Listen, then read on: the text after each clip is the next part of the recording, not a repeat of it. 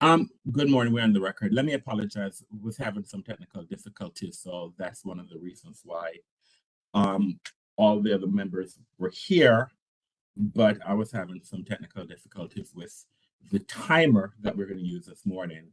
So I do apologize for the delay. All right. Good morning. As chairperson of the Alcoholic Beverage and Cannabis Board for the District of Columbia, and in accordance with DC Code Section 2571(x) of the Open Meetings Act, OMA, I am welcoming you to the regular scheduled meeting of the Alcoholic Beverage Cannabis Board. This meeting is being conducted pursuant to guidance made available by the District of Columbia's Office of Open Government regarding electronic meetings held by public bodies. Electronic meetings by the ABC Board are authorized pursuant to Section 2577A of the DC Code. Pursuant to the OMA requirements, notice of today's meeting was provided 48 hours in advance of the meeting on ABCA's website and on the District Central meeting calendar. The notice includes the time, date, agenda, and call-in or login information for public participation. This electronic meeting has been hosted by a WebEx account provided by the District of Columbia government. Please address any questions or complaints to the OOG at opengovoffice@dc.gov. My name is Donovan Anderson. I'm chairperson of the board. I would like to introduce the other members of the ABC board who are also participating electronically. Please respond when I announce your name. Mr. James Short. Mr. Short, you're on mute, sir. Thank you. Mr. James Short, present. Mr. Bobby Cato. Bobby Cato, present. Mr. Edward Grandis. Edward Grandis, present. The board has 4 members in attendance for the conduct of business that constitutes a quorum. Before we get underway with this morning's hearing calendar, I need to make a few instructions very clear so that the conduct of these hearings is understood by everyone. We only have one public hearing this morning. Once your case is called, I will take a moment for IT specialists to elevate the rights of each party to enable their camera and equipment. Then and only then will you have the ability to enable your equipment. Should you have any questions or require technical assistance during the hearing, please submit them using the question and answer feature. Our first hearing this morning, it's a public hearing on the 9th and U Street proposed moratorium zone.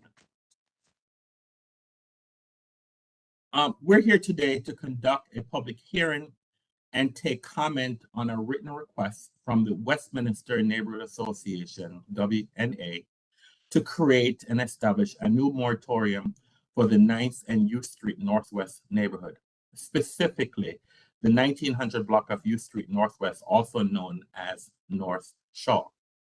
The moratorium request is for a 3-year period and includes a very broad and comprehensive prohibition of certain licenses, endorsements, transfers to a new location from outside, and with the moratorium and class conversions unless a licensee is converted into a restaurant without endorsement. I would encourage everyone to read page 18 of the moratorium petition for a very succinct, summary and detail of what the moratorium is seeking regarding licensed establishments. I will begin this hearing by calling on those witnesses who notified the agency in advance regarding their desire to address the board. Each witness will be granted no more than 5 minutes to speak. If time permits, I will also entertain comments from other interested parties who wish to be heard. You will also have 5 minutes. I have a witness list containing the name of individuals who desire to speak both in favor of and in opposition to the proposed moratorium. I will, however, start with Captain Riley Hong of the 3rd District, followed by Kelly Bernard Verdi, counsel for the petitioners. The board will also note for the record that we have received a few emails from area residents regarding the proposed moratorium. That correspondence will be placed in the board's official record. So good morning again, everyone. And I just want to let everyone know that you have 5 minutes. There is a timer that you will see, and at the end of the the 5 minutes, you will be asked to conclude your testimony. So I'm asking for everyone's cooperation. This morning, we have a lot of witnesses, and so to try to make this move forward. So, Mr. Oriana, can you please elevate the rights of Captain Riley Hong of the 3rd District to testify, please? Good morning. Captain Riley Hong, your access has been elevated. That is all, Chairman. Thank you. And I'll ask for all parties, once you're elevated, to please turn your camera on, please.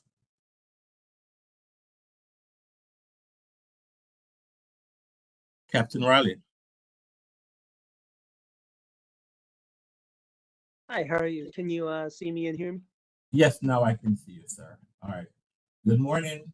Welcome. And you have 5 minutes, sir. Go ahead, please. All right, good morning. I'm Captain Riley Hong with the Metropolitan Police Department, 3rd District. I've been with the 3rd District since 2014, January. I've been through the ranks of sergeant, lieutenant, and captain in the 3rd District. And I have seen quite change over the years. I remember back in 2014 when we had a lot of activity in Adams Morgan as well as U Street, and 9th Street just happened to be a niche hookah bar spot, not as busy as Adams Morgan used to be. But in the recent years, especially after COVID restrictions had ended, I've seen a great increase in the activity on U Street and 9th Street as well. We have officers, we have patrol, nightlife, and also RDO, reimbursable detail overtime units. Those are officers that are not on full duty, not on duty, but working overtime voluntarily. And most of them work in the 1900 block of 9th Street. Those voluntary spots are available, however, since they are voluntary, they do not always get filled. And they are very important and supplemental to our patrol functions as well. Based on the disorderly conduct of the club goers, the crimes that we're seeing in the area, I would support what the moratorium petition states. I've read through and I didn't see anything that I would oppose. And I think one thing to keep in mind is not just the crime that's happening in that specific location because of the attraction of the amount of clubs in that area, but also the other activities and crime that occurs because participants may want to come through the 1900 block of 9th, 9th and U. Sometimes we have sports cars, maybe multiple Dodge Chargers come through, revving their engines, drag racing, fleeing. We have dirt bikes, ATVs coming through. It just becomes a target or a hotspot that this sort of illegal activity is drawn to. They want to gather here, they want to be seen, they want to do their thing, go on their way, and while they're in the area, they may be involved in other crimes. So that's just the broader scope, beyond looking at the crime that's specific to this area, but something to consider. And I think the moratorium could also benefit those who are currently in business if they're not going to be negatively affected. The quality of the business could also improve, as well as the quality of life for the residents. That's all I have to say at this time. Thank you, Captain. If anyone has any board members have any brief questions they can ask, we have a long list of questions today. People to testify today, so I'm just going to ask board members, if you have questions, just briefly ask questions, please. So if any board members have any questions, go ahead, Mr. Short. Thank you. Thank you, Captain Riley Hong. Very briefly, you support the moratorium zone being established, correct? Yes. And if it's when granted, will you have enough police officers to take care of the needs of the moratorium? That I can't say right now. That's something that we would have to look at future staffing, future calls for service, future crowds that come to the area. And so that's not something I can say off the cuff at this time. Thank you very much. That's all I have, Mr. Chair. Thank you, Mr. Shorty. Any other questions by the board members? Go ahead. Chairman? Thank you. Thank you, sir, for being able to come today. I know you all have tight schedules, so thank you very much for being able to be part of this conversation. Currently, even though it's not a moratorium zone, I think if I understand your testimony, it is considered a hotspot with various activities during business hours and probably, unfortunately, after business hours or early in the morning. Does 3D currently have special attention or some type of nomenclature that on a weekly basis or nightly basis they know that they have to survey that area? Yeah, so we have multiple, I guess, approaches. Primarily, we have the nightlife units. They specialize specifically for the enforcement and safety of the nightlife areas, and most of them are patrolling through U Street, and we usually always have a presence on 1900 block of 9th because that's such a small area with so many people that come that at any moment, if a fight occurs, it could become a large melee. So we definitely need a minimum 2 officers to monitor, and then other officers ready to respond if needed. We have patrol officers who are answering the 911 calls all over the 3rd District, but the ones assigned to PSA 305, they know that 900 block of Westminster, 7th and T, various areas are hot spots where we've had issues. So they try to hit those spots once every 2 hours in between calls for service. On a Friday night, Saturday night, it may just be call to call to call, going from one radio run to another. And as mentioned before, we also have the overtime units that if they do sign up, then they do focus on 1900 block of 9th Street as well and all the club activity over there. I have one last question. Based on staffing situations and funding situations, are RDOs a good tool for we as a board or the agency to require certain licensees based on the type of activities? Are RDOs still effective, or are there funding or staffing issues regarding that? I think the RDOs are definitely a plus when we can have them because most situations are voluntary. It's more of a theory and reality comparison. In theory, if it's always manned, if it's always staffed, then that means we have visible police officers present during that whole period who are also monitoring the 3rd District radio channel and can communicate with patrol. So it's very helpful. Being voluntary, if no one signs up, then that becomes a gap, and it would likely be an area where patrol is going to be tied down to more, and it may affect the service we can provide in the surrounding areas and the rest of the 3rd District. There are certain situations where it could be mandatory, and those are a little more helpful. Thank you for that, Mr. Chairman. Thank you. All right, thank you, everyone. All right, Captain Hahn, thank you very much for your testimony today. I know it's thank you very much for your testimony and your views and input will be considered by the board. Thank you, sir. Thank you. All right.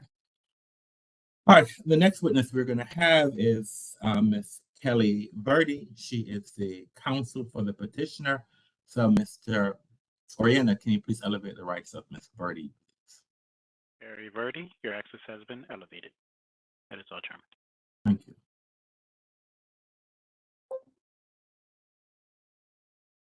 Ms. Verdi, can you turn your camera on and unmute yourself, please?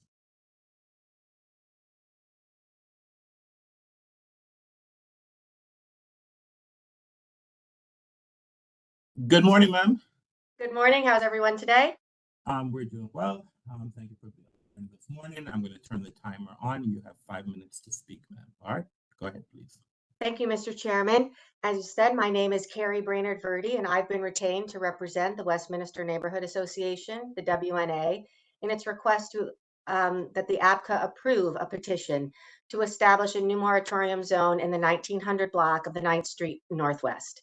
As laid out on page 18 of our petition, the moratorium seeks the following: with respect to CT, DT, CN, DN, and off-premises retailer class A and B licenses only, a prohibition on new licenses, transfers of these types of current licenses from outside the moratorium zone to a location within the moratorium zone, or from a location within the moratorium zone to another location within the moratorium zone.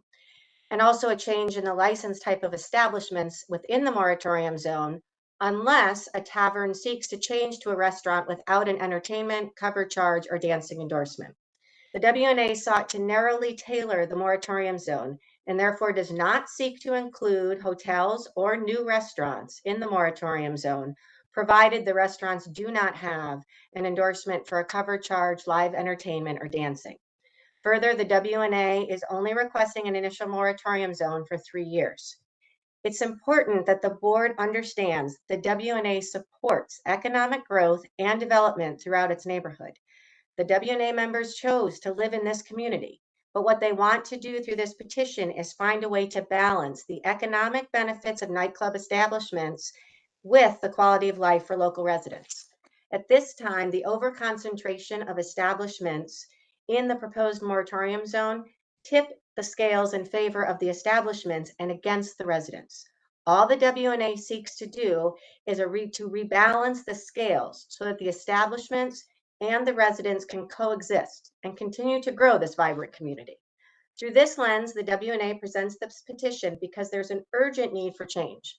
As was laid out in detail in the petition, the 1900 block and the neighborhood surrounding the 1900 block are the scene of violence, noise, trash, property destruction that's caused by hordes of club goers who descend by the thousands on this one tiny block every weekend. You already heard the testimony from the officer from 3D, and you're also going to hear testimony about the current data in the DC crime cards that supports the characterization that this is a neighborhood under siege. The North Shaw neighborhood, which includes the moratorium zone, at present has the highest property and violent crime numbers in all of DC. You are going to hear testimony today that supports that the moratorium is based on the appropriateness standards stipulated by ABCA, the effect of the establishments on the proposed moratorium zone on peace, order, and quiet, including noise and litter, the effect of the establishment on residential parking needs and pedestrian safety, and whether issuing new licenses in the proposed moratorium zone would create or contribute to an overconcentration of licensed establishments and would adversely affect the locality in which the establishments are located. The testimony will demonstrate that the overconcentration of liquor licenses is crushing neighborhood safety and smothering a diverse commercial mix. When every other property on a block is a club or a bar, there's no space for varied commercial development. By temporarily halting the issuance of new licenses for new bars, taverns, and clubs, the community can regain control over the trajectory of the development. Ultimately, the WNA seeks to ensure that there's room for new restaurants, shops, art galleries, coffee shops, and more. To put it simply, the importance of the moratorium zone cannot be overstated. In closing, the aim of the WNA is not to stifle growth or innovation, but to channel it in a manner that respects the safety and interests of everyone involved. But before any progress can be made, it is imperative that ABCA put a pause on the issuance of new licenses for the classes included in the petition. The overconcentration of liquor licenses has created a public health and safety emergency. Responding to this emergency must be the urgent priority of our elected leaders, and nothing should stand in the way of safety being assured as quickly as possible. Thus, on behalf of the WNA, we ask that you honor the August 6, 2023 letter and request to the ABCA board made by Councilmember Nadeau, and pause all new transfer and substantial changes within the proposed moratorium zone until the moratorium order has been published, which will hopefully establish this new and much needed moratorium zone. Thank you. Thank you, ma'am. I have a couple of questions to ask you now. How do you believe that by limiting the licensed establishment that it will address crime and other social ills?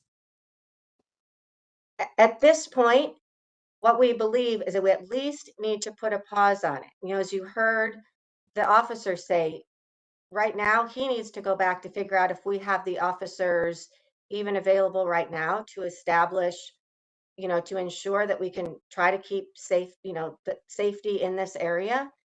And by putting a pause on anything new right now and stopping it, we can at least right now keep things where they're at, stop anything from getting worse, give MPD time to get this under control, and give other business owners time to establish. If there are, you know, places opening up, is that the place where we can establish a new type of establishment coming in? As we said, not every new license needs to be a new liquor establishment, that we could have galleries, coffee shops, more diversity in the area, which could then help lessen the number of people that are coming into this block, you know, every night and particularly on the weekends. Now, you're not asking us to subtract the licenses that are currently in the area. So how is this going to impact? You're asking us not to grant more licenses, and you're talking about all the concerns that the neighbors are currently having. So if we're not subtracting, I'm just trying to figure out how is it that if this is going to change what is going on in the area? Well, right now, as we've said, it would put a pause. So at a minimum, we would have the status quo there, and we would have an opportunity so it doesn't get worse, certainly. And allowing additional licenses would only exacerbate, which is what is already a very difficult situation. Putting a moratorium zone in place, you're right, isn't necessarily going to make it better, but it is going to stop it from getting worse. And then as other licenses come up, we have, you know, for renewal, there are things then that we can establish, you know, that we, you know, there is an overconcentration. There are other things to look at that point. But right now, additional licenses would only exacerbate all of the conditions that are outlined in the petition and that you will hear testimony about today. Now, let me ask you a question. Within this proposed moratorium zone, is there a significant amount of available property for expansion? That's what I'm trying to find out. Are there a lot of empty property there, and how is this going to impact the overall economic health of the district? We did not research the availability of additional places within the moratorium zone, and I know that there is time after this hearing to provide additional information. So that is information that we can continue to look at and provide additional information to the board on following the hearing so that it can be used in your decision-making process. Now, I'm not sure if I heard correctly. So if we have any current, if the moratorium is just being considered, so if the board has a current request for changes, that someone wants to move into the area, what is it that you're asking the board to do if we have any current requests in front of us? I would ask you to honor Council Member Nadeau's letter, where she asked that there is a pause on everything until the moratorium issue is decided. We think that this is of the utmost importance given the severity of the issue in this neighborhood when it comes to the peace, noise, and quiet, and the safety that you just heard from 3D, that you will hear from other members of the community today, and that is outlined in the petition. So we are asking that the board do two things today. One, pause any other licenses that are up for renewal in that area until the petition can be decided. And then 2, we would ask that the petition be decided as quickly as possible and certainly in favor of granting the moratorium petition. All right, thank you, ma'am. Any brief questions by the board members? I have a couple. Brief, Mr. All right, I can't have a whole lot. I'll say, go ahead, sir. Thank you. Thank you for your testimony and presentation today. But to sort of basically follow up on the chairman's question, I know I've read the petition, and I think that you stated it the way it's in the petition itself, but just for this record of the hearing, what is the situation if a current CT wants to sell their license to a new owner? Is there a statement in your petition about that? There is not a statement in the petition about the sale of a license, but what we ask, and I know that the chairman directed everybody's attention to that, which is page 18 of the petition. It's that there is no transfer of licenses within the moratorium zone. So I believe that would probably constitute a transfer, and we would ask for a moratorium on that as well. So it's not just a transfer to a new location, but the transfer of that particular license in the same location. That's what your petition is asking. Yes, because it says obviously a transfer within the moratorium zone. So that would. I just wanted the clarification, and Yes. and I appreciate the clarification. What happens? Well, no, I think the petition answers that question. So I think that's my only question. But you did use the word temporary pause. In DC, moratoriums are not temporary pause. I was on the DuPont Circle ANC for a number of years, and we had the honor of having the 2nd and 3rd moratoriums implemented, and they're still there. So, Well, you know, and this may be. I don't have a problem with that. I'm just saying you use the word temporary. In DC, they're not temporary.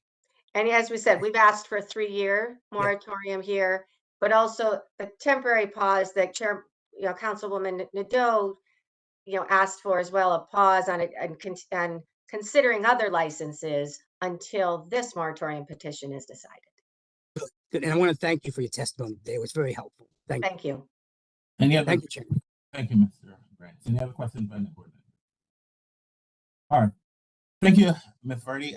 You can stay on later on if we have, I think we have maybe about 20 other witnesses. So I probably, if you need to say something later on in the hearing, you can just put some comment in there, put a comment in.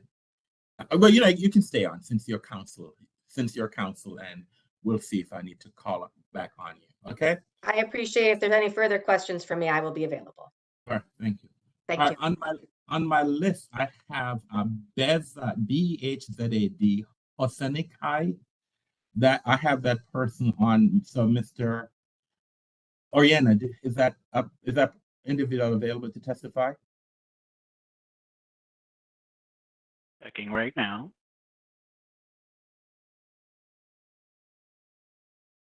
I do not see this user, but I'll put a question in chat.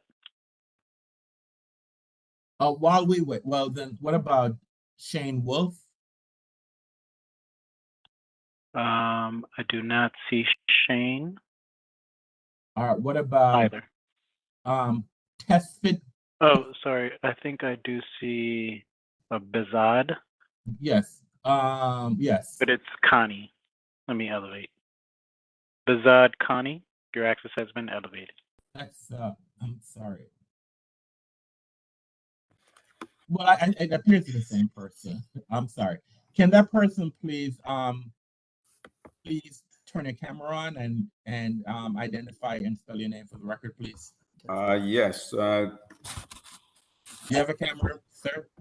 Yes.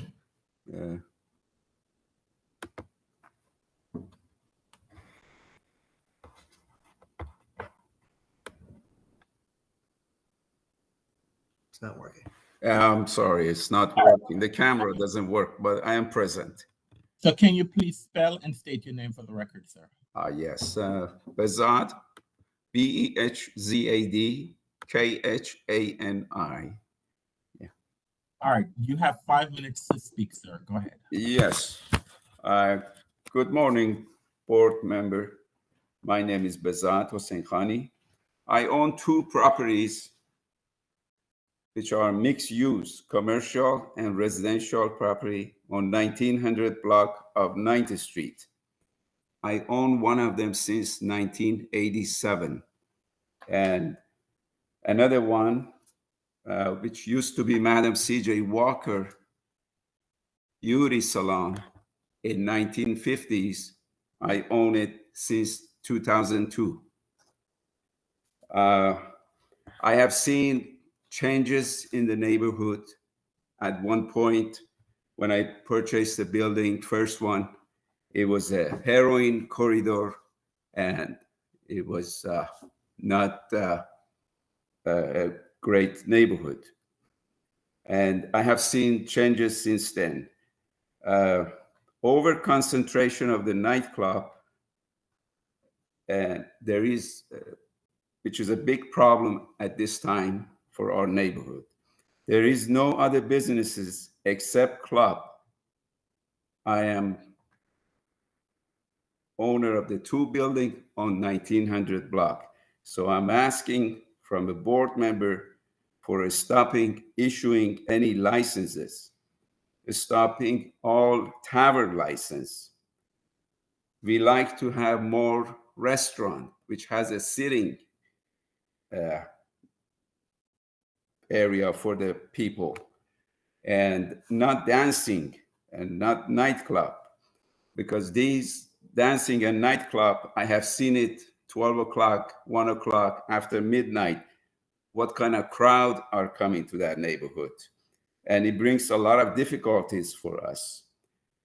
And they just create trash, destroy the peace and the quiet. I have residential neighbors also in my building.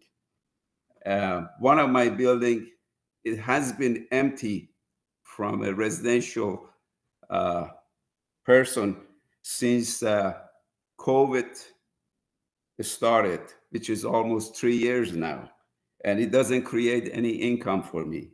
My other building also, I'm continuously being asked to start a cannabis place, which I really not in favor of it, because it doesn't bring a respectable business to the neighborhood.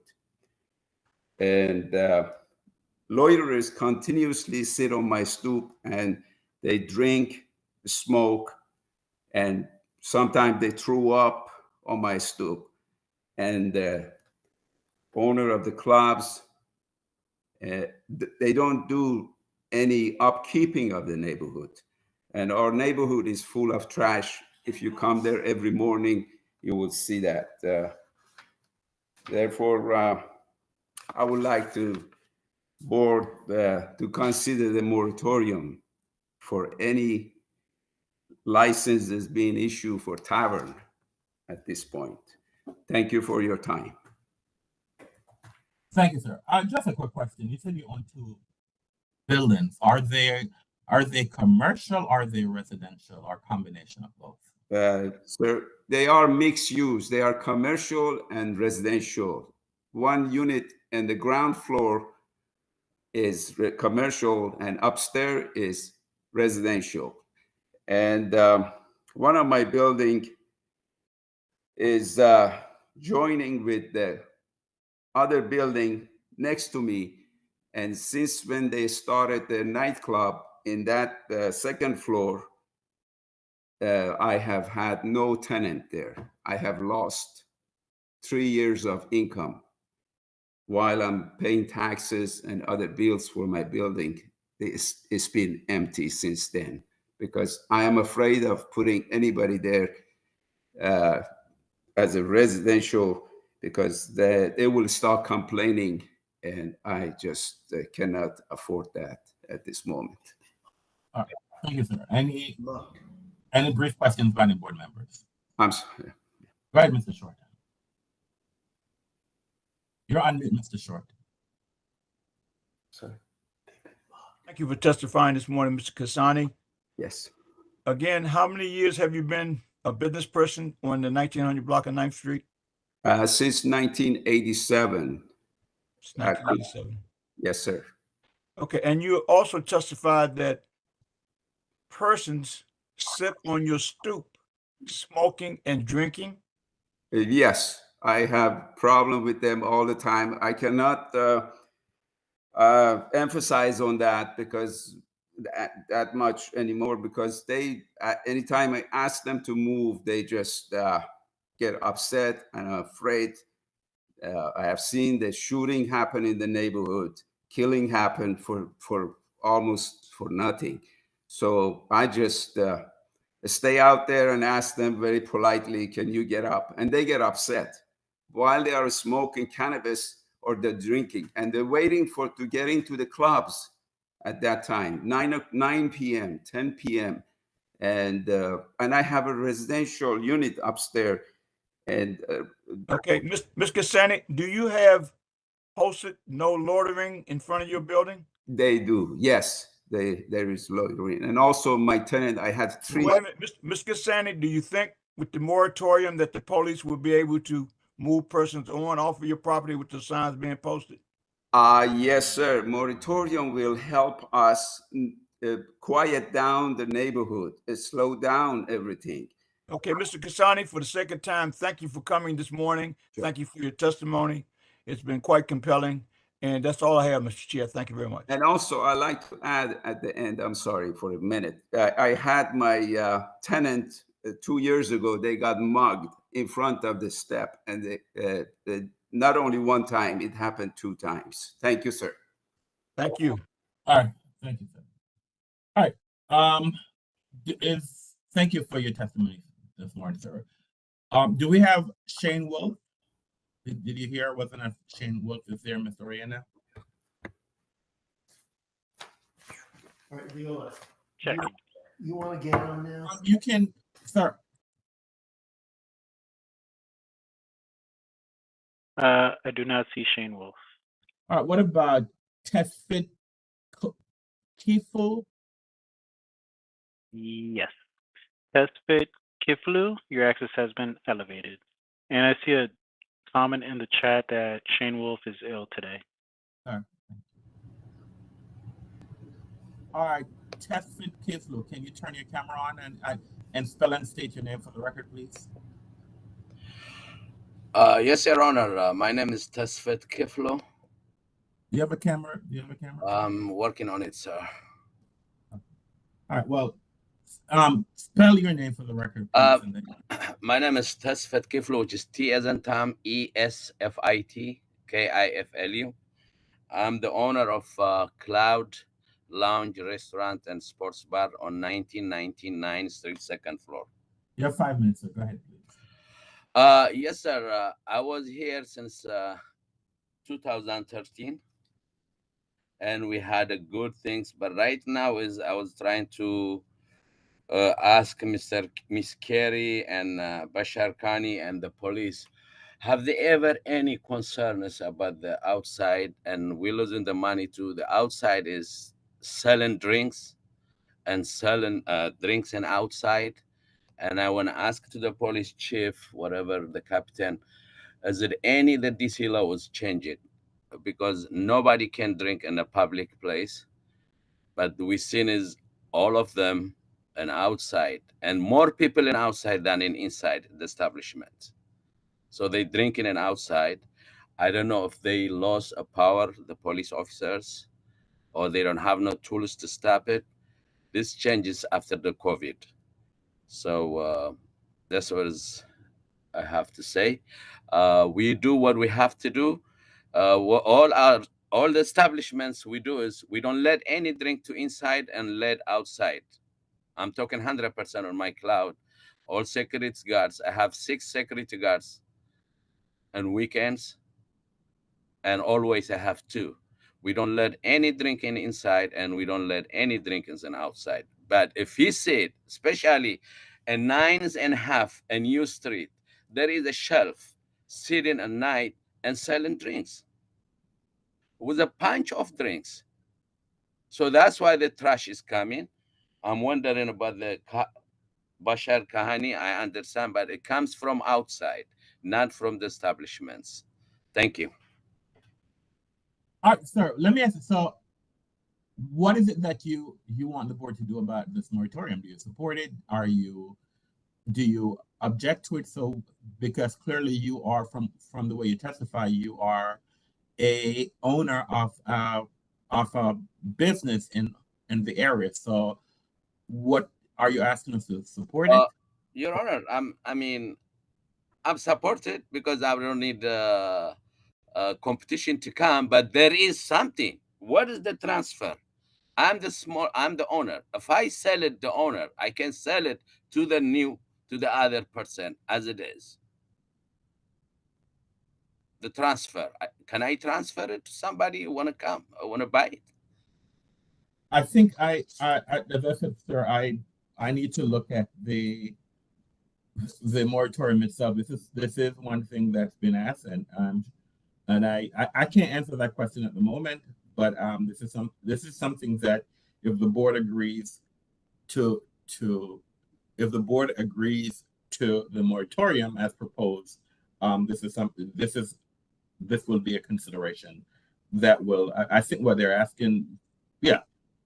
It's not addressed here. I can't answer that question right now, but we will answer that question if the board agrees to support the moratorium.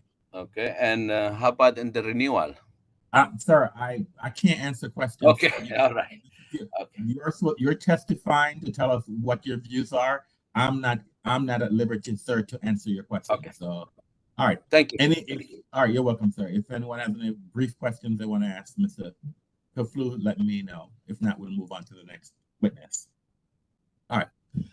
The next witness I have on this list is Lorraine Marshall. Mr. Oriana, is there a Lorraine Marshall there? No Lorraine Marshall. What about Amanda Tolles? Amanda Tolles, your access has been elevated. That is all, Chairman. Thank you. Good morning. Can you hear me?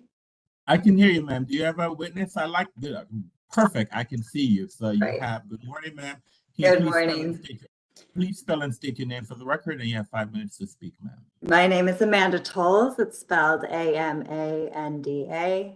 Last name Tolles, Tolles.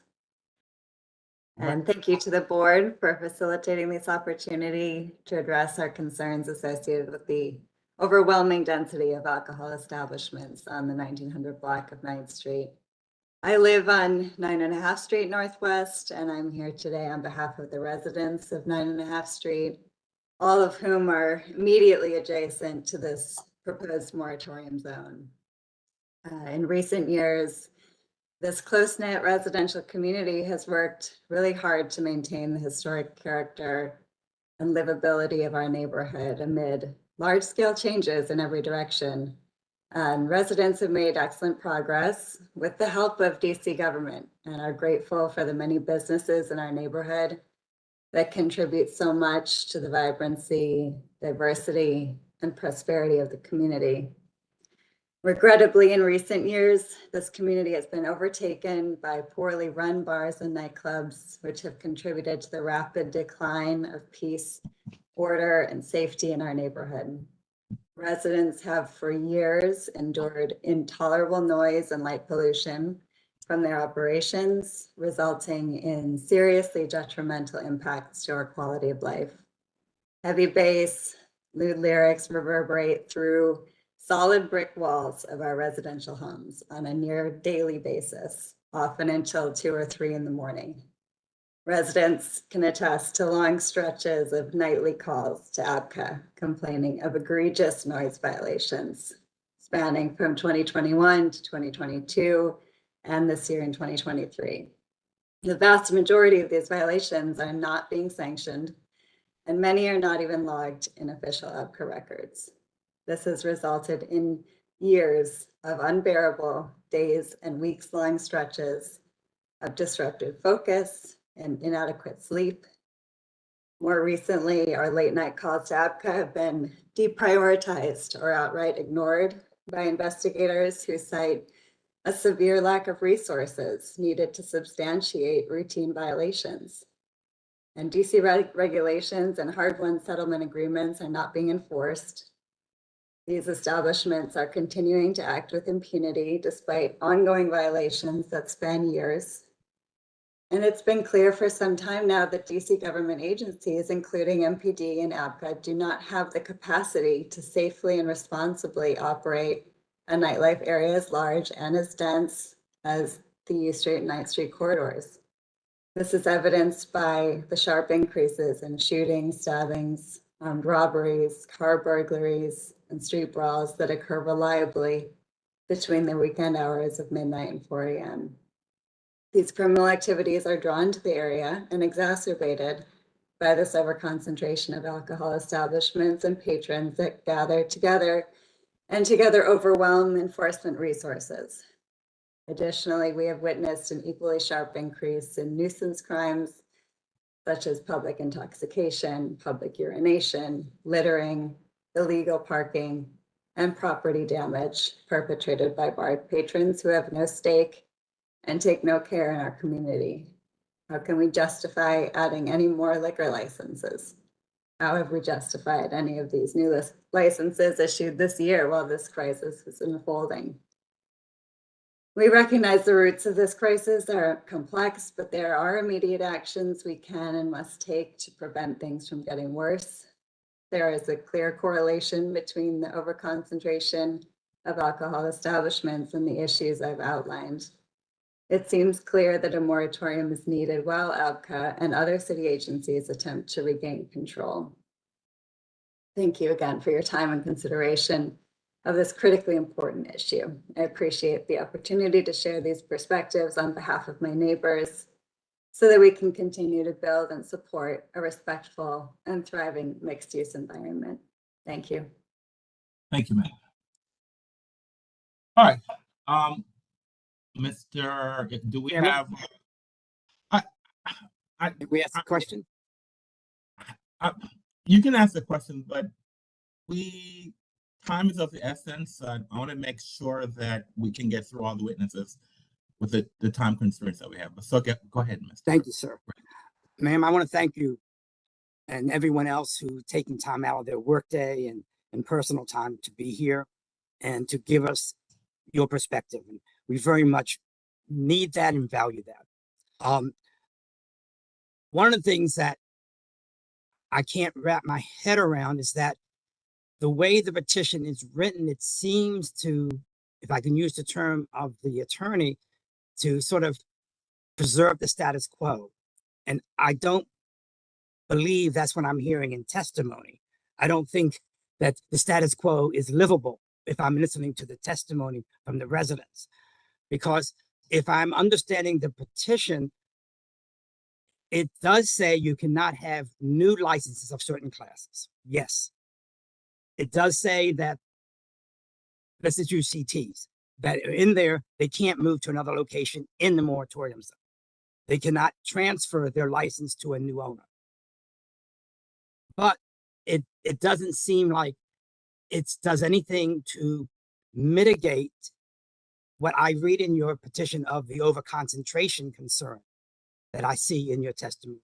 So this is not a challenge to you, but if you all had discussed this situation, because if you looked at other moratoriums in the city, they're written a bit differently about licenses. They may have the same classes. And so am I articulating something you understand that my concern is I'm trying to understand how do we live with the status quo and improve? So help me. Yeah, I wasn't responsible for writing the moratorium, but I do feel quite strongly that we have to stop the bleeding. Anything more than what we have too much already. And if we add any more, it's just exacerbating an existing problem. So we're asking for the bare minimum to stop the bleeding, I think is the point we're at here. Thank you. Thank you for your clarification. And Mr. Chairman, thank you. Mr. Shore.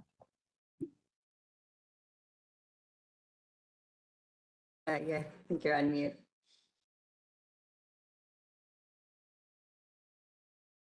Thank you for your testimony, Ms. Toles. 9th and Half Street Northwest, back in the 50s and early 60s, there used to be a police station right there on the corner. Really? I didn't know that. And maybe with the moratorium, maybe we can get police back in our communities like it was back in the 50s and 60s when we didn't have these type of situations and moratoriums weren't required. Thank you for your testimony today. Thank you very much. Thank you, ma'am, for your testimony. All right. Mr. Oriana, do we have a Gonzalo Gomez? Yes. Gonzalo Gomez, your access has been elevated. That is all, Chairman. Thank you. Gonzalo Gomez, can you turn your camera on, and then can you please spell and state your name for the record, please? Good morning. Can you hear me? Yes, I can hear and see you. Can you spell and state your name for the record? Okay, please? yes, my name is Gonzalo Gomez, and I live on the 10th. I live on 10th Street and Westminster Streets. Sir, I asked everybody to spell their name because we have a court. Oh, okay. I'm sorry. Sure that the court reporter captures the proper spelling of your name, sir. Okay? I'm sorry. Okay. It's Gonzalo Gomez, Gonzalo, and my last name is Gomez, Gomez. You have 5 minutes, sir. Go ahead. Thank you, sir. So I'm here to testify that there's an urgent need for change. Violence is out of control. We are at a point where we are asking the police to control a problem that cannot be controlled. Between September 2022 and August 2023, there were 4 murders with a gun within 4 blocks of the proposed moratorium zone. All 4 murders occurred during club operating hours or soon after closing hours. Since March 2023, that's within the last 6 months, there were 14 assaults or robberies with a knife or a gun that occurred within 4 blocks of the proposed moratorium zone during club operating hours or soon after closing time. 4 examples of this violence are the following. On Sunday, August 6, 2023 at 2:30 in the morning at the corner of 9th and Westminster Streets, a near fatal shooting of a witness to a car break-in. Suspects shot the victim 2 times and escaped in a car with temporary license plates from out of state. On Saturday, July 29, 2023 at 12:30 a.m., 2 suspects traveling in a black SUV at the corner of 9th and Westminster Street robbed a Westminster Street resident at gunpoint. The resident, who was living with his grandmother at the time, was so shaken by the incident that he immediately moved out of his grandmother's house to live elsewhere. On Friday, July 28, 2023 at 11:30 at night, there was an armed robbery of 2 people in front of 941 Westminster Street. 4 suspects jumped out of a vehicle and hit 1 victim on the head with the butt of a rifle and robbed. The victim was bloodied and transported to the hospital. And then on Sunday, January 15, 2023 at 3:30 in the morning, there was a drive-by shooting with 20 shots fired. 4 cars and 1 house facade were hit by bullets. 1 neighbor's young daughter found a bullet lodged in her window frame. Even lifelong residents report that this incident has never occurred in the past. MPD affirms the ongoing and deeply rooted public safety concerns within the 1900 block of 9th Street, specifically related to its tavern and club license operations.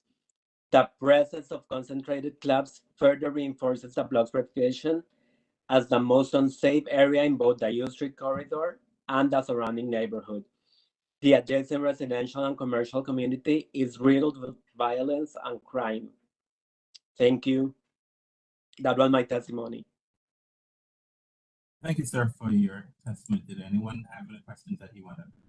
Any brief questions? All right, sir. Thank you very much for your testimony today, Mr. Gomez. Thank you. All right, have a great day. What about Suda Galapudi Do we have that person to testify today? Yes. Sudha Golapudi, your access has been elevated.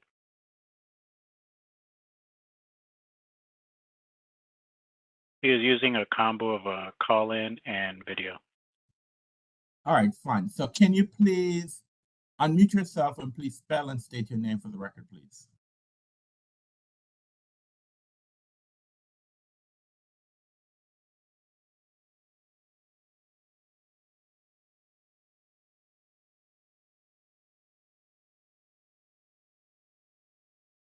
Yes, hello, can you hear me? I'm sorry, who's this? Is this Sudha Golapudi? Yes, sorry, I'm traveling, so apologies. I'm having some technical issues. Can you hear me? Yes, ma'am. Can you please spell and state your name for the record, please? Yes, my name is Sudha Golapudi. The first name is Sudha. The last name is Gollapudi. All right, ma'am, you have 5 minutes. Go ahead, please. Thank you. Thank you for the opportunity to speak today. I am here to ask for ABCA support in passing a bar moratorium as proposed by WNA. I am a 16-year resident of DC. I live on 9.5 Street, directly behind a number of bars on 9th Street. I moved to Shaw because I was drawn to the vibrancy, diversity, and culture of the neighborhood. I knew it had an active nightlife when I moved here, and I was fully prepared for that and excited to be in what I consider the heart of DC. But the past 2 years have made this neighborhood unlivable, and I would like to share a few reasons why. First, and most importantly, is safety. It seems like every day I'm waking up to emails from neighbors regarding shootings, bursts of gunfire, carjackings, or drug transactions. On 9.5 Street, where many people tend to congregate before or after they go out to bars, there has been a range of unsafe activity at all times of night, including screaming matches, physical altercations, and people passed out from drinking too much or drugs. Last year, there was even a stabbing inside one of the bars that I share a property line with, and that stabbing was done by an employee of the bar. I used to call DC police almost every weekend, but oftentimes they were too busy to send anyone to our street, or if officers did come, they would just do a quick drive-by without being able to get out and investigate. On Sunday, September 3rd, just a week or so ago, I was woken up by noise around 1:30 in the morning. I looked outside my window and saw 3 cop cars with their lights flashing. There were people bumping up against my front door, so it felt unsafe for me to go outside. But watching the security camera footage, it seemed like they were making an arrest right on my doorstep. And this is actually the second time in recent months that we have had an arrest on our street. After so many years of living in DC and enjoying going out in this neighborhood, I no longer walk around Shaw or U Street at night. It doesn't feel safe. And during the day, it isn't much better. I'm nervous leaving my house even to get a cup of coffee, worried when I get to my car, it might be smashed in pieces, and constantly on edge that I might be on the wrong corner at the wrong time and caught in some type of crossfire. A second reason why this area has become unlivable is the sanitation. After big nights out, and particularly on weekends, our street is covered in litter and trash. I've even had trash thrown at my house and stuffed in my flower boxes. If that's not bad enough, it's not common to look out my window and see men urinating against the historic Grimkey property. It's disrespectful and it's disgusting. A third reason why it has become unlivable is the noise. The music coming out of the bars far exceeds DC noise regulations. We can hear music inside our houses, and our houses often physically shake from the bass vibrations. Between August 20th and September 9th, a period of just 3 weeks, I called ABCA 15 times in hopes of getting support enforcing the settlement agreement we have in place with one of the bars. That's 15 times in 3 weeks. During those calls, I was told over and over that there weren't enough resources to do anything about the situation and to come over and issue formal citations. When investigators did come, they seemed like they were not interested in working with the community to help solve or enforce the settlement agreement. One of the ABCA investigators even said to me something along the lines of, "You have to understand, you signed up for this by choosing to live here." I did sign up to live here, but I did not sign up to have my life put at risk. or to live inside a public bathroom, or to live inside a house that feels like a nightclub. It wasn't like this when I moved to Shaw, and neighbors who have lived on the street longer than me have told me that it's always been a quiet paradise. Something has clearly changed. There seems to be zero respect for those living here and the community, and it seems like there's very little resources from DC government and agencies to offer us support. Until we can somehow get a better handle on things, it's critical that we pass the bar moratorium as a small step in the right direction. Thank you. Thank you, ma'am. All right, any brief questions for this witness? Mr. Chairman, may I? Yes, Mr. Grandis. Ma'am, I want to thank you, as we're thanking everyone for taking the time, particularly you're traveling, and your testimony is very helpful in presenting the quality of life that you're living with and for this hearing. So I want to thank you for that. But I'd like to ask you a couple questions. You know, we're the board and the agency is separate, but I'm hearing you say that you called the agency for assistance regarding noise and other quality of life issues 15 times. Over what period of time was that 15 times? In a period of 3 weeks. Okay. And in the past month, yeah. Just those 3 weeks. I'm sure you've called in the past, but let's just talk about those 3 weeks. For sure. If I heard you correctly, you said that in some calls you were told that there were not resources to send an investigator out. Yes, I think the rule is there have to be at least two people that come into a house to listen to noise violations. So many times I was told there just were not enough people to be able to do that, or that people were focused on other areas of DC. Thank you. We will look into that. Okay. Next, you said that when you've had, now I'm talking about the ABCA investigator. I'm not talking about police or others, but you had an ABCA investigator say to you, ma'am, this is what you bought into. This is what, you know, you have to learn to live with this.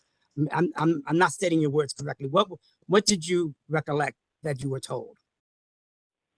Yes, exactly. Something, I don't remember the exact words, but something along the lines of, you know, you kind of have to understand you chose to live on this street, and, you know, you're living like right next to bars.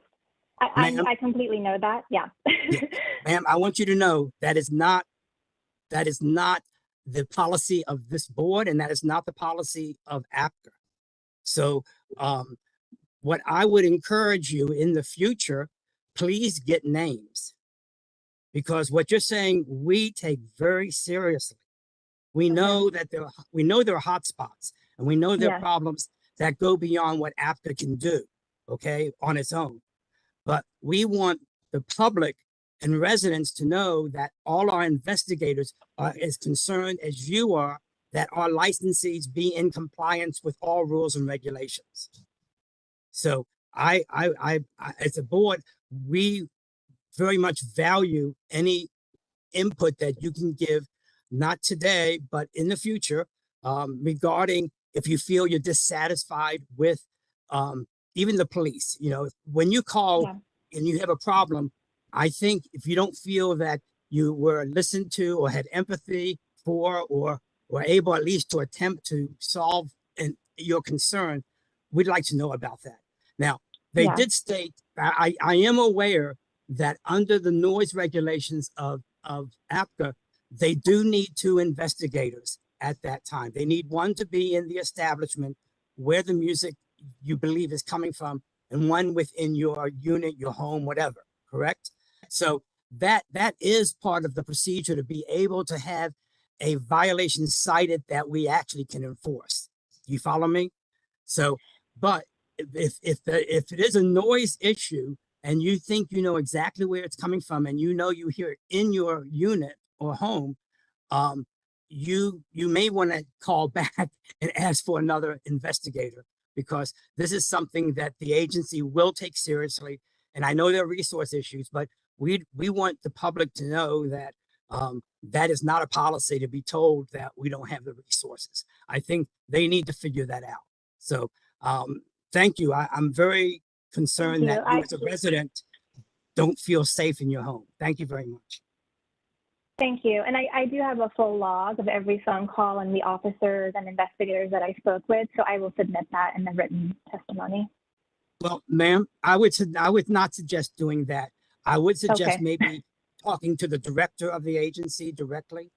Because I don't want names and things like that to be put in our record. But I do think if you have information, call the director directly or send an email asking him to speak to you. And you know who that is, right? Fred Musali. But don't put names. Yeah. But don't put names of individuals in this record. Okay, please don't do that. Okay, understood. Thank you. All right, ma'am. Thank you very much for your testimony today. All right, have a great day. All right, the next witness who's scheduled to testify is David Greer. We have a David Greer here. David Greer, your access has been elevated. It is our turn. Thank you.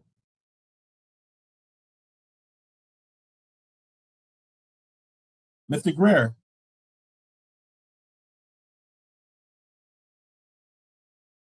Mr. Greer, can you please turn your camera on and unmute your phone?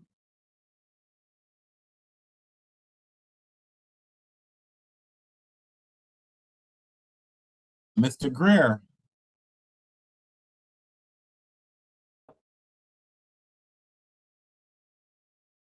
I don't know what's going on with Mr. Greer. It looks like he just unmuted.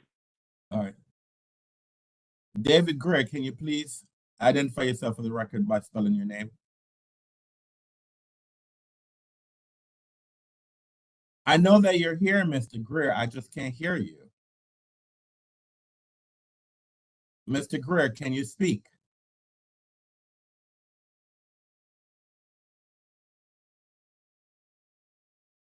Mr. Greer. I don't know what's going on with Mr. Greer. So I'm communicating with him just to see if he could check his microphone source. okay, thank you.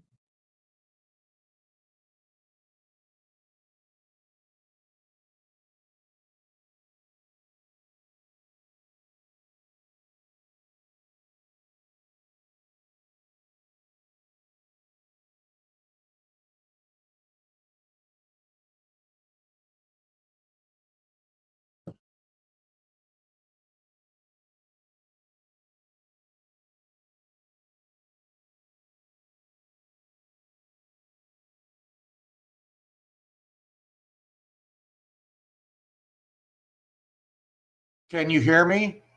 Yes, Mr. Greer. Can you spell and state your name for the record, please?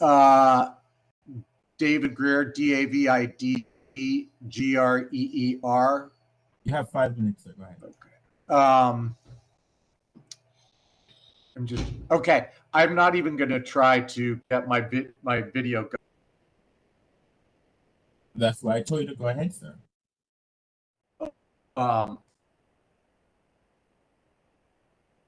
Mr. Greer, I can't hear you. A 30-year resident, 30.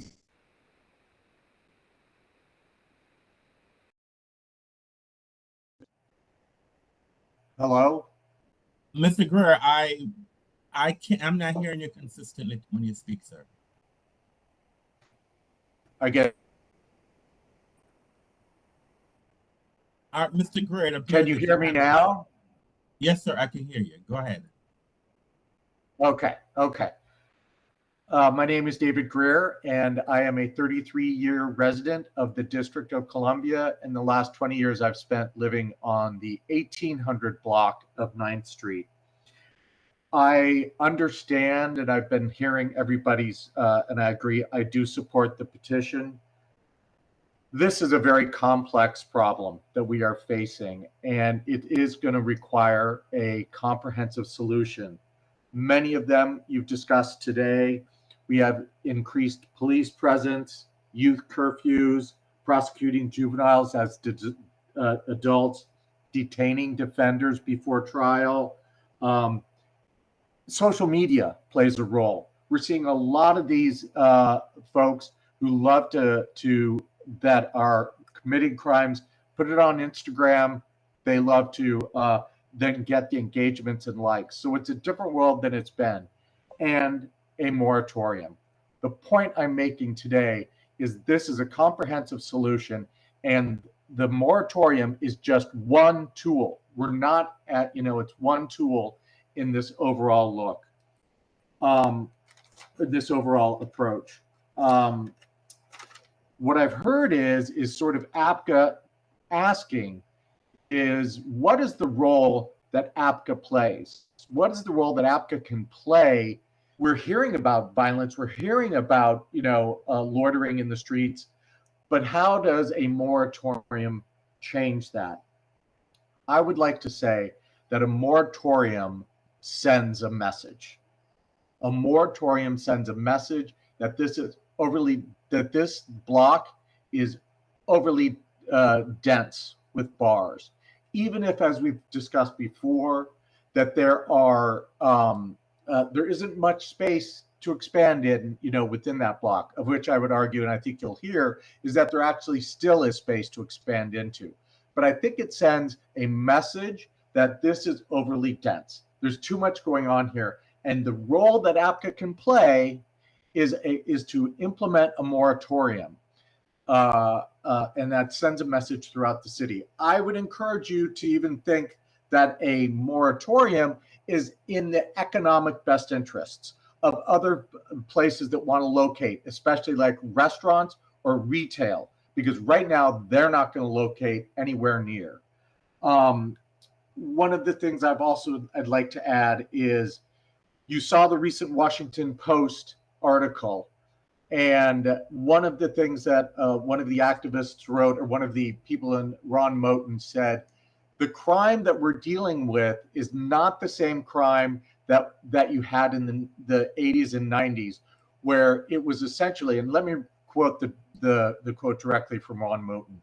You used to have to worry about, you used to not have to worry about crime unless you were associated with the streets, with drug dealing. Now you could just be going down the street, going to the car, and you can be killed. So again, the crime is a different situation. I've mentioned to you all of the things that will go into doing it, and ABCA only plays one role, but it's vital that ABCA play that role by approving this moratorium. Thank you. Thank you, sir. All right. Is there a Sohan Mustafa? Do we have that person available to testify? I do not see that individual. What about Bill Spire? Yes. Spieler. Bill Spiller, your access has been elevated. That is our term. Thank you. Good morning, sir. Can you please spell your name for the record, sir? Sure. My name is Bill Spieler. It's Bill and then Spieler. Good morning, sir. You have 5 minutes. Okay. Hello, Alcohol, Beverage, and Cannabis Administration Board. My name is Bill Spieler, and I own and operate the DC9 nightclub located at 1940 9th Street Northwest. Thank you for taking the time to listen to my thoughts on the proposed moratorium of the 9th Street Northwest block between T and U Streets. I want to come out and say that I am opposed to the moratorium. I have been a business operator on this block for 19 years, actually over 19 years, and a part of the nightlife industry of DC since 1989. I have watched for decades neighborhoods that have had moratoriums and what have happened to the business and vibrancy of the area once they are put in place. Usually for the first couple of years, not much changes. The problems that face the community still continue on. Then for decades, and then decades go by and new businesses move elsewhere, stagnating the neighborhood and making it less desirable to visit. In the short term, if a moratorium is put in place, I believe still my license will become much more valuable for my bank account. If I try to sell it, I could ask for a premium price. But I'm not here for the short term or for my bank account in the short term. I feel very lucky to be a part of the neighborhood that has become one of the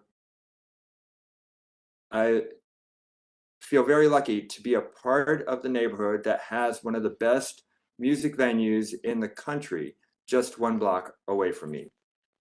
I cannot tell you how proud I am to watch bands play at my venue, and then in a year or 2, or sometimes even 6 months, go on to sell out the 930 Club that is just a block away from me. This area is very special to Washington, D.C. I understand that the neighborhood association is trying to use what help they have to control the condition of the block because they have been given very few tools to work with.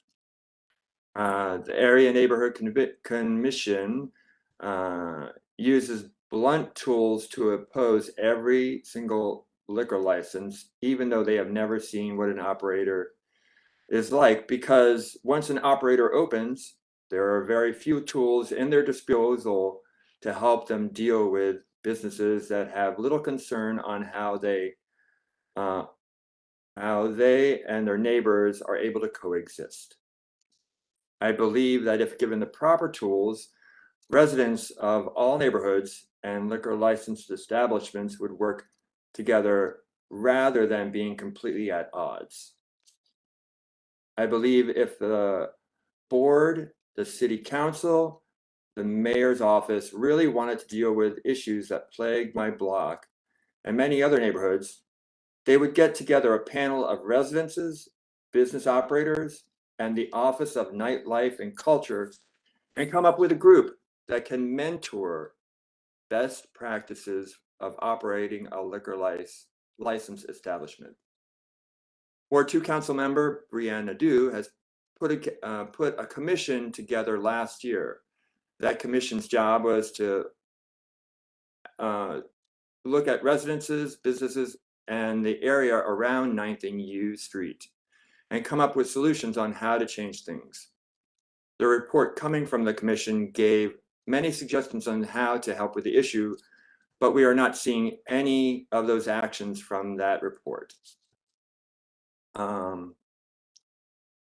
It will take a lot of effort from the council, the ABCA board, and the mayor, and the business community to make a collective changes, but I believe it can be done. I just want to also say that other issues plaguing the block are the street vendors that have been mentioned that sell full bottles of liquor out of coolers on the sidewalk on any given night. Visitors come and consume those beverages, hang out on the street all night long, and then leave those empty bottles on the sidewalk, doorways of businesses, and in the streets for cars to run over. I have yet to see any action against these street vendors. It is a loss of tax revenue for the city, an increased cost of cleaning up trash left, and a frustration for businesses that have retail off-premise licenses. I will say I do find the approach that the moratorium takes very interesting. It allows businesses to apply for new restaurant licenses, but without endorsements for entertainment. It sends a message that the neighborhood association is not completely opposed to new licenses, but the business that happens after 10 p.m. All right, sir, your time is up, sir. Yep. Your time is up. Thank you very much, sir. Any brief questions by any board members?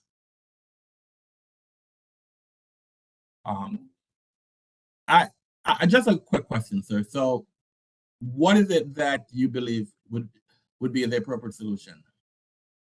So probably a multi-pronged approach, dealing with the crowds that just hang out on the street, taking care of the vendors, and then for places that are deemed not to operate appropriately, work with them to say what are good practices, and if they continue on, take a much harder approach of threatening to remove their license. Now, you talked about the vendors. So Is it a significant amount of vendors you're saying selling alcohol out in the open on the street? There can be as many as 5 or more.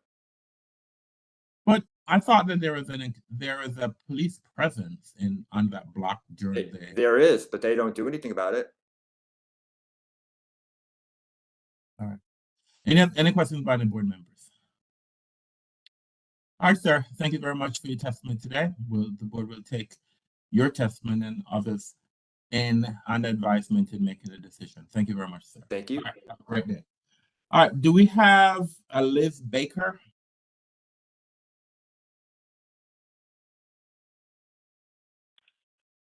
I do not see a Liz Baker.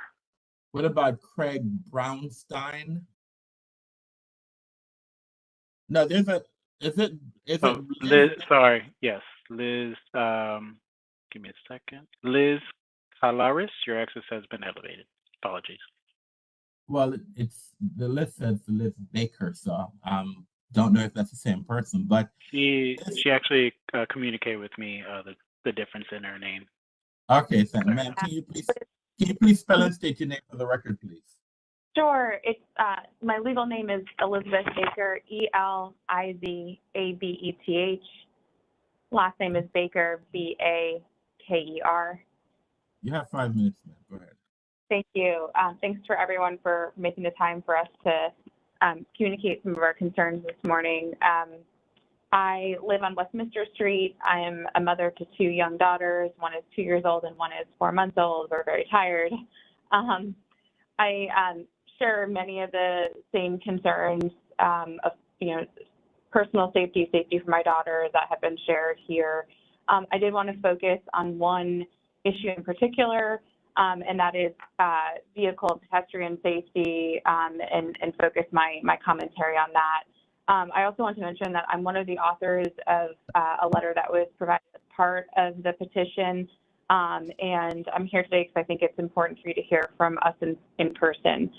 I want to talk about 4 things that I see and have experienced as being a member of the neighborhood and the community.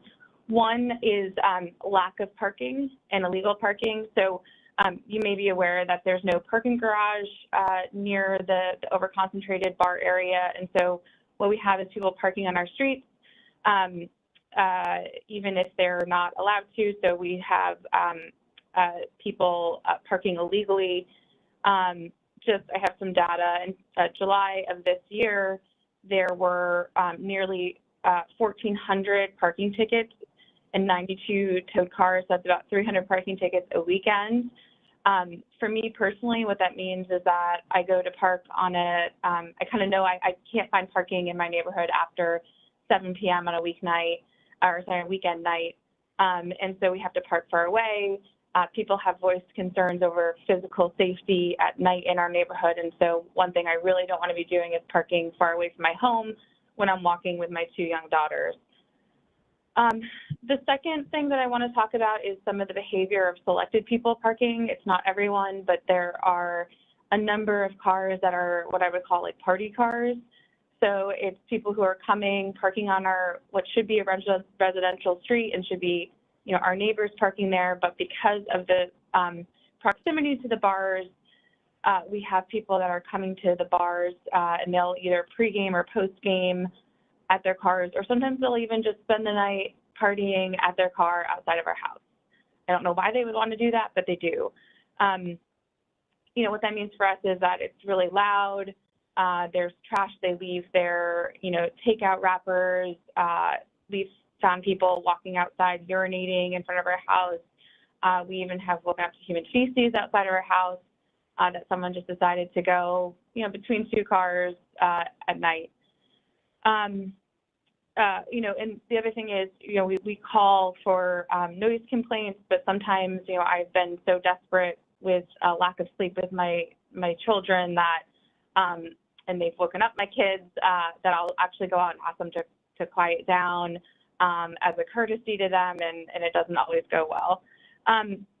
The third thing I do want to talk about is just the traffic generally. I would say U Street is a choke point in terms of traffic. I don't know if you've tried to drive down U Street near 9th at any point, but there's an abundance of cars, and it's really hard to navigate. The fourth point that I want to make is just pedestrian safety. So with the concentration of bars, there is concern about the safety of pedestrians. You know, you have people in very close proximity to each other. There's higher likelihood that they're going to get into fights if they bump into each other. The other thing too is just that there's really no room to walk. So on mornings, I sometimes need to walk up 9th Street. There's so much trash and trash cans that I can't get a stroller through. And so, you know, the aftermath, I don't dare go walking on the street during nightclub hours, but even, you know, on a Sunday morning, I'm not able to navigate through. So I just wanted, again, just to focus on that particular part of the moratorium. Obviously, I hope it's clear that I support the moratorium and hope that you will consider putting that into place. Thank you so much for your time. Thank you, ma'am. Thank you. All right. What about Craig Brownstein?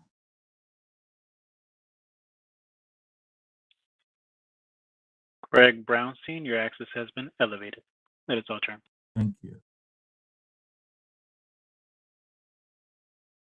Mr. Brownstein, can you? Yes, sir. Hi there. I hope you can hear me.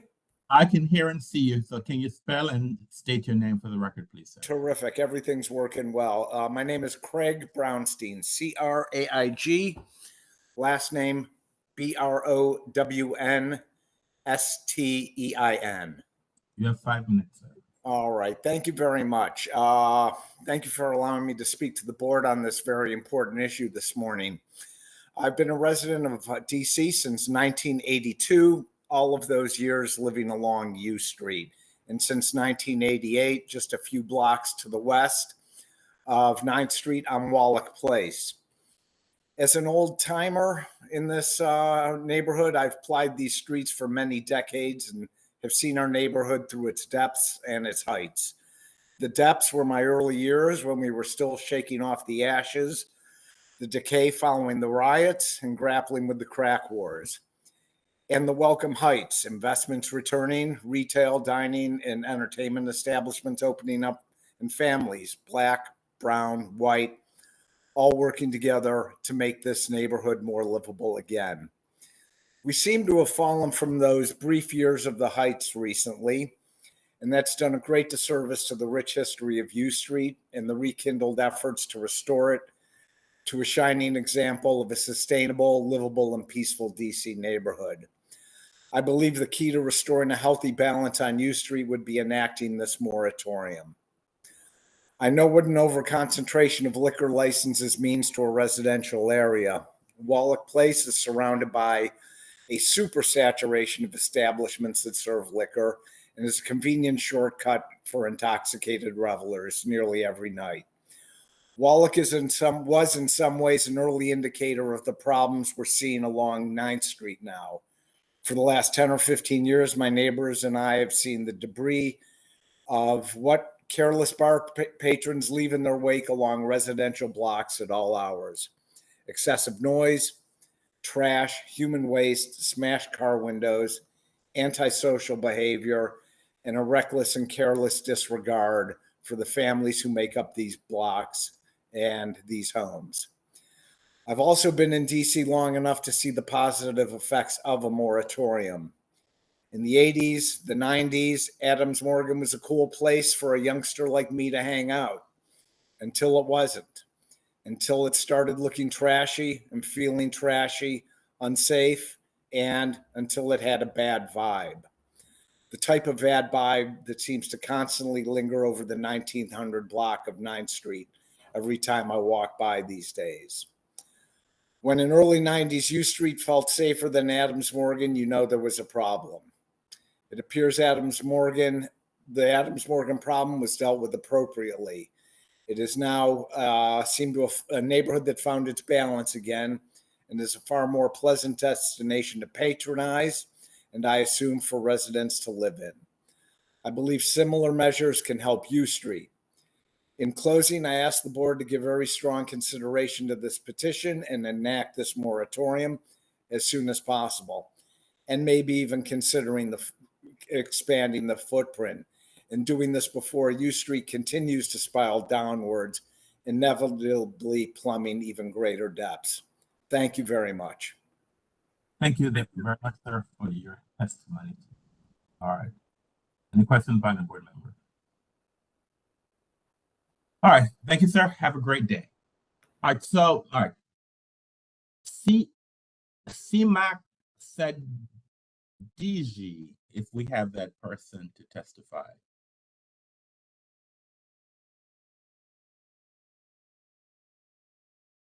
Do we have that individual, Mr. Oriana? Do you see that name? Do not see that name in attendance. What about Paul K. Williams?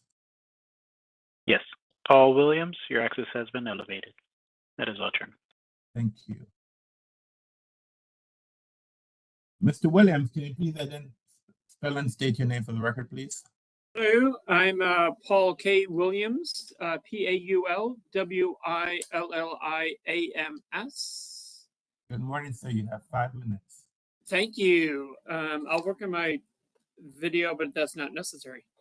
25 years ago, as a resident homeowner of 1800 Vermont Avenue, not far from the block in question, I purchased in 1993 when no one wanted to live along the U Street corridor. I was able to buy a dilapidated vacant house for $95,000. This was even before the U Street Metro opened, and the only businesses along the 8-block stretch were Lee's Florist, beloved Ben's Chili Bowl, Virginia Ali, and Polly's Cafe. 3 businesses, 3.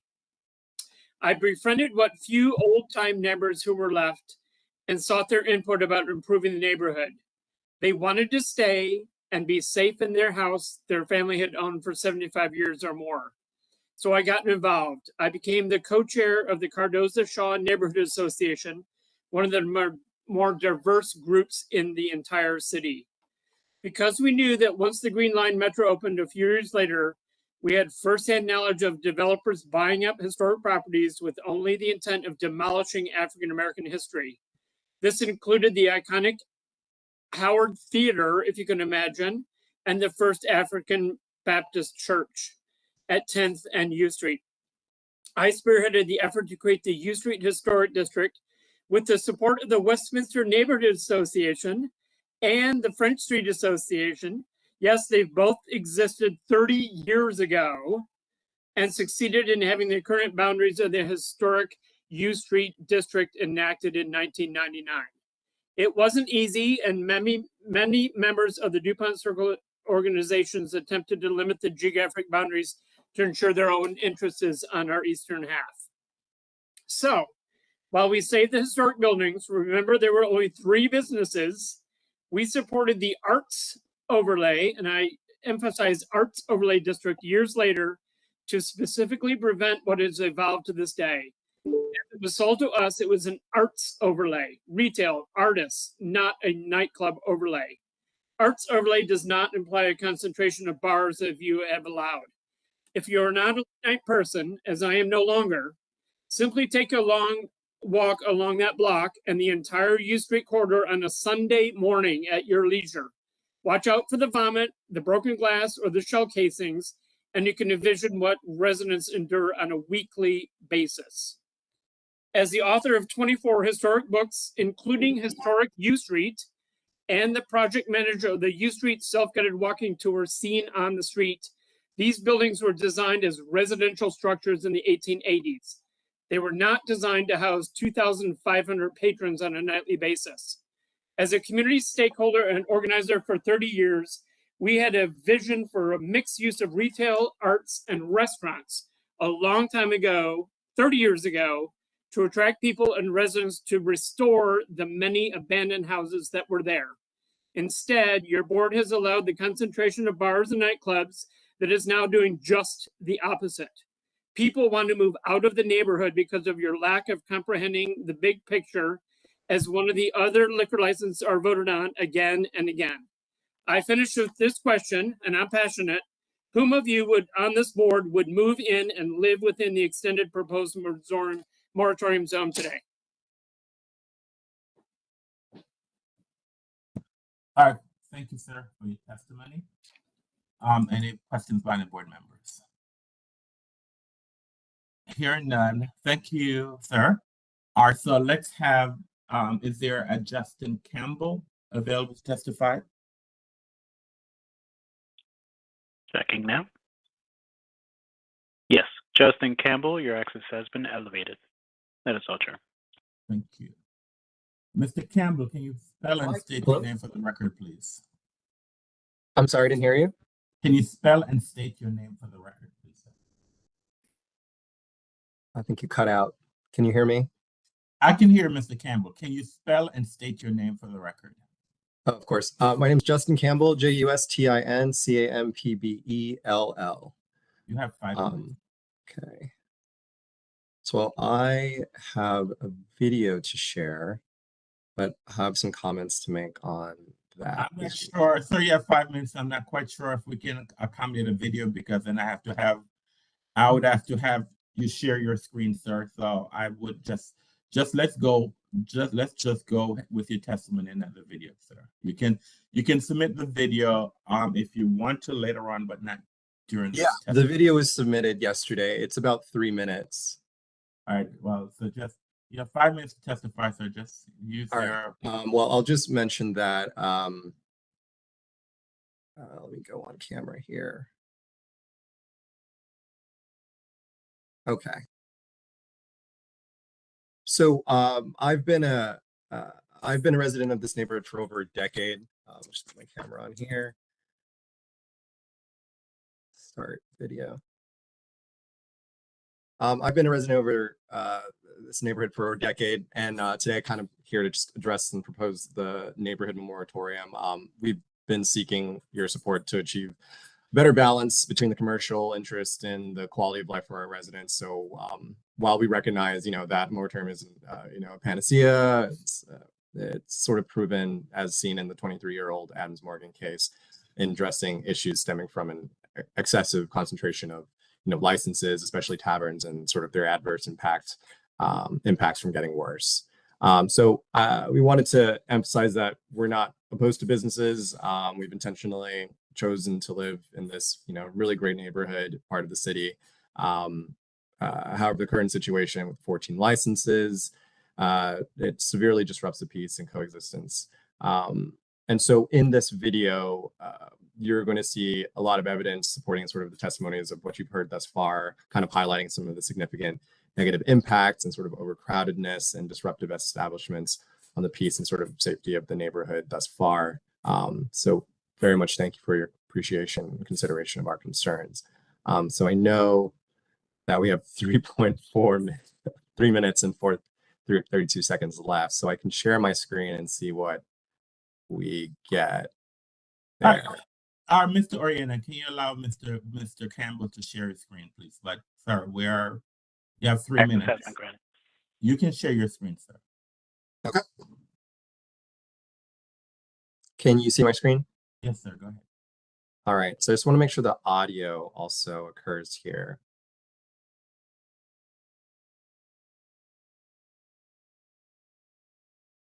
Can you hear as well?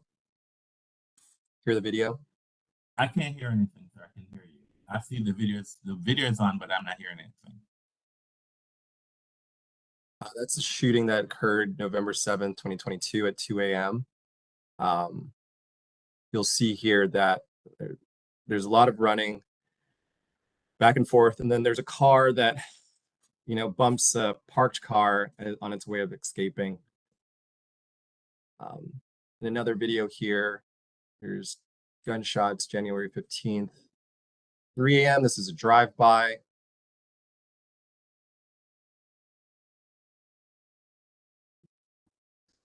March 18th, this is a brawl on 9th and U Street at close to 3 o'clock in the morning. Get a little wild, especially between 9th Street between U and T.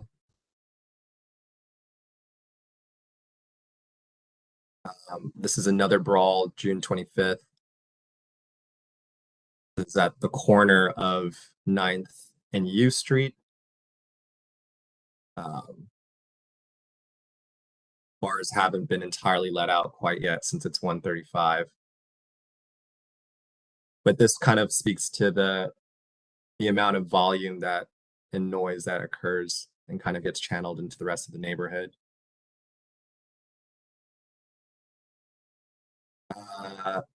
Activity still, unsafe activity. Armed robbery, July 29th, 1:45. And I can't see my screen in terms of time, but I'm happy to stop if I run out of it. I will let you know, so you have 1 minute. Here you can see some assailant robbing an individual here in the corner of the screen. This was this summer.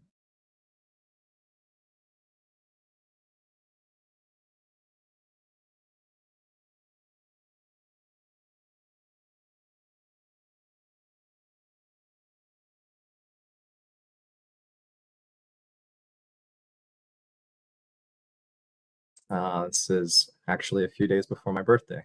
This is at 4 o'clock in the morning.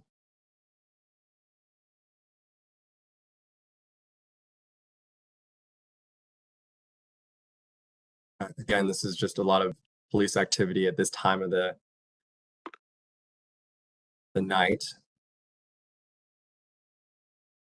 Your time is up, sir. Do you have anything else you want to share? All right, thank you. You have anything else you want to share? And if that's it? All right. Let me ask you a quick question, sir. I mean, I appreciate the fact you've shown the videos, but tell me, how is it that you believe that a moratorium in this area is going to impact what we just saw? Well, I think it's going to help with in terms of the energy that is on the streets now. I would hope that the information that we get from the moratorium in terms of outcomes would lead to better decision making on what we're providing to the bars and taverns that are in the area in terms of direction and possibly more or better policy making in that regard. All right. Any questions by any of the board members? Well, Mr. Campbell, thank you very much for your testimony. If you've submitted, since you stated you've submitted your video, it is part of the public record. So thank you very much, sir. You have a great day. All right. Do we have a Paul O'Neill? Paul O'Neill, your access has been elevated. That is all, Chairman. Thank you. Mr. O'Neill, can you please spell and state your name for the record, please? Yes, my name is Paul O'Neill, Pauloneill. Thank you, sir. You have 5 minutes. Thank you for the opportunity. I am a 40-year resident of Washington, D.C., and a 10-year resident of Westminster Street. I'm here to testify that North Shaw is a neighborhood under siege caused by an overconcentration and imbalance of liquor licenses in the proposed moratorium zone. And I'm here to ask our elected and appointed officials, including the members of this board, to get to the bottom of this question. What led us to this awful and dangerous mess that we are in as citizens, civil servants, law enforcement, and business owners? The 1900 block of 9th Street has a total of 23 liquor licenses. These 23 licenses permit almost 2,500 patrons to descend on a single block of an historic neighborhood that has narrow sidewalks and century-old, originally residential buildings. Notably, there are 4 taverns for every 1 restaurant licensed on 9th Street. This is a gross imbalance. Granting to taverns 75% of the frontage permitted by law and having only 4 restaurants creates the conditions wherein a flood of exclusively club-goers and partiers descend on the 1900 block of 9th Street and the surrounding neighborhood in a very concentrated span of hours, usually 10 p.m. to 3 a.m., and mayhem ensues. The negative externalities caused by this concentration of one kind of liquor licenses are enormous. Lives lost, city resources deployed into overtime, All kinds of city agencies jumping through hoops and spending tax dollars by the fistful to address a problem that is at its root a failure of governance and public policy. The historic neighborhood of Shaw deserves what the Uptown Arts Overlay District promised. The Arts Overlay District was created to, quote, encourage retail, entertainment, and residential uses that require pedestrian activity and an increased presence and integration of the arts and related cultural and arts-related support uses, close quote. We need elected and appointed officials across city government silos to come together to fulfill the promise of city planners and to fix what is clearly broken. The overconcentration of liquor licenses is crushing neighborhood safety and smothering a diverse commercial mix. When every other property on a block is a club or a bar, there is no space for varied commercial development. We want to ensure that there is room for new restaurants, new retail shops, art galleries, coffee shops, and more. We want to ensure that blocks like the 1900 block do not shut down at dawn and open only at night. This is why the WNA excluded new restaurant licenses from the moratorium.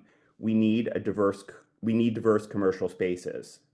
It should also be said that fixing the problems of overconcentration on one block is misguided.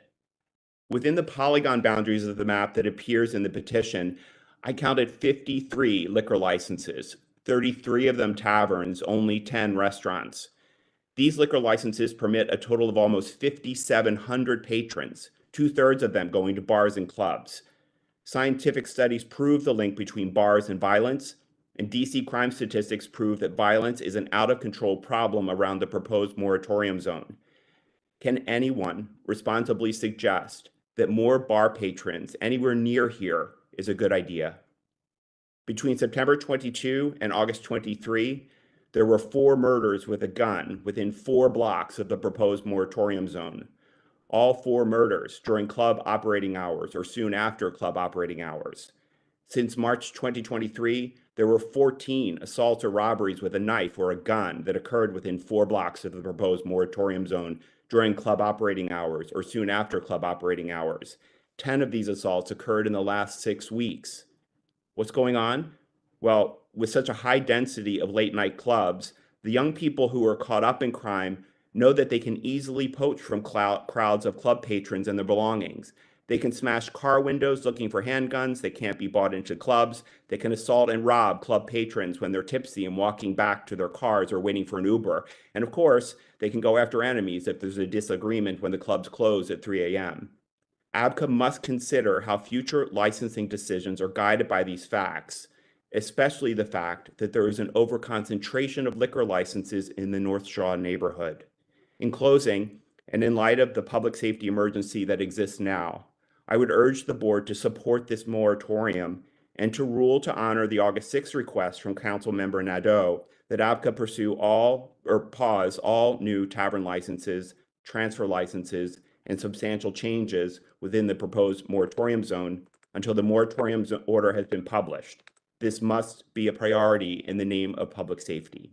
Thank you very much for the opportunity to present. Thank you, sir, for your presentation today. Thank you. Have a great day. All right, the next person on our list is Alex Padro.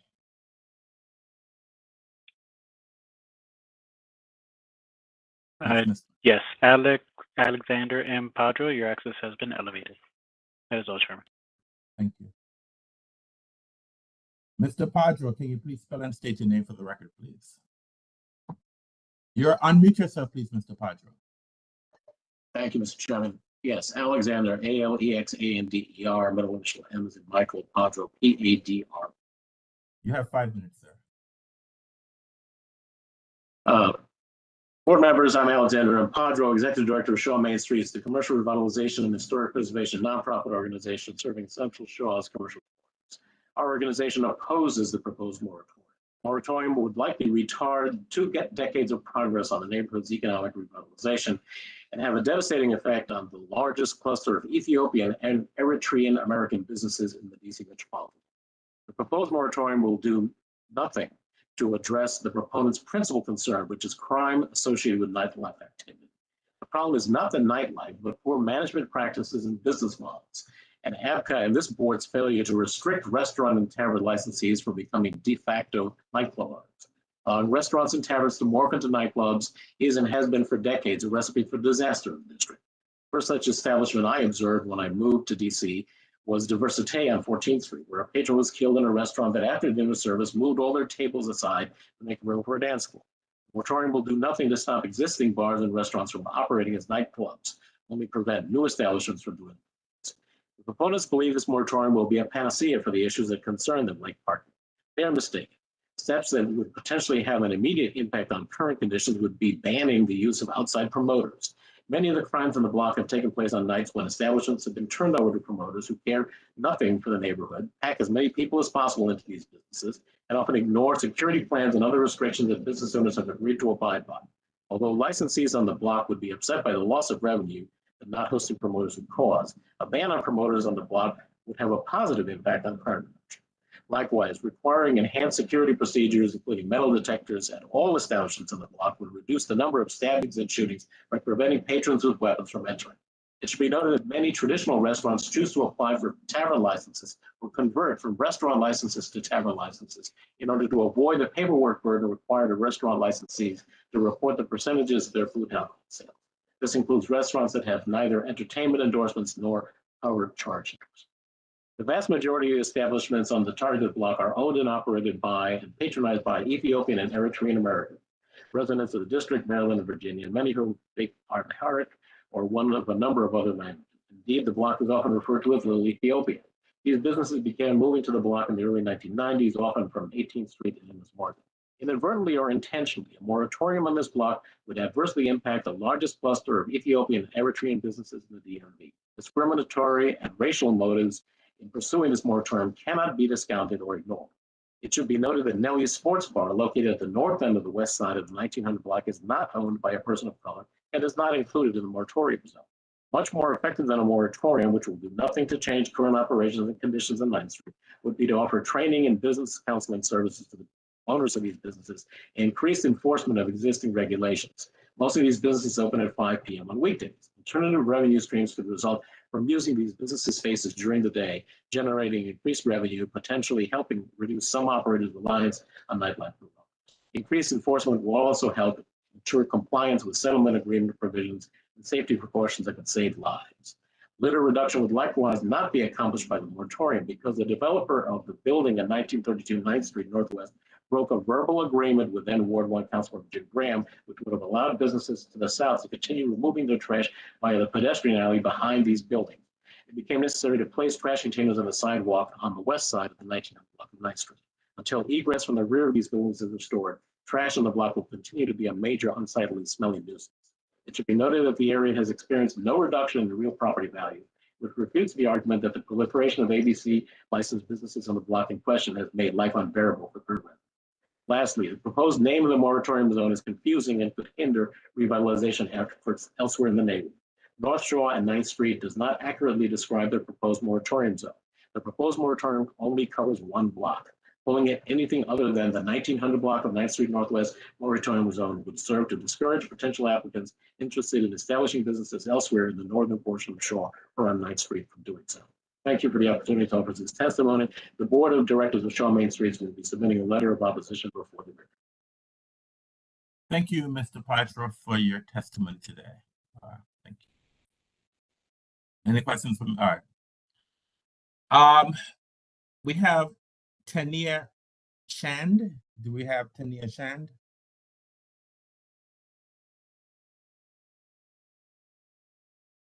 Mr. Oregon, is there a Mr. Shan, a Tania Shan? Yes. Tania Chan, your access has been elevated. That is all, Chair. Thank you. Tania Shan, can you please spell your name? Can you please spell your name for the record, please? Yes, I am Tania Shand, Tania, last name Shand. You have 5 minutes, ma'am. And before I begin my prepared remarks, I want to say that Commissioner Grandis, if I have the last name correct, the pronunciation correct, is right. We need to reduce the number of alcohol licenses on 9th Street to improve the quality of life in the community. And that is something that WNA is also going to be working on. It's not enough for the moratorium. We have to reduce the number of alcohol licenses on 9th Street in that block, and my prepared remarks will speak to why that is.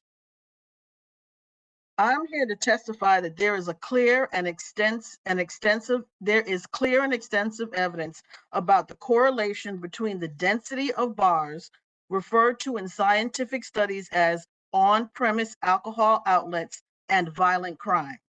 In short, the studies tell us club concentration leads to violent crime.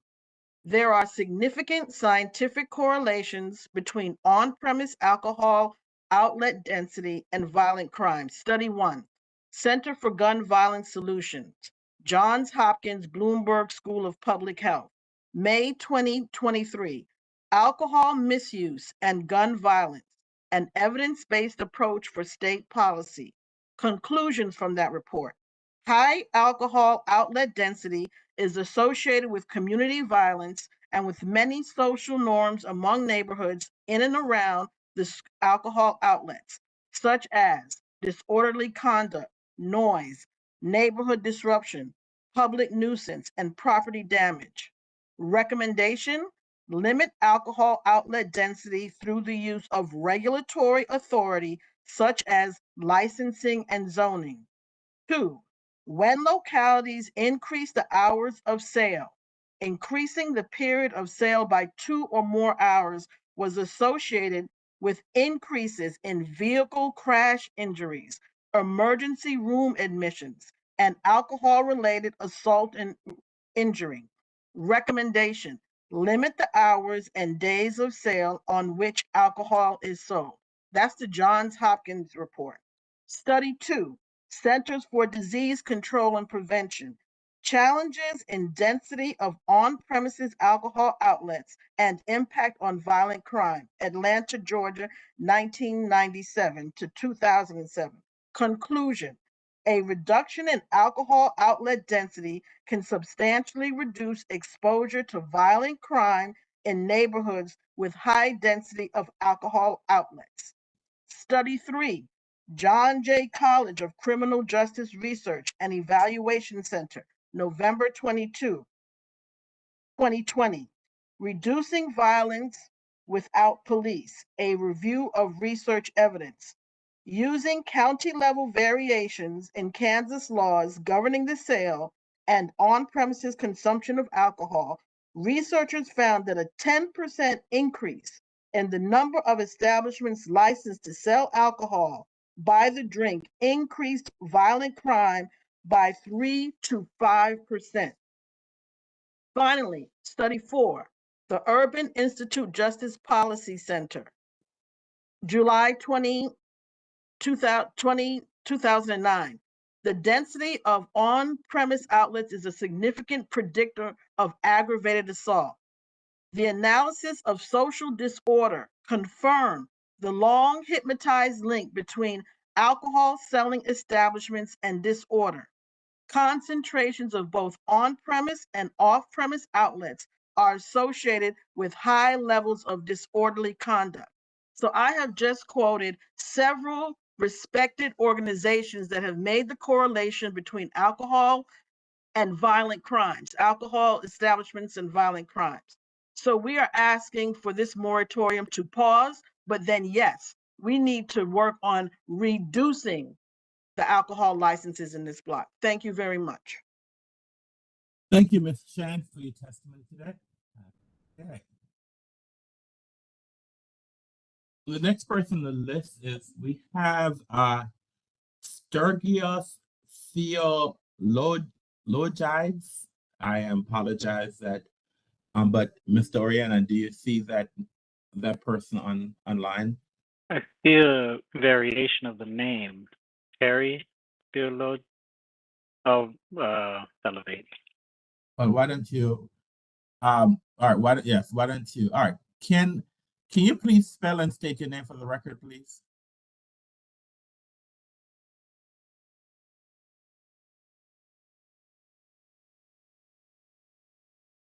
Sir, I can't hear you, sir. I cannot hear you, sir. Although you are unmuted, I cannot hear you. I can see you, but I cannot hear you. I still can't hear you, sir. I'm working with him to check his mic source. Thank you.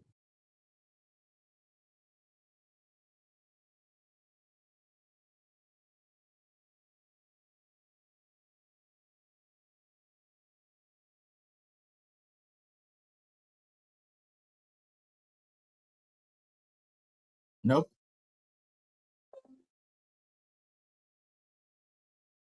Cannot hear you, sir.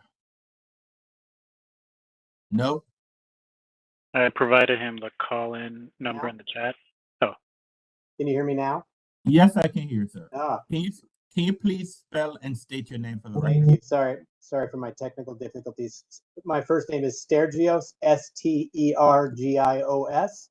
Last name is Theologides.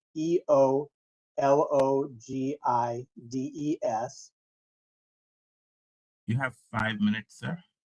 Thank you, Mr. Chairman. I'm speaking today on behalf of myself and my wife, Deb Rodriguez, who I believe was also on the witness list, but we'll combine our testimony in our 5 minutes. We live on Westminster along with our 23-year-old.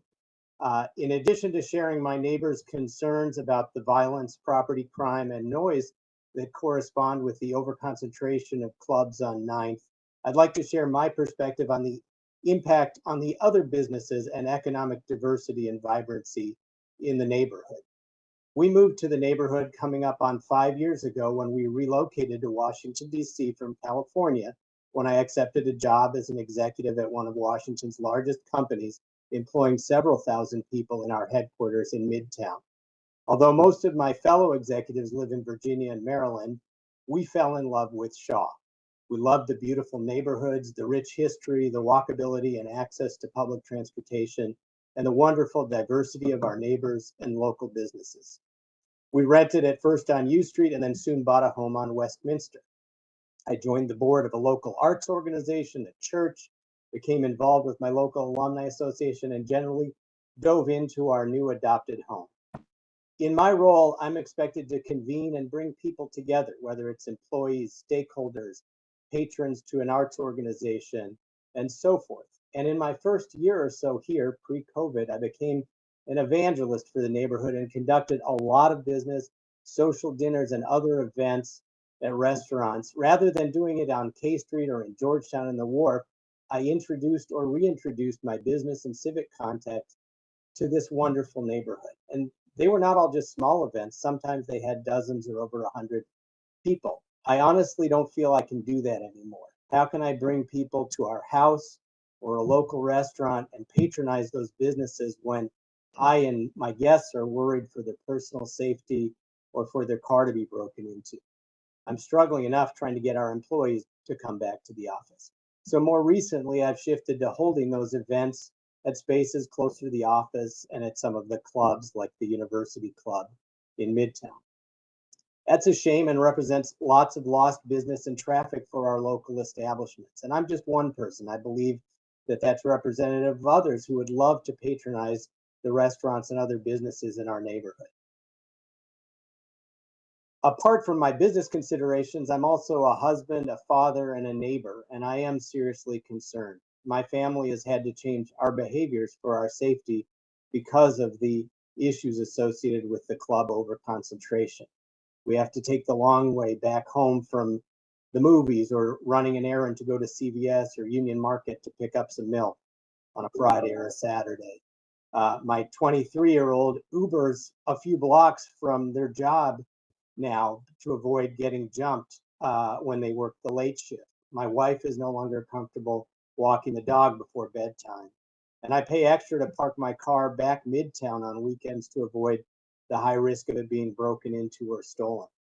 I have no problem having some bars or nightclubs be part of the diverse fabric of business and entertainment options in our neighborhood. When I see a young couple park on our street to head to a date at a bar or a club, it makes me feel young again. I have no issue with that being part of our tapestry. But when there's an over-concentration of clubs at the expense of other businesses and compromising the safety and well-being of the neighborhood, that's where I say, let's pause before increasing that over-concentration. Let's take a bit of time to see if our dutiful officers and public officials and local business owners can address the safety and crime issues and get it back under control. Let's let our other non-club businesses regain their footing post-COVID and not get crowded out. And that's why Deb and I support this measured and reasonable moratorium petition. Thank you very much for your time. Thank you, sir, for your testimony this morning. All right, thank you. All right, the next person on our list is Reed Duenavant. Is there a Reed Duenavant available to testify? Yes, Reed Duenavant, your access has been elevated. That is all, Chairman. Thank you very much. Can you please spell and state your name for the record? Yes, I've tried to start the video, but the video is not working. Can you hear me? Yes, I can hear you, sir. Go ahead. So so my name is Reid Dunavant, Reed Dunavant. You have 5 minutes, sir.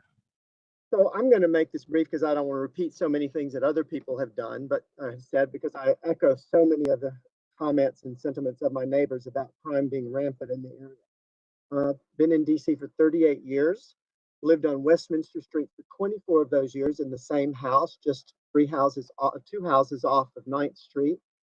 I've had my home broken into, my car's been vandalized, the window smashed multiple times. I regularly clean up feces from my basement steps.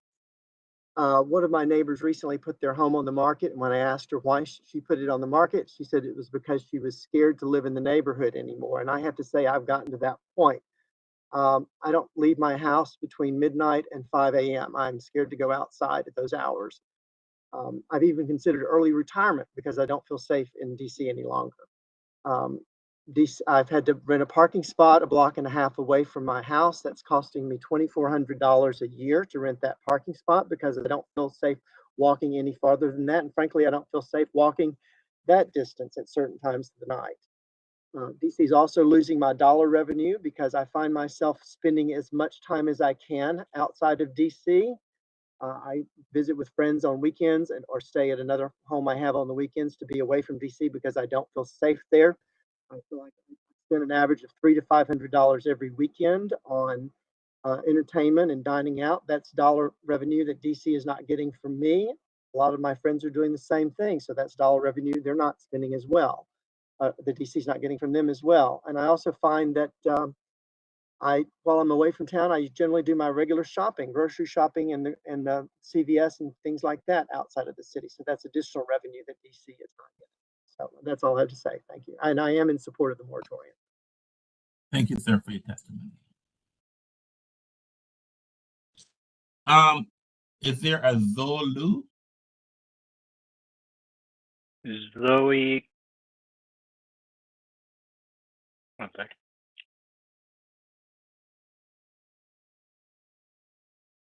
I think Zoe Cordelia Liu. Your access has been elevated. Can That you is all, please, Chairman. all right, thank you. Can you spell and state your name for the record, please? Yes, can you hear me? Yes, ma'am, I can. Perfect. My name is Zoe C. Liu. Sorry, my system shows my middle name as well. Z-O-E, and then surname is Liu, L-U. So first off, I want to thank the board for giving, and also the Westminster Neighborhood Association for organizing this opportunity to speak in support of the moratorium. I had prepared some remarks that I had read out at an earlier ANC meeting, and I will still submit these remarks after, but I did want to, I think, maybe digress a bit, or not digress, but shift from the script a little bit, just having heard what my neighbors have testified before. First off, just to frame that, I do live actually on the 1900 9th Street block, so right in the middle of the moratorium zone. And I'm not naive. I knew what I was buying into, and I was actually very excited about it since I am unmarried without children, and this is a very fun city for young people. That said, when I bought into my condo building back in early February 2021, I did not anticipate that the area would digress the way that it has. And just for a background, I do work in international development, and I specialize in fragile and violent countries. And so I've gone to places like Iraq, Mali. I lived on and off in Nigeria, in Lagos, as well as in northern Nigeria, in Kaduna, which was affected by a lot of skirmishes. And I have to say, I've never felt this level of unease as I have felt in DC in recent years. I do have a dog, and he does have a schedule. And so I have to adjust my life to make sure that I'm not caught in some of the overcrowding on the sidewalks that you see. And I have definitely also been woken up by gunshots on the street. I have a street-facing unit, so I made the decision not to get up and look in case that there were stray bullets, because I'm pretty close to the ground. My HOA is very small, and we are faced with the same issues that other neighbors have expressed when it comes to sanitation and trash. And this comes at our cost. We have our own internal challenges, and so having this added on top of everything has not been ideal. Additionally, one of our unit owners has lost several tenants because we do share a wall with one of the nightclubs, and the two different leases were broken because they could not take the noise reverberating through the walls. Something that I am encouraged by, though, is that there has been this neighborliness that is coming together as we try to think about how do we approach managing the situation on our block. Because I do walk my dog, I do frequently encounter a lot of the other business owners, and I do think it's actually very touching and very sweet that they, will acknowledge, we will say hi to each other, we'll make small chit chat. They say hi to my dog. They will ask patrons to move aside so that I can enter the building safely, etc. So I think there is hope, and I understand the concerns of other business owners who have expressed their support against the moratorium. And I'm hoping that there is middle ground that can be found. But I have to say that the current living situation is not palatable. I know my neighbors feel that unease as well. And I will end my remarks here just to give a little bit of time back to the board. Thank you. Thank you very much, Ms. Luke. All right. Have a great day. Thanks for your testimony today. Andre Ori. Is there an Andre Ori? Andre Ori, your access has been elevated. That is all, Chair. Yeah. Mr. Ori, can you please spell and state your name for the record? Hello, can you hear me okay? Yes, sir. Wonderful. My name is Andre Ori. First name is Andre, A-N-D-R-E, and last name is Ori, O-R-Y. You have 5 minutes. First of all, I want to thank you for the opportunity to testify today and allow our neighbors and the community and business owners to make their views known on this important petition. I similarly do not want to fully repeat some of the main points made by our neighbors, but overall, my husband and I moved to the area at 1923 9th Street Northwest nearly 3 years ago. We moved to this neighborhood because we actually sought out a very active, vibrant area that is full of many, many entertainment and dining options. Before moving to DC, we used to live in the middle of Midtown Manhattan and similarly wanted to be in the thick of it all, if you will. So similar to other neighbors, we certainly did not move under any assumption that it would be the quietest of neighborhoods. And in fact, we were not actively seeking that. We also really enjoy the diversity of the neighborhood, like the rest of Shaw and the rest of DC, but particularly this area. We think that diversity is our strength, and that's something that we really enjoy in this neighborhood. Over the last 3 years, however, and I know many of our neighbors have lived here much longer, the conditions of our living conditions have significantly worsened. Our neighbors have mentioned this, but it really runs the gamut from significant noise issues to trash and human fluids on the streets, to what is very, very clear violence, where there's folks fighting on the streets, gunshots, or even just waking up one morning and going down to the lobby and leaving the apartment building only to find the photo of somebody and flowers and candles because they were shot and died the night prior. This is all to say that the fact that this neighborhood is so vibrant is a huge plus. But the way it has evolved into an extremely violent area is not acceptable. As you can imagine, I'm here to testify in support of a moratorium, and I really want to reiterate the fact that no one is under any impression that putting this moratorium in place will immediately change the neighborhood or immediately make things better. But as others have said, it feels like a number one priority is to prevent things from getting worse. And we know there's a direct correlation between additional tavern licenses and potentially additional nuisance and noise and violence. And so the goal will be here to put this in place, make sure things do not get worse, first and foremost, and then work as a community to make sure that we're partnering with business owners to be good neighbors to one another. I strongly believe that we have plenty of business owners on the block who are acting in good faith, including some who have testified against the moratorium earlier and who are wonderful neighbors. Others not so much, and we just cannot risk having even just one more bad actor, if you will. That's just not something that we can risk. So I'm hopeful that this moratorium can be put in place, and so that we can, after that, work as a community to make this neighborhood safer. Thank you very much. Thank you, Mr. Ori.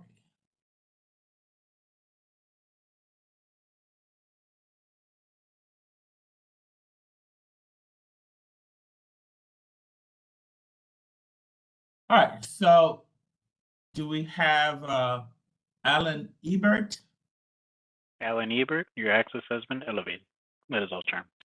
Thank you. Yes, hi, I'm Alan Ebert. Ebert, can you spell? Yes, got it. My name's Alan Ebert, ALLAN-EBERT. Last name, and thank you, board, for allowing us the opportunity to speak today. I am the executive director of 9th Street Association. We're a nonprofit association that started in 2020 during the COVID pandemic. Our membership consists of almost all of the nightclubs on 9th Street. We are made up of Cloud, MK Lounge, Mirror, Right Spot, all of them, some of whom have testified today. And I want to express the need for not a moratorium per se. We need to look at this carefully. If I may, let me just read something. In preparing for today's presentation, I looked at a little bit of the history of the Westminster neighborhood. And the DC street grid that was created in 1791 marked the neighborhood as Square 362.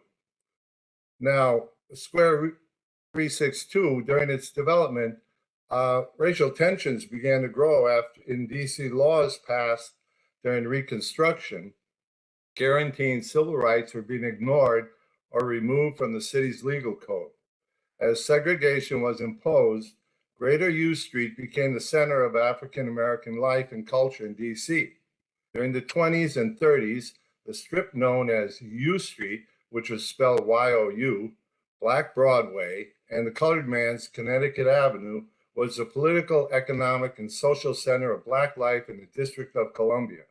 It was comprised of theaters, bars, jazz clubs. U Street was built largely by entrepreneurs, financed from community banks, and created an elegant residential and entertainment hub, much like it is right now. So does that mean that people like Ms. Galliputi, or Mr. Greer or Mr. Gomez shouldn't live there? No, it doesn't. What I've heard in the testimony so far is about crime. Crime, and the area is unbearable to live in. The crime is just enormous, and it's unfortunate. But I hope Captain Hong is still online, because I want to put this right at his footsteps.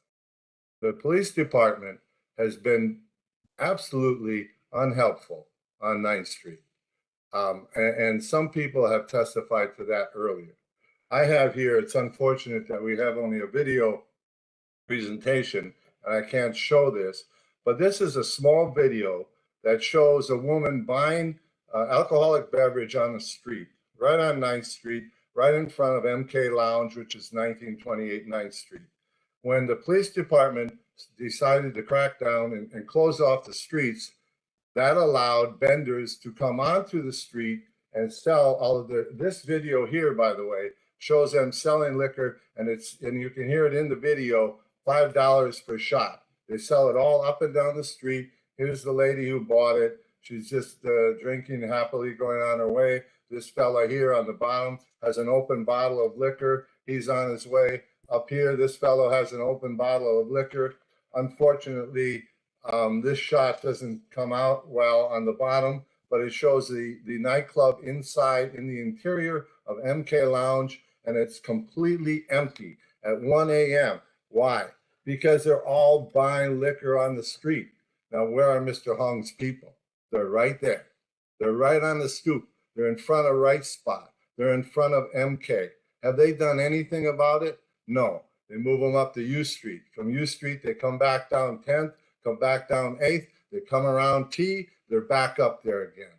There's no citations. There's no enforcement. Some of those fights and brawls you saw Mr. Campbell showed earlier, the police will come finally at a brawl, but seldom. There are fights, there are brawls where the police don't get involved at all. We worked hard after we got initiated to do an RDO with Councilmember Nadu, and we organized the RDO. RDO has been hit. They're sitting there on the stoop. They're just pretty much watching all the things happen and transpire. We don't have enforcement right now on 9th Street. A moratorium will only work if it's worked in conjunction with the MPD, with DDOT, because of parking, as somebody mentioned, and also all the other agencies. Now, I run out of time, but it has to be a combined effort. As Mr. Greer mentioned, it's complex, and you can't just have a moratorium. That's not going to work. I haven't heard anything about how effective a moratorium will be. Life is unbearable right now. A moratorium isn't going to make life better. It's got to be all of these agencies working together. Thank you for your time. Thank you, Mr. Ebert. I just a quick question to ask. I want to ask a question. Tell me exactly, are you a bid? What is it? What's the focus of your group? We're not a bid. We're advocacy group. We try to organize. We got started in 2020 during the COVID because I've been in the area. I've known the area is Little Ethiopia. I'm very involved in the Ethiopian community. We organize ourselves to be in compliance with COVID. People, the businesses and the establishments knew they were getting into trouble. Westminster was denying every license renewal. Westminster came after us, every time we tried to renew things, and all the businesses on the block. So we had to get into compliance. So we're sort of like an organization that's committed to complying with the rules and regulations, and trying to better the community. I mean, we've had a day of giving during Thanksgiving. We raised money for toys for Christmas. The business people, as Ms. Liu just indicated earlier, really want to be there and want to cooperate and want to work with the community. We've had a very serious problem with ANC for years, not working with us. We invited them to many events, the Day of Giving, the Christmas toys collection. They never came. We have a new composition of the ANC now, but that basically that's what we're doing. We're a nonprofit. We're just trying to be a community organization, work better for the community. All right, Mr. Ebert. So specifically, what is it that, from what I'm hearing today, there are some concerns on 9th Street within this block, and just being objective. So you're representing, you're part of this business district, this community group that represents the business. What do you believe are some of the solutions? We work closely with, after the shooting on U Street, we work closely with the task force on public safety and the police department and the mayor's office. We work closely with Sala and previously Solana at the Nightlife and Culture. We want to make the community safer. We have, I mean, the nightclubs have had problems themselves, obviously. I mean, people disregard any rules, and we don't feel like we feel like we've gotten sort of the brunt of a lot of the problems. You know, people do drink, and people, you know, all over the place. I mean, I used to live in Mount Pleasant, and there were drinking and muggings and holdups there too.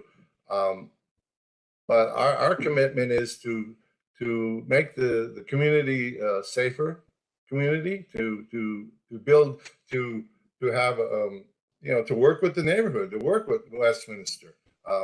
We would love to do that. We have, in fact, if I may, who's ever listening, we have a meeting at 2 p.m. at MK Lounge, 1928 9th Street, right after this hearing. All the building owners, all the residents are welcome. The email went out. The owner, you know, DJ has invited people. We can discuss things. We can work together. But it's not going to work just with ABRA. This is not the forum. I mean, you need DDOT. You need parking solutions. There's no parking, and that's bad. And also the RDOs do not go to the neighboring streets. There's the police don't. As people mentioned, and as Mr. Campbell showed, a lot of the violent crime are on neighboring streets. We need some enforcement. We need, if that takes some movement by Councilmember Nava to repeal the non-loitering law. I mean, there has to be some action done so people are not on Mr. Greer's stoop. They're not throwing up. They're not causing problems. I mean, it's a lot of it's on the MPD. I have to say so. I mean, they just have to have some enforcement action here, and you can't just close off the street so then all the marketers come. Bill Spieler mentioned there was 5 vendors. There's probably 10. There's probably 12 vendors. There's people driving around almost naked on cars. It's just, I mean, the ATVs, 90% of the ATVs that come through that area, those kids, they're 19 to 23 or whatever, 90% are armed. I mean, you know, there's got to be some clampdown on some other things here. I don't think a moratorium of new license when living is just unbearable right now is going to suffice. All right, thank you, sir. Mr. Short, go ahead. Yes, Mr. Abert, thank you for coming and testifying today. I just wanted to ask you, but you seem to answer my question, but are you, for the record, are you opposed to the moratorium or support of the moratorium? I wish that was easy, yes or no. I'm opposed if it's by itself. It has to be in conjunction. Opposed if it's a standalone resolution. It's got to be with some other agencies. Have you read or got a copy of what the moratorium is? No, with all due respect, I don't have. I heard what but Attorney Varelli and other people were saying, but I don't have. I would strongly suggest that you get a copy of what the proposed moratorium is, and then comment. But just for the record, are you opposed or do you support the moratorium that's on the platform today? Opposed. Thank you. That's all I have, Mr. Chair. Sure. Thank you, Mr. Short. All right. Any other questions by the board members? All right. Let me see. Do we have Lola Smith? Leola Smith, your access has been elevated. Thank you, Chairman. That's all. Ms. Smith, can you spell your name for the record, please? Unmute yourself and turn your camera on if you're able to do that.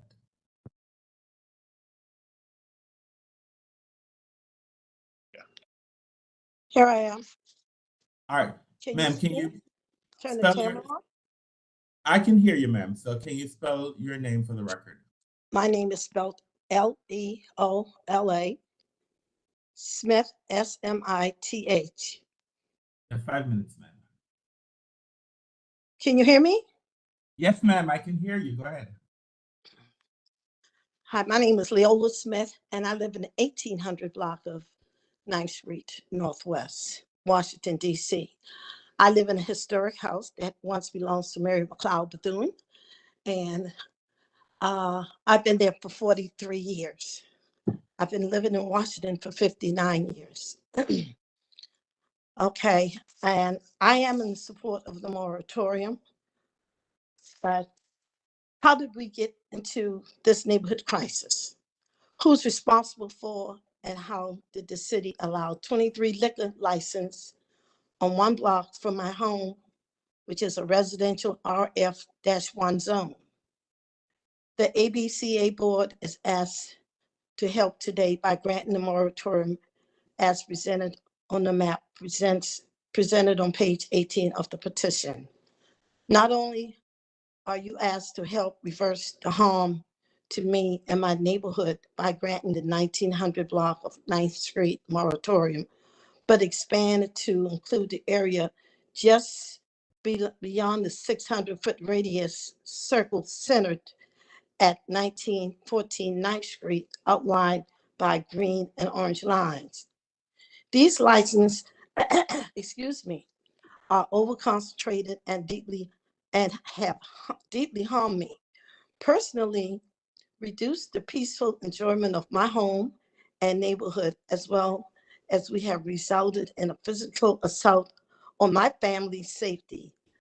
I moved here over 43 years ago. Until the last 5 or so years ago, there were only several bars, which prove a respectful coexistence. But now there are 23 liquor licenses, including 14 licensed taverns. These liquor licenses are bringing in too many people in too small an area and too close to a residential zone neighborhood. And this is harming me personally along with my neighbors. Specifically, the bars operators have hurt my Airbnb business, and due to the bad customers' review of noise and violence on the weekends, the Airbnb had to be shut down. Why do all these bars get to run their business without respecting me? And now I have to lose my business by measures alone. This is just plain wrong. And our position and our petition and comments make this clear. More importantly, our lives and safety continues to be challenged, especially after 12 a.m. when the club closed. For example, my grandson, and I think one of the participants spoke about it, right on the corner, 9th, well, in the 1800 block of 9th Street, he was robbed with the guns in his face. He immediately moved away. He just didn't move away from the house. He moved all the way to Florida because he didn't want to be part of DC anymore. The following weekend, there was a shooting right on the corner, 9th and Westminster, where the bypassers, the club had closed. They were walking from the clubs, and well, the club hadn't closed yet. It was about between 2 and 2:30, because the little juveniles, they know that the club goers are in the club. So what they do, they walk around and check everybody's car, break their windows, and search the glove compartment for guns. So the people that was walking by my house that night, they said, "Oh my God, they're breaking in the cars." And I came outside to take the picture of the car tags. And in the process, they ran back over, was fighting the guys that was taping them, breaking the car windows. And they got beat down, but they shot the guy, and the bullet just missed me. So not only do they broke the glasses, they pee on the house, they bomb it, they have after parties, they drive on top of cars. There's just too many clubs in the 1900 block. I don't know how they got it. They giving out liquor license like they were giving out lollipops, but it's too many clubs. I've heard you ask several people, what should we do? Revoke the license. I don't know what you're going to do, but the license need to be revoked. If you don't revoke the license, the moratorium has to pass. At least that will lessen the crime, because the more clubs, the more crime. And I think Tanya spoke on that. And that's written scientifically. In closing, please help reverse the problem by approving the moratorium. As I've said in my opening comment, I do not know how the system allowed 23 liquor licenses to be approved in 1 block from my home, but I asked you to approve the moratorium to stop our problem from getting worse because they consider this a hunting ground. And in response to the 9th Street Businessman Association, he said U Street is like it used to be back in the days. He's wrong. I grew up on 9th Street. I mean on U Street, okay? It's not the same. It's definitely different. Thank you. Thank you, ma'am, for your testimony. Have a great day. All right, thank you. All right. Do we have Lynn H. Johnson? Lynn Johnson, your access has been elevated. That is all, Chair. Lynn Johnson, can you spell your name for the record, please? Unmute your phone and turn the camera on if you do have one.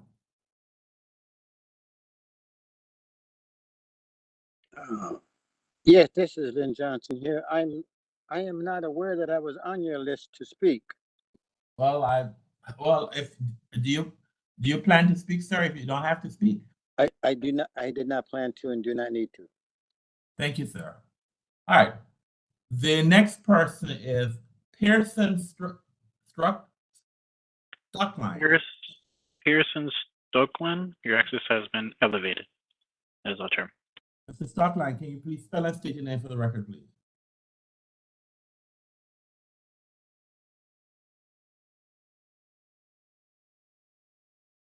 Mr. Stockline.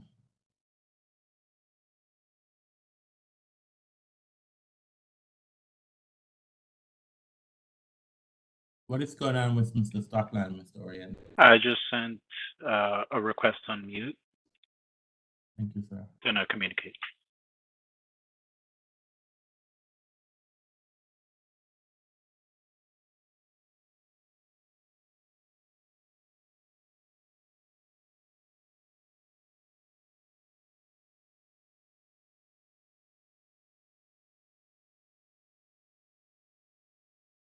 Mr. Stockline.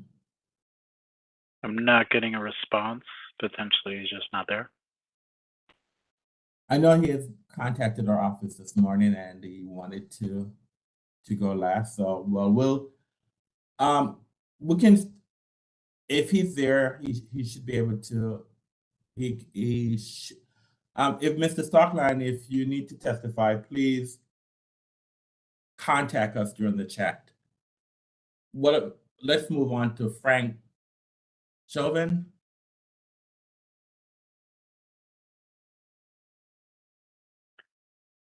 Frank Chauvin, your access has been elevated. That is all, Chairman. Thank you. Mr. Chauvin, can you spell your name for the record, please? Mr. Chauvin, can you hear me? Mr. Chauvin. Yes, can you hear me? Yes, sir, I can hear you. Can you spell and state your name for the record? Turn up the volume. I can hear you, sir. Go Yes. Good afternoon. My name is Frank Chauvin, Frankchau,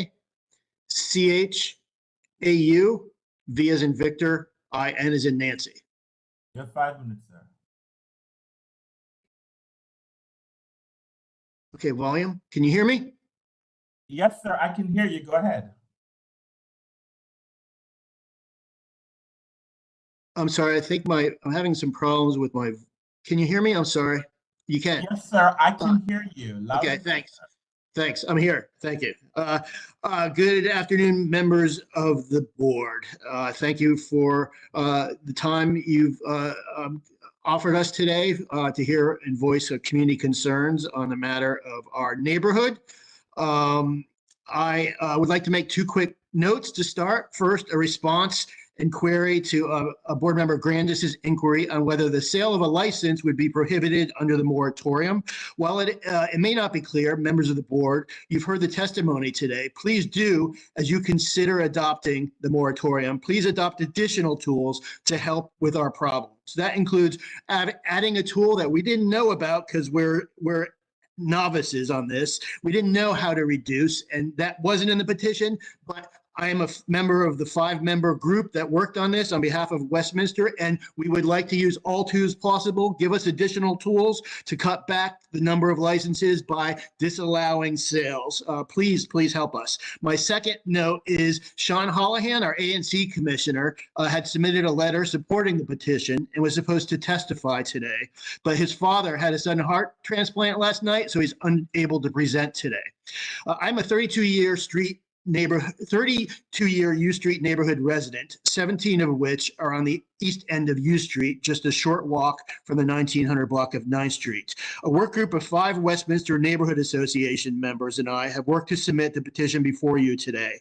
As noted by many of my colleagues, the residential living conditions have deteriorated so much that on a daily basis, many of my neighbors and I ask ourselves if we must leave the neighborhood. Several dozen are committed to remaining and lend efforts as part of the solution, as seen in the petition before you today.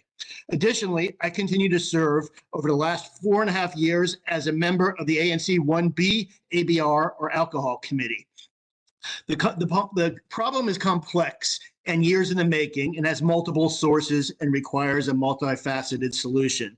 Nuisances and substantial adverse community impacts from the overconcentration of taverns and licenses can be mitigated by more attention to enforcement of the regulations, more resolve by our elected officials to a set of clearly defined problems, as well as this moratorium. Additionally, this board and the ABCA staff is asked via the Office of Planning, who has been asked to review the moratorium, to ensure that the comprehensive plan is adhered to, which seems to have taken a back seat and not on your radar, but we ask you to recenter it. Specifically, we urge the ABCA board and ABCA staff to adhere to the following policy, 2013.4, from the Mid-City element of the District of Columbia Comprehensive Plan.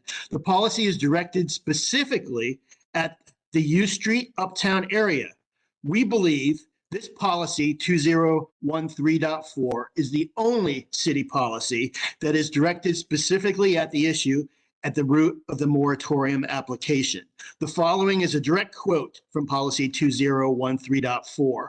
As development takes place, continued efforts to improve the streetscape and public space, provide affordable housing, preserve historic districts, and mitigate development impacts, particularly those associated with the increased concentration of restaurants, nightclubs, and entertainment uses, should be included.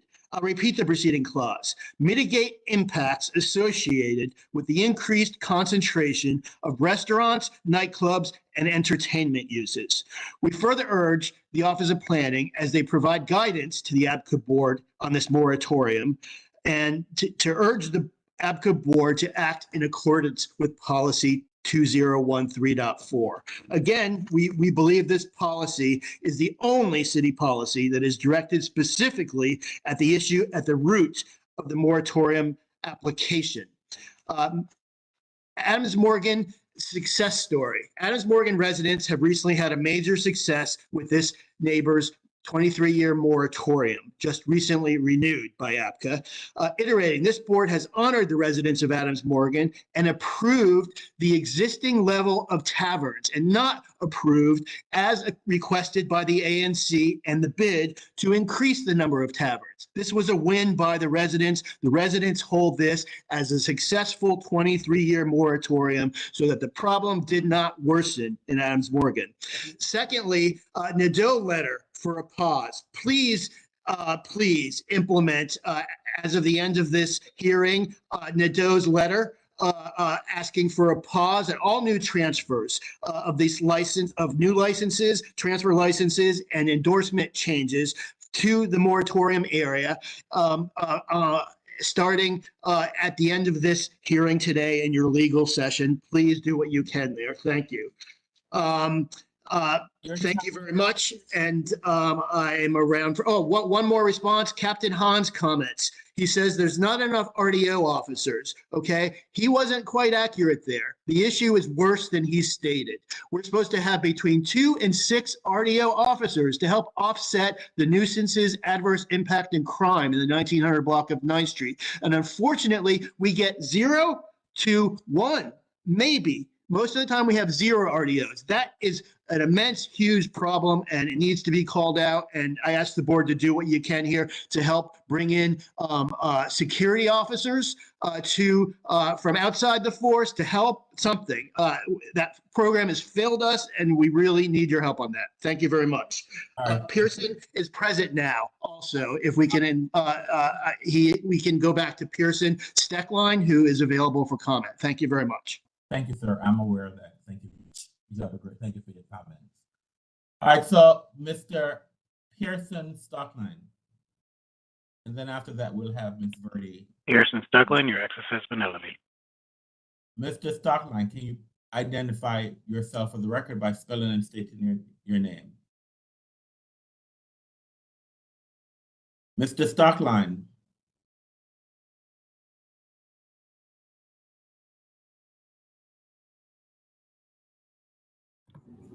Yes, Mr. Chairman, can you hear me? Yes, sir, I can hear you. Spell and state your name for the record. Yes, Pearson Steckline, P-I-E-R-S-O-N, last name S-T-O-E-C-K-L-E-I-N. You have 5 minutes. Thank you, Mr. Chairman, members of the board. Until late last year, I was a resident of DC for nearly 15 years, and in June 2019, my wife and I pooled our life savings to make the down payment on our first home located on Westminster Street. We were proud and thrilled, but that began to change almost immediately as we became aware of the situation we had moved into, a situation that worsened with every month following the pandemic. I'm not the type of person to sit by and watch a problem grow, and so, as many of you likely recall from my prior appearances before you, sometimes protracted appearances, I began representing the WNA in an effort to push back against liquor license expansions and renewals sought for the 1900 block. In preparing for these protests, the kinds of things I heard were shocking, and I want to share just a sample with you. This is from a middle-aged mother of 2 in 2021. Pearson, we moved out of the neighborhood a year ago in large part because the quality of life for our young family was so impacted by the crime and destruction emanating from these clubs. The screaming fights at 3 a.m., the broken bottles, vomit, pee, feces, used condoms, the broken car windows and random acts of pointless destruction. And of course, the fear of getting caught in the middle of something violent. We couldn't in good conscience continue to subject our kids to it. We were so reluctant to leave because we loved our neighbors, the park, our school, and of course, the great restaurants, bars, shops, theaters. The clubs were too much. I wish you the best of luck in this effort. The neighborhood deserves better. I heard the same type of statement from countless others, but for fear of reprisal against their families, they were kept, an overall majority of them were kept from appearing before you to testify on the record. You're preparing for a hearing related to a temporary license suspension. An MPD officer responsible for the 1900 block told me something that really struck me, and I hope it strikes you as well.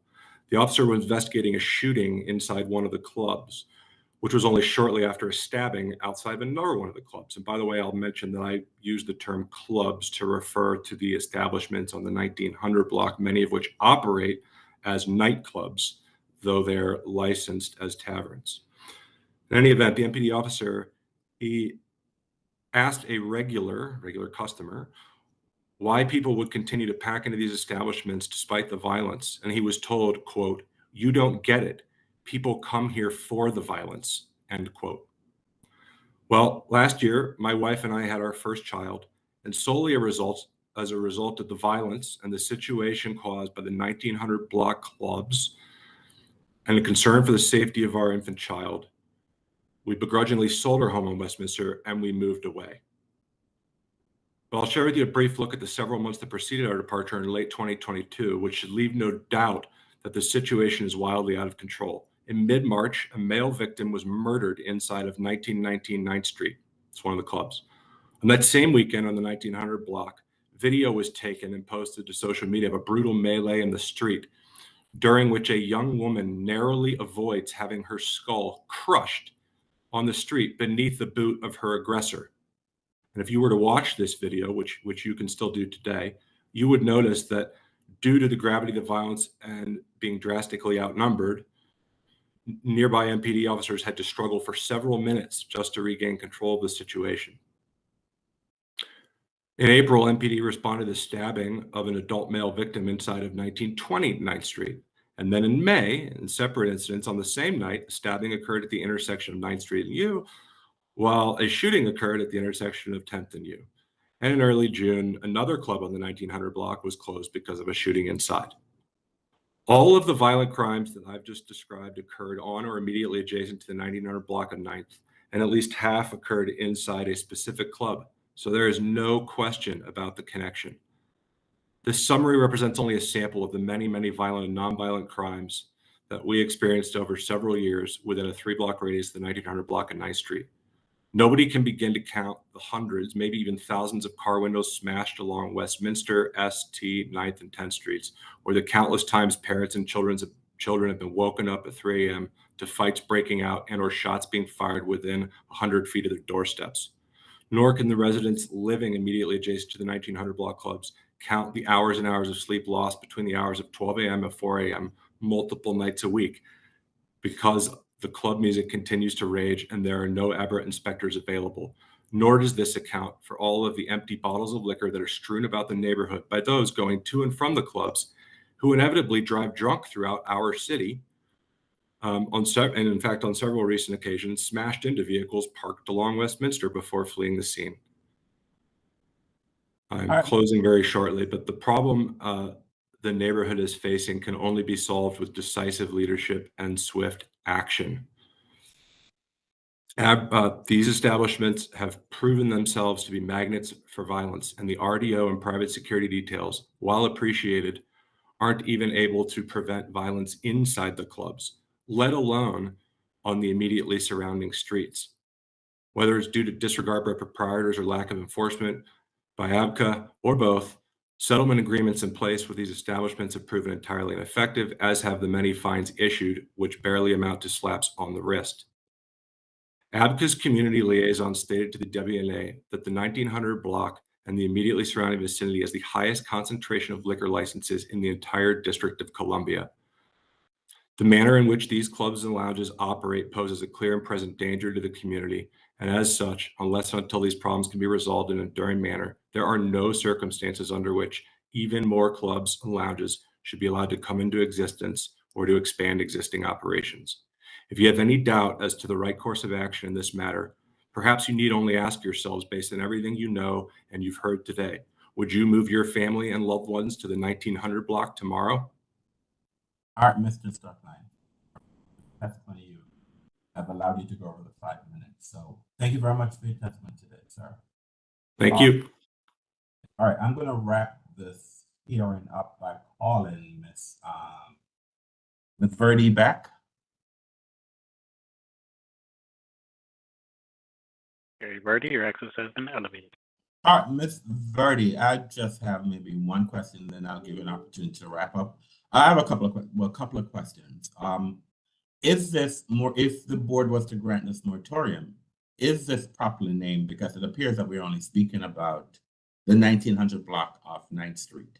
And I think it's the North Shore, I guess it's called the North Shore and 9th Street moratorium. So isn't that a much larger space area than we're actually talking about? Because it appears that you're just asking for this specific area? As I'm sure the board can tell from the name of the moratorium and what's in here, that this has gone through many permutations. And what is being presented today is what was voted on by the membership of the WNA to present as part of the petition.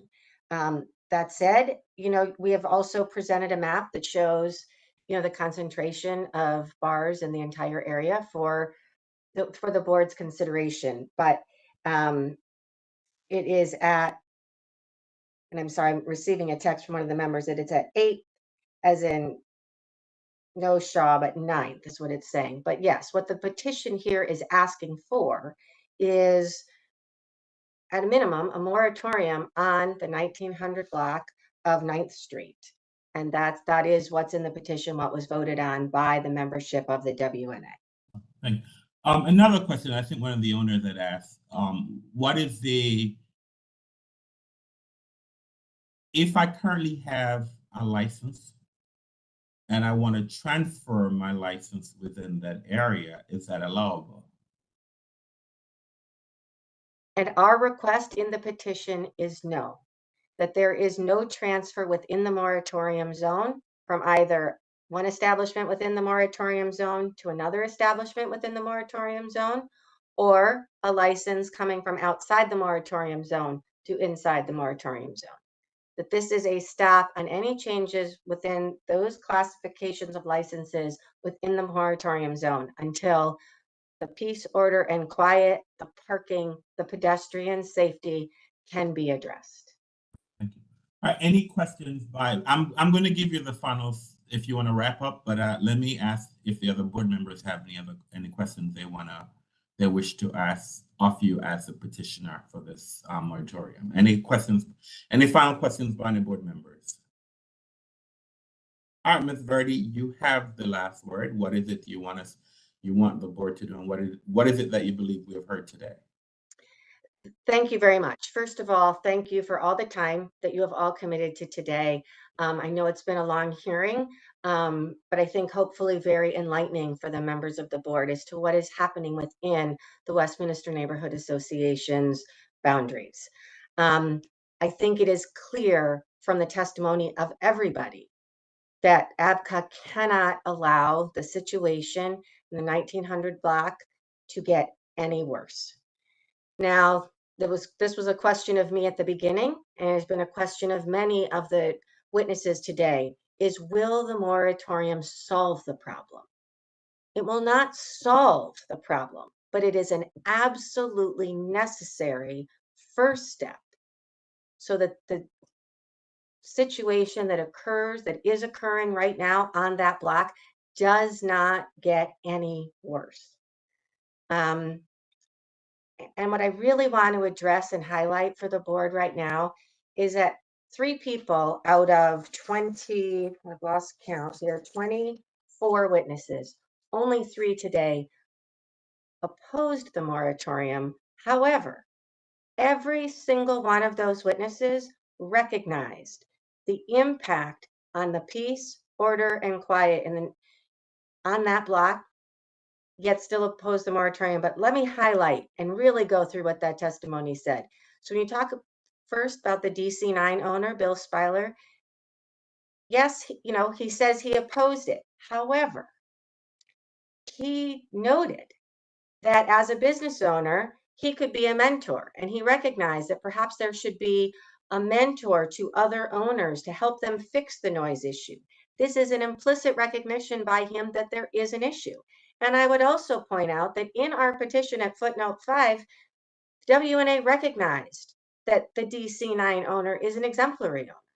So what he says is, if he would be willing to get together to be a mentor, that is something that can be done in conjunction with the moratorium, because he also recognizes there's an issue with other owners and that there is a problem that needs to be fixed. We look at Alexander Padro's testimony, the director of Shaw on Main Street. He says that he opposed this. He failed to accept, however, that additional licenses will make the situation within the moratorium zone worse, yet he recognized specifically in his testimony that safety is a problem. He opposed it because he said that this is a racially motivated petition. And I submit to you that there's nothing racially motivated about this petition. The petition was narrowly tailored to a block that clearly is overly concentrated, provides a map of a greater area of additional bars that could be considered over concentration for the board to consider. We focused on the block as a whole, not any particular and specifically any Ethiopian owners. We asked for a moratorium of the entire block. And I noticed that the only business owner that testified is not Ethiopian, and yet his business would also be affected. Well, not affected, but would be included within the moratorium zone. We didn't ask through this moratorium that licenses be taken away at this point. That would obviously be done through a protest process if and when necessary. We've taken the steps to narrowly tailor the petition to be targeted at the worst block in terms of overconcentration and ask the board to consider the full effect here on the entire neighborhood. And finally, Alan Ebert from the 9th Street Business Association, he also recognized, and his quote was that life is unbearable, but said, but the moratorium should be done in conjunction with MPD and DDOT. That's completely consistent with all of the testimony of everyone that supports the moratorium today, that the moratorium is an absolutely necessary first step. And then the next steps would be to continue to work with MPD, with DDOT, with ABCA enforcement. How do we then turn this neighborhood back around to become the vibrant neighborhood with an appropriate mix of restaurants, art galleries, coffee shops, bars, and taverns? And that is what needs to be done here. The moratorium is the first step because it is clear, given today's testimony, the evidence that's in the record, and additional evidence to come, that the peace, noise, and quiet, the safety of this community, and the pedestrians, the residents that live there, that appropriateness standard has been more than met. So on behalf of the WNA today, I'm going to make a final request that all of you consider and ultimately implement the pause on the new licenses and transfers that Councilmember Nadeau has asked for, that you institute this much needed moratorium as a first step to combat the problem that has been highlighted to ABCA today. Then the next steps can be that the working groups that have been suggested today can be put into place. Other solutions can be considered so that we can rebalance this neighborhood to the proper mix of businesses, restaurants, clubs, and residents. Thank you so much for your time. We will certainly submit some additional evidence in light of some questions that were asked today before the end of the period. And we certainly look forward to seeing your order both on the pause and hopefully the moratorium. Thank you, ma'am, for your presentation today. I realize that I cannot give an attorney an unfettered opportunity to speak. That's why I turned the timer on. Anyway, but thank you very much for your presentation today. We'll open. We will remain open for public comments until September 29th, and comments can be sent to ABRA Legal. Thank you very much for the presentation. The board will take this matter under advisement.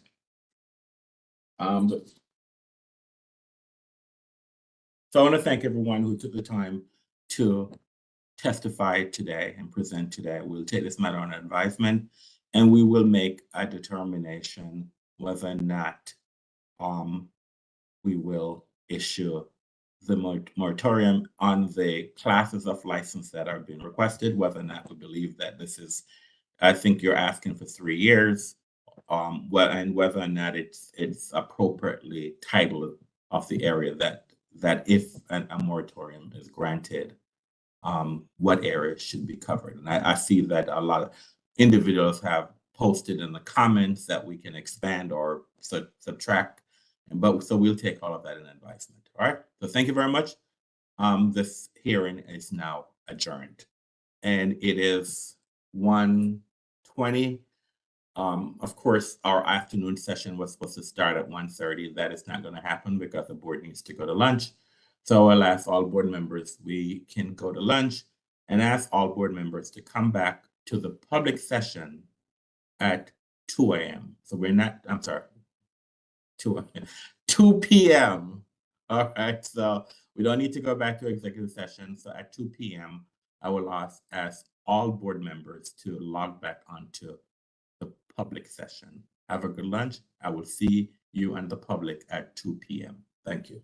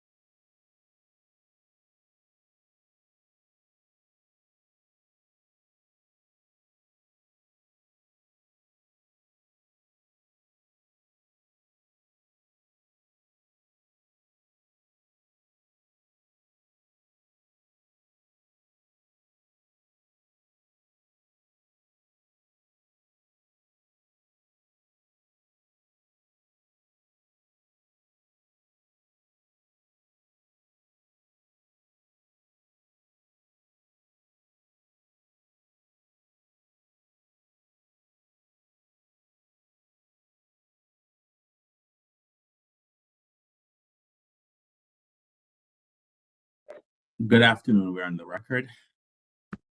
Good afternoon, my name is Donovan Anderson, and welcome to the afternoon session of the ABC board. My name is Donovan Anderson, I'm chairman of the board. Joining me this afternoon are two of the board members currently, Mr. Bobby Cato and Mr. James Short.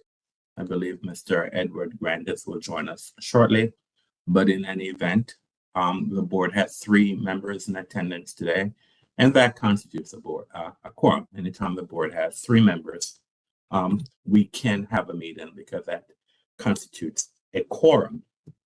The first case on our afternoon calendar this afternoon. Oh,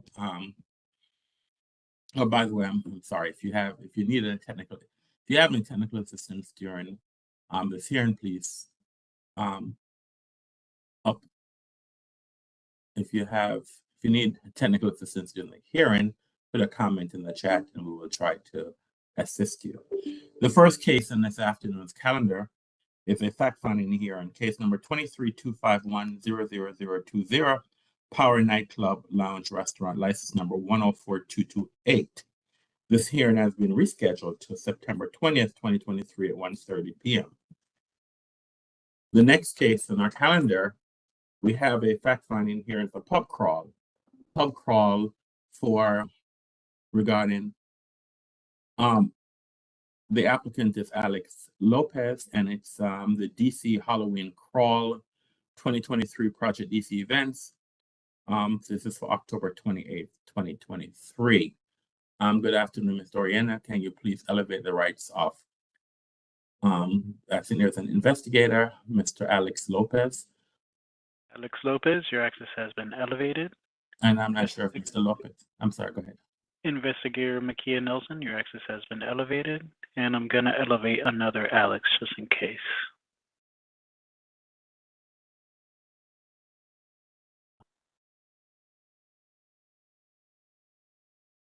Mr. Here. Can you guys hear me okay?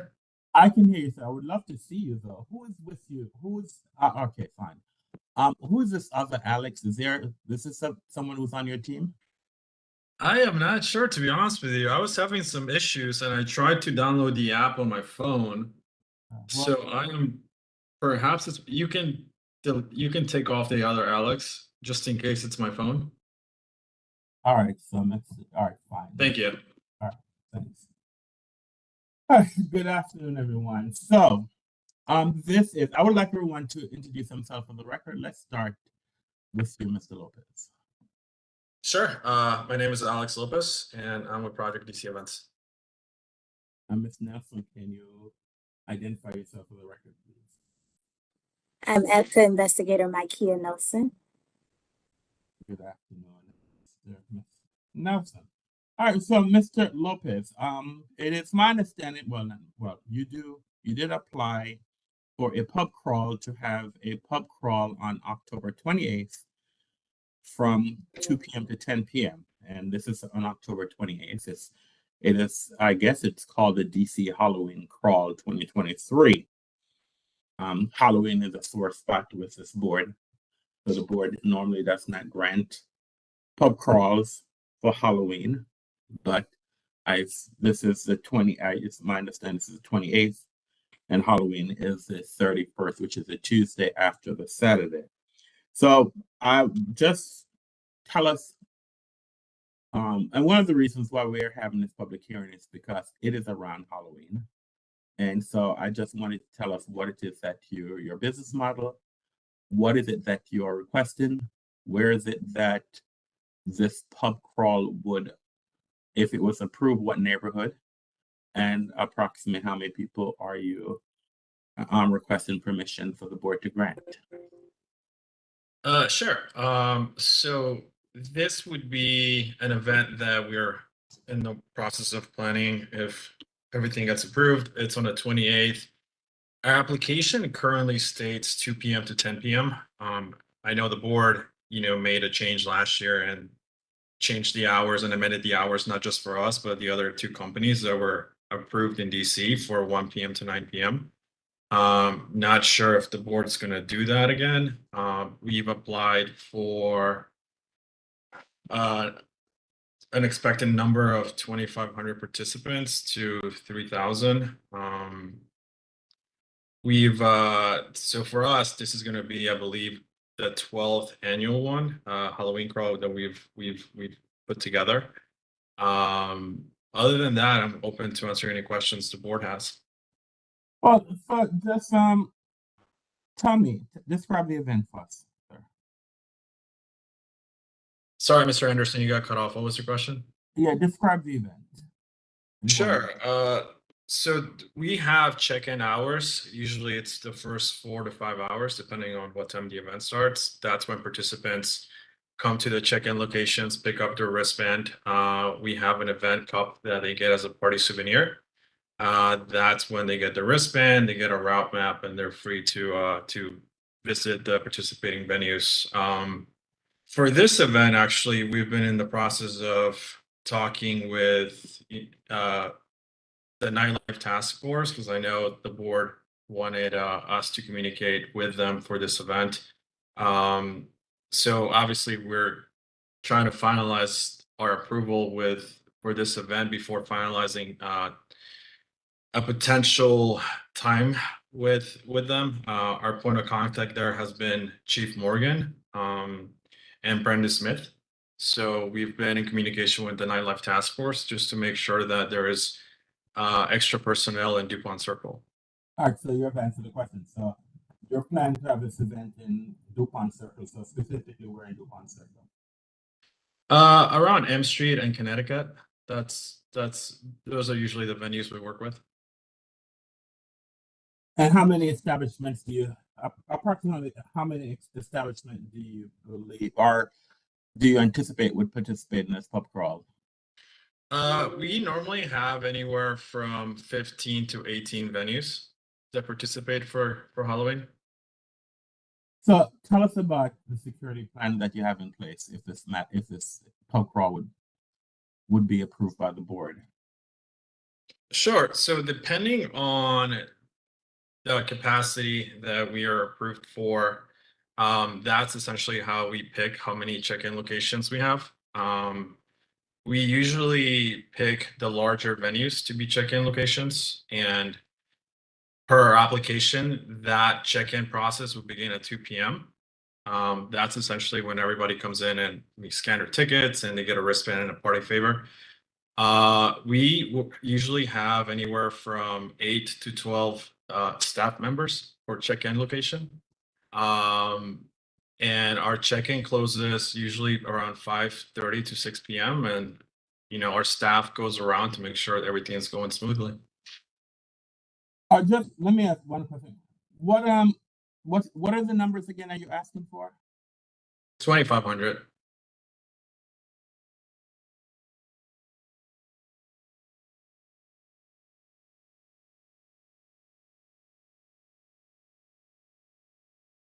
So tell us about what plans you have in place to prevent underage drinking and to control excessive drinking. Sure. So for this event, every venue that's participating in the bar crawl knows that they have to staff very, very heavily in terms of security. Every venue usually has a waste bucket outside to prevent alcohol from going in and out. No matter if a participant has a wristband, every venue needs to recheck IDs for participants to go inside. So a wristband does not guarantee that they cannot show an ID at the entrance. So as far as that, every venue is staffed to the T, plenty of security, plenty of staff. And obviously after our check-in, we make our rounds ourselves. So tell me how do you intend to coordinate with the security of each establishment? Sorry, what's the question, Mr. Anderson? I have no idea why I'm having problems with my laptop, but tell me how is it that you intend to coordinate with the security of each, be specific, how you intend to coordinate with the security of each establishment? Sure. So I have constant communication with all the venue managers. Everything's done via phone. Everything's done via text message. They handle and manage all the security teams. But in terms of communication, I am in charge of dealing and communicating with all the general managers / ownership at each venue. All right, thanks. Any questions of Mr. Lopez? Yes, Mr. Short. Thank you for allowing me to ask questions, Mr. Chairman. Good afternoon, Mr. Lopez. Good afternoon, Mr. Short. How are you? We've seen each other over the years, haven't we? It's almost a decade, yeah. Over a decade, okay. Well, just for the public record, this is on the public record. Sure. And I'm going to base my vote on your information that you give us today. So, and I know you always are very truthful with us, and thank you for that. But Mr. Lopez, is this the first time you've ever had a Halloween pub crawl? No, sir. How many have you had? How many have you had, Mr. Lopez? I would say 11 or 12. This 11 would or be 12. Yeah, well over 10. Okay, well, when you first got started, we didn't have any regulations on pub crawls, did we? No, sir. And what is the reason why we do have pub crawl regulations now?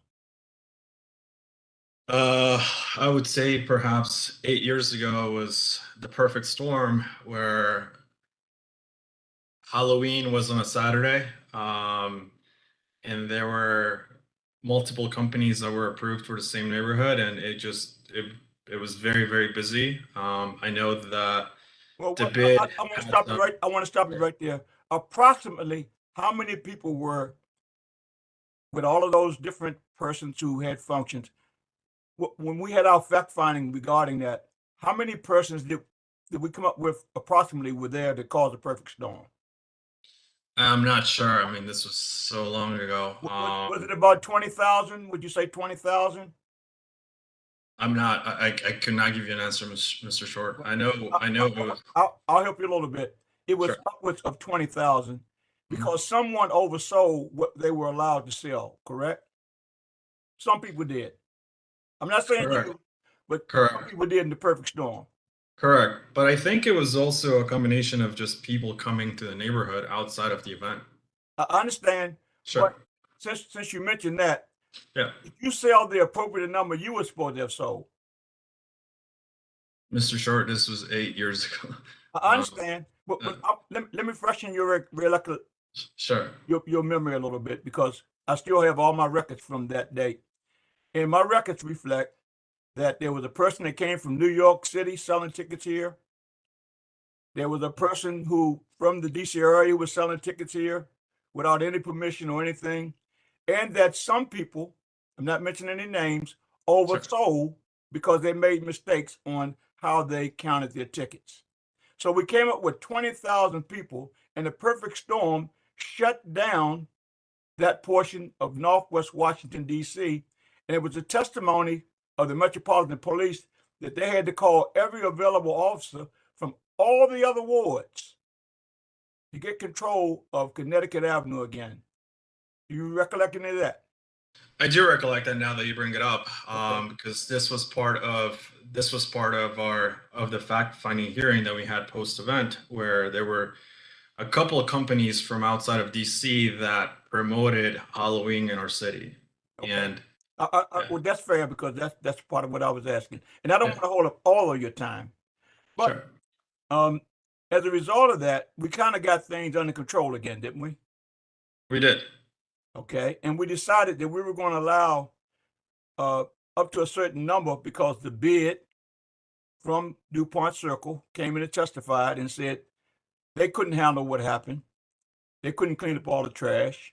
MPD came in and said what happened. So we got regulations.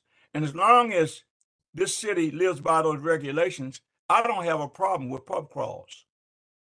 And we also came up with, from the new board members and people in the public who are not familiar with this, we came up with the regulations that for the first time, people who had pub crawls in Washington, D.C., like they had in Montgomery County and Virginia, would have to pay a fee. And they would also have to clean up after themselves. Correct. And so I'll just simply say this. Last year, I don't know how or why, but it happened. Some people didn't clean up after themselves because they cleaned up at 12 o'clock, but at 6 o'clock in the morning, the bid was complaining because the cleanup didn't happen, but the regulation says that by 6 o'clock the next morning, the pub crawl persons would do that. So if you're allowed to have this pub crawl, will you make sure that the street is cleaned up by 6 a.m. like is in our regulations? Yeah, so to address a couple of your points, Mr. Short, that's Well, one wait a minute. conversation. First of all, just to be clear, you on the public records are saying now that if you're allowed to have the pub crawl on the 28th of October, 2023, by 6 o'clock on the 29th, the street will be as best you can make it with your, because you have a company, correct? Yes, sir. All right, and they're gonna make sure by 6 o'clock in the morning that we don't have to worry about what we worried about over the years. That is correct. All right, okay, go ahead. You were in the middle of asking. No, sure. So I do remember that conversation exactly, and I do remember, they essentially one of the things we discussed with you, and I think Mr. Klein was on the call with us, was the fact that the bid moving forward, they wanted to make sure that they were the ones that were doing the cleaning, and us as a company, we were going to pay for that because. The regulation doesn't deal with any of that, does it? The regulation that we have passed in the law says that you, as the person who gets the permit, will make sure. So we can't say the bid or anybody else has any responsibility by 6 o'clock the next morning. The law says, and the regulations that were passed, that you, the person who is the applicant for a pub crawl, will make sure that happens. Do you remember that? I do. Okay, let's stick with the law. Let's don't go. Sure. No worries. What Mr. Klein said, because Mr. Klein is not the law of this board. No worries. The law. Okay, thank you. Go ahead. No, so one of the things we've been doing with our cleanup company is we're asking for pictures.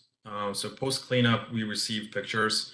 I send those pictures and the paid invoice over to Mr. Gordy just to make sure that there's. And that's at 6 a.m. in the morning.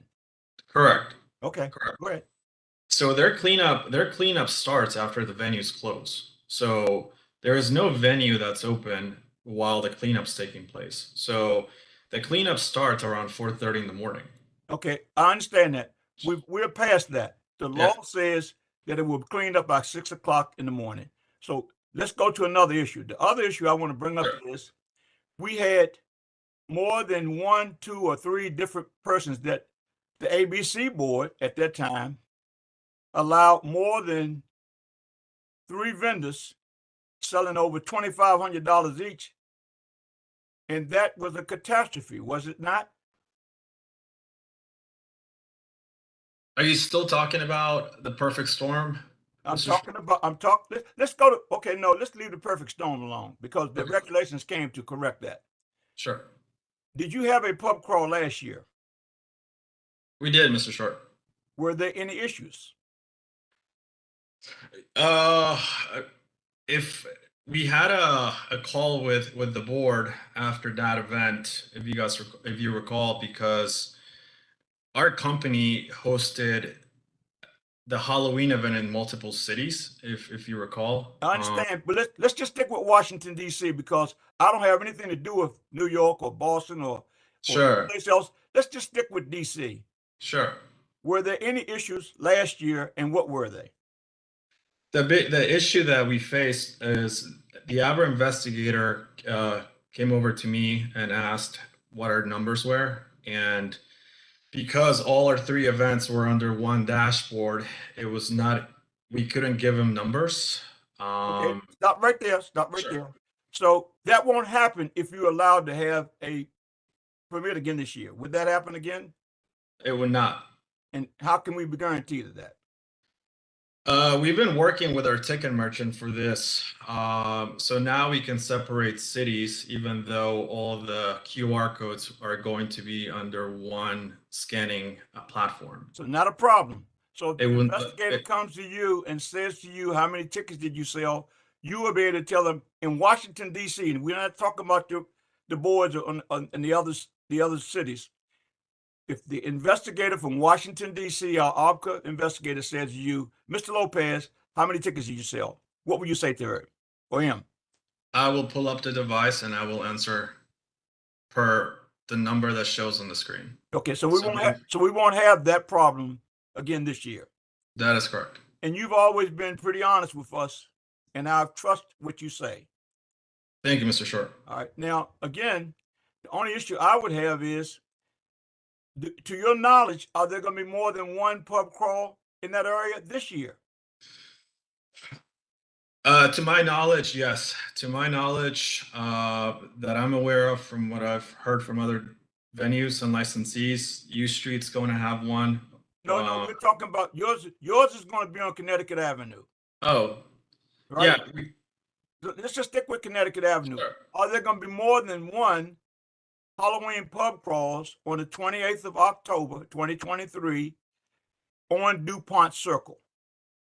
Yes. If the board approves the other company, yes. Okay. Well, let me ask you this.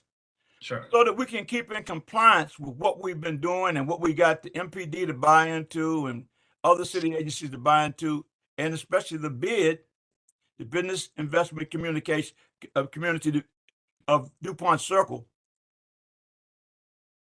we can handle certain numbers, and you know what those numbers are, correct? I do. All right. So knowing that there's going to be another one, what number would you give so that the other person could also have one at the same time you having one? That could be managed, and we won't have the problems that we've had in previous years. No more perfect storms. What number would you give this board today and the citizens who are tuned in to this public session of the ABCA board dealing with your event, October the 28th, 2023? And again, we trust you. We know you. We've dealt with you over the years. You know what our situation is. What number could you give us, knowing that we've had situations before, numbers that we could work with another applicant just like yourself for October the 28th at DuPont Circle? I understand the question. So for Halloween, we average anywhere from 15 to 18 venues. Given the capacity of said many venues, 1,700 to 2,300. Okay, and then sure. On Saturday night, normally, sure, in DuPont Circle, without even being a holiday or being Halloween, there's a crowd, correct? That is correct.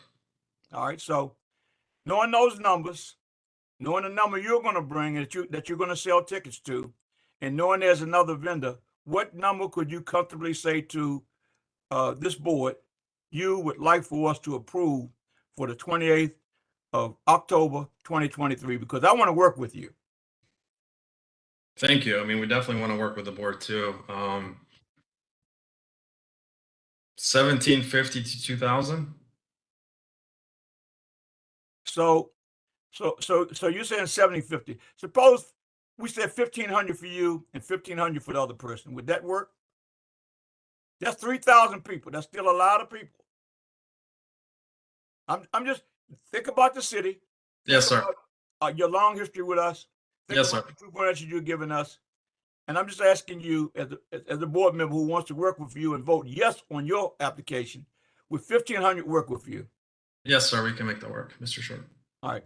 Thank you very much, Mr. Chairman. I believe Mr. Lopez. We have a long history with him, so if he can have 1,500, I think if the other applicant, if we can work on those numbers, I think we can get the police department and we can get the bid and everybody else to go along with it.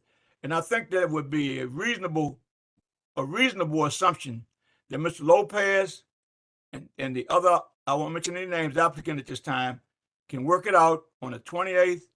So the business can go on, Halloween can go on. The businesses on Connecticut Avenue should be happy, and all the revelers coming to celebrate Halloween can be happy and safe. So with that said, Mr. Chair, I am finished. And thank you, Mr. Lopez, and thank you, Mr. Chairman, for allowing me to ask these questions and get Mr. Lopez to commit to 1,500. It's always a pleasure, Mr. Short. Thank you, Mr. Lopez.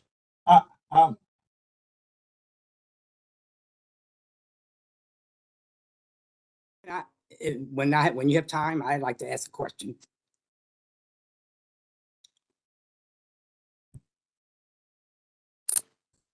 Where's my video? There's my video. Been having some problems. May I ask a question? Good afternoon, Mr. Grandy. Sorry. Fine, thank you. You were explaining to us, but I don't think we gave you a chance to finish. Sure. What was your working relationship with the bid last year? Sure. So essentially, when the perfect storm happened, That's 8 years ago. We don't need to talk about that. No worries. I'm Okay. talking about just last year, because No, it was no 2 worries. years ago that we had complaints from the ANC and the bid. Right. And I believe this past year, we did not get complaints because we understood that you worked with the bid regarding the cleanup. So could you just, for our record here, remind us what you did, how you coordinated with the bid? I mean, I'm sorry. No, I understand. So one of the things that we're asking for when it comes to the cleanup is we're demanding pictures. That way we have proof to show the bid, if anything, if they want proof that the streets were cleaned. So that's one thing that we've been doing. And I mean, we've been, obviously emailing those pictures to Mr. Gordy. But the thing that kind of, made me question the direction in which the bid wanted to go in, the bid initially asked for them to take care of the cleanup and for us as a company to pay for that. And we thought in our head, that's a win-win because they know exactly how to clean. They have their staff already. And we have no issues in obviously paying the bid for the post-event cleanup. I'm not too sure where that conversation went or if it's going to happen again, but that's essentially a conversation that started, I would say, maybe like a year and a half ago for this event. So just make sure I understand. This past year, when you had your event, the cleanup was actually performed by the clean team that the bid has. And you had took pictures at 6 in the morning, or your team took pictures 6 in the morning to show that it had been cleaned. Am I repeating what I thought you said? No, the cleanup was done by a third-party company that we hired called Bayside LLC. And after we had the call with the bid and our lawyer was present on the call, we are demanding pictures of the post cleanup now. And did you get them last year? We did. And did it look like it was clean? It did. Okay. So while the statute may or the regs may say that you are responsible for cleanup, I don't think it says you can't have a third party as long as you're coordinating and you're there or you have staff there and you make sure that the clean that the city demands occurs. So I don't think we want to micromanage how you get the cleanup done, as long as you know you're responsible for it. Correct. Okay. So my recollection is that we did not get complaints last year. It was 2 years ago, and it was based on, and you brought this up about you saying you talked to the bid about a year and a half ago. Well, before that, they had complained about the cleanup situation from 2 years ago, and we had a hearing. And they came in, and then we talked to you, and we talked to other promoters that do this type of thing. And my understanding is last year it worked out fine. So do you have a different recollection that the cleanup didn't go well last year? No, it worked out fine. And we were definitely more on our end. I guess you could say we micromanaged in terms of, hey, these are the times that you have to be in DuPont by. The cleanup needs to be finished by this time, and please send proof, pictures, videos. Well, like I said, as long as you meet the requirements of the city on what type of cleanup and where the cleanup is, and you provide us pictures that document the time and the date, then I think we're satisfied. Thank you, Mr. Grandis. And I look forward to working with this board and making sure that that the numbers that we finally come up with are suitable, because as you know, there are other companies that want the same night. And, and Mr. Short is correct. We are concerned about narrow sidewalks. We are concerned about, people who don't have your tickets that try to get involved with some of the establishments. But you've had a lot of experience, and I think we can work well with you again. And we look forward to you having a successful event. But please be concerned about numbers, because numbers are a factor when you have narrow sidewalks and people in costumes and things. Thank you, Mr. Chairman. Thank you. Let me get back. I'm going to get you, Mr. So I want to get back to you, Mr. Lopez, regarding numbers. Now, I need specifically from you, what area? Is it just DuPont Circle? I think, is it just the DuPont Circle area, or is it the Farragut? So what specific area are you seeking approval to have this pub crawl? Sure. So we have a few venues that are closer to I Street, but I would probably say about 80% plus of our participating venues are on M Street in Connecticut. All right, so the majority of the participants are going to be in the DuPont Circle area. That's correct. Correct. And so I know you had conversation with Mr. Short regarding numbers. So I just want to make sure that whenever the entire board makes its determination about numbers, what is it that you requested, and why did you request whatever numbers you requested?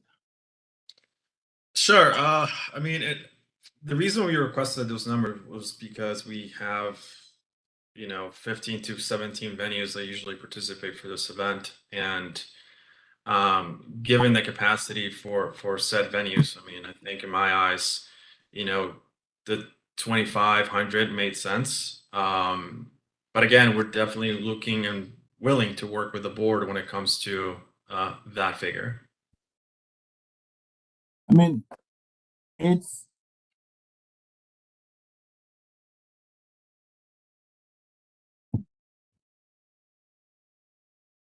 I know last year, what area was this pub crawl?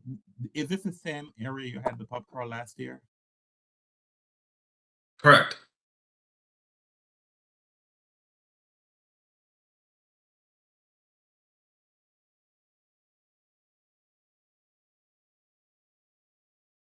It's my understanding the board approved last year 1,500 participants for this pub crawl.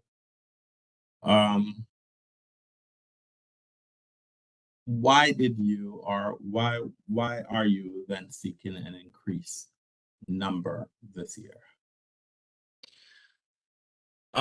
If I'm not mistaken, we also seeked to have 25 to 30 to 3,000 last year. It's a number for us that makes sense when it comes to the number of venues that we have. I know 1,500 was the number the board decided to move forward after both companies spoke in front of you for the fact-finding hearing. It's not that we're asking for an increase. I think for us, it's more of a number that makes sense given the number of venues that we have. But again, I mean, it's also a thing where if another company is approved, I understand that 1,500 could make more sense.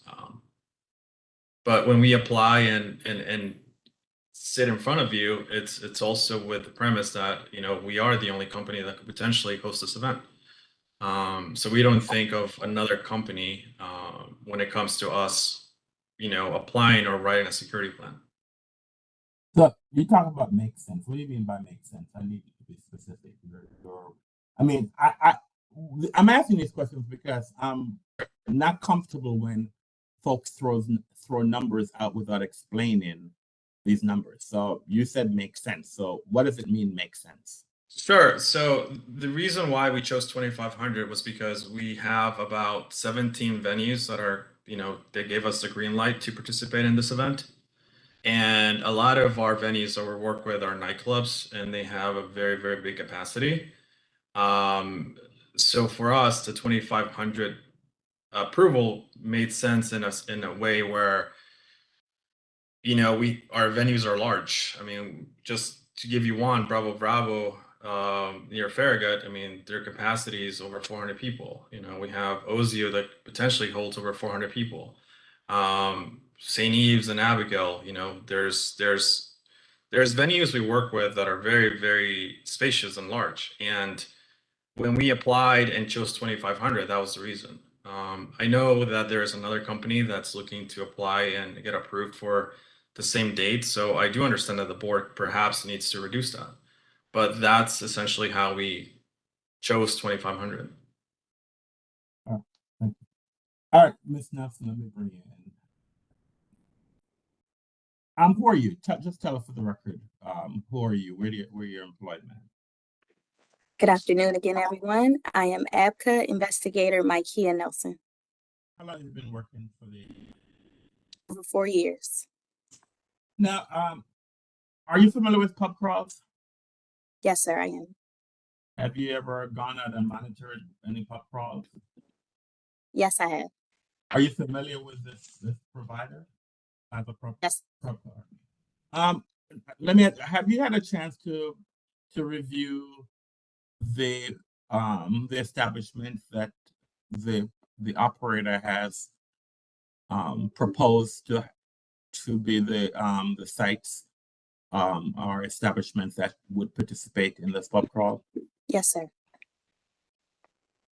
Are there any establishments, at least in your estimation, who are not able to participate in this pub crawl based on either settlement agreements or other violations by this agency? Yes, sir. And There is. what establishments you in your view are unable to participate in this pub crawl? The Phantom Lounge / the Manor has a settlement agreement that prohibits them from participating in bar crawls. Is that the only establishment? Is that the only establishment that on the list that was provided that you believe that should not participate, that is unable to participate in the walk? And if the board was to approve this bar crawl, this pub crawl? Yes, sir. Any questions or comments that you have to make of Mr. Lopez? Sure. If I do email the updated settlement agreement, Ms. Nelson, is that something I can email to you, or do I have to email to the board? You're talking about settlement agreement. You're talking about this. I know this has been brought up, but the Phantom, I believe, last year had they had a settlement agreement that pretty much allows them to participate in pub crawls. I want to say they've emailed that to me in the past. Is that something that I could potentially email you, Ms. Nelson? Absolutely. Well, I hear what you're saying, Mr. Lopez, but I would hope that the agency who has the official records of all the establishments, I would hope that the agency would have the appropriate settlement agreement, because whatever settlement agreement the establishment would have had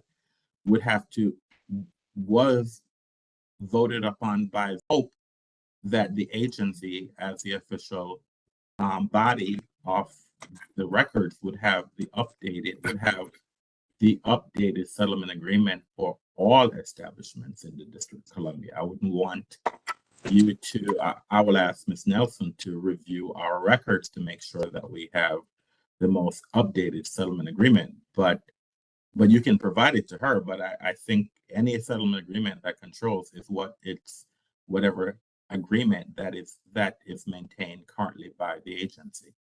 Sure. The only reason I say that is because the Phantom participated in 2 events this summer, and the Phantom was approved by the board to be a venue that participates. I know they had that issue over a year ago, and they had to get that settlement agreement fixed. But again, I mean, I definitely willing to help and find a solution for that, Ms. Nelson. All right, I would ask you could provide the settlement agreement, and I would hope that Ms. Nelson will look to ensure that the agency has the correct settlement agreement for this establishment. Now, the question I was asking was that Ms. Nelson had any specific questions for you. Yes, I do, if you don't mind, Mr. Chair. Go ahead. I know you stated previously that the number you were looking to seek was 2,500. However, upon reviewing your website and reviewing the application, there was a range. And from working the pub crawl, I tend to see that there are more people participating than what is absolutely applied for. So do you have a plan in place to make sure that we stay at the exact number of tickets that are sold instead of people purchasing tickets and passing them out to other people? Sure. So one of the things that we've been very, very proactive in the last, especially this year, is there's a lot of third-party companies that it's usually around St. Patty's, it's usually around Halloween, that just set up a ticket merchant. Hey, I'm gonna set up an Eventbrite and just try and, sell tickets and make money. What we're doing as a company is, as soon as we see companies that are selling tickets for DuPont Circle, we report them. So Mr. Gordy gets an email. I know, I don't know if it's Didi or someone else, but we report third-party companies outside of Lindy and outside of Project DC, so that ABRA knows exactly, hey, there's this company and there's this company and this company, they're also selling tickets for this. So that's one thing we're being very, very proactive about. Another thing is, I mean, and this is something we've seen, is the fact that there is a U Street bar crawl that happens the same day. And, we've definitely seen those people come towards DuPont after 6 o'clock. And on our end, we're definitely trying to make sure that, if there's only 2 companies that are approved to sell tickets, only 2 companies sell tickets, not 6 or 7. And that's something that, we've been reporting and obviously emailing Mr. Gordy.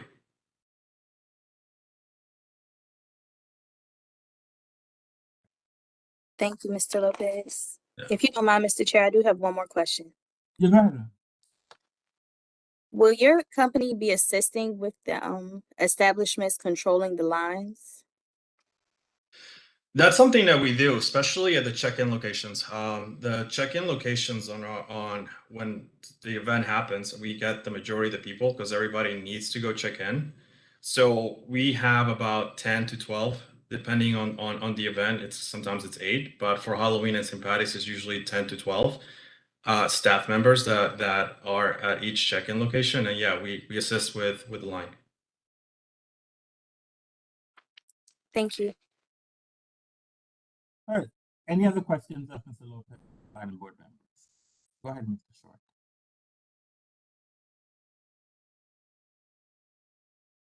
You're on mute, Mr. Short. Mr. Short.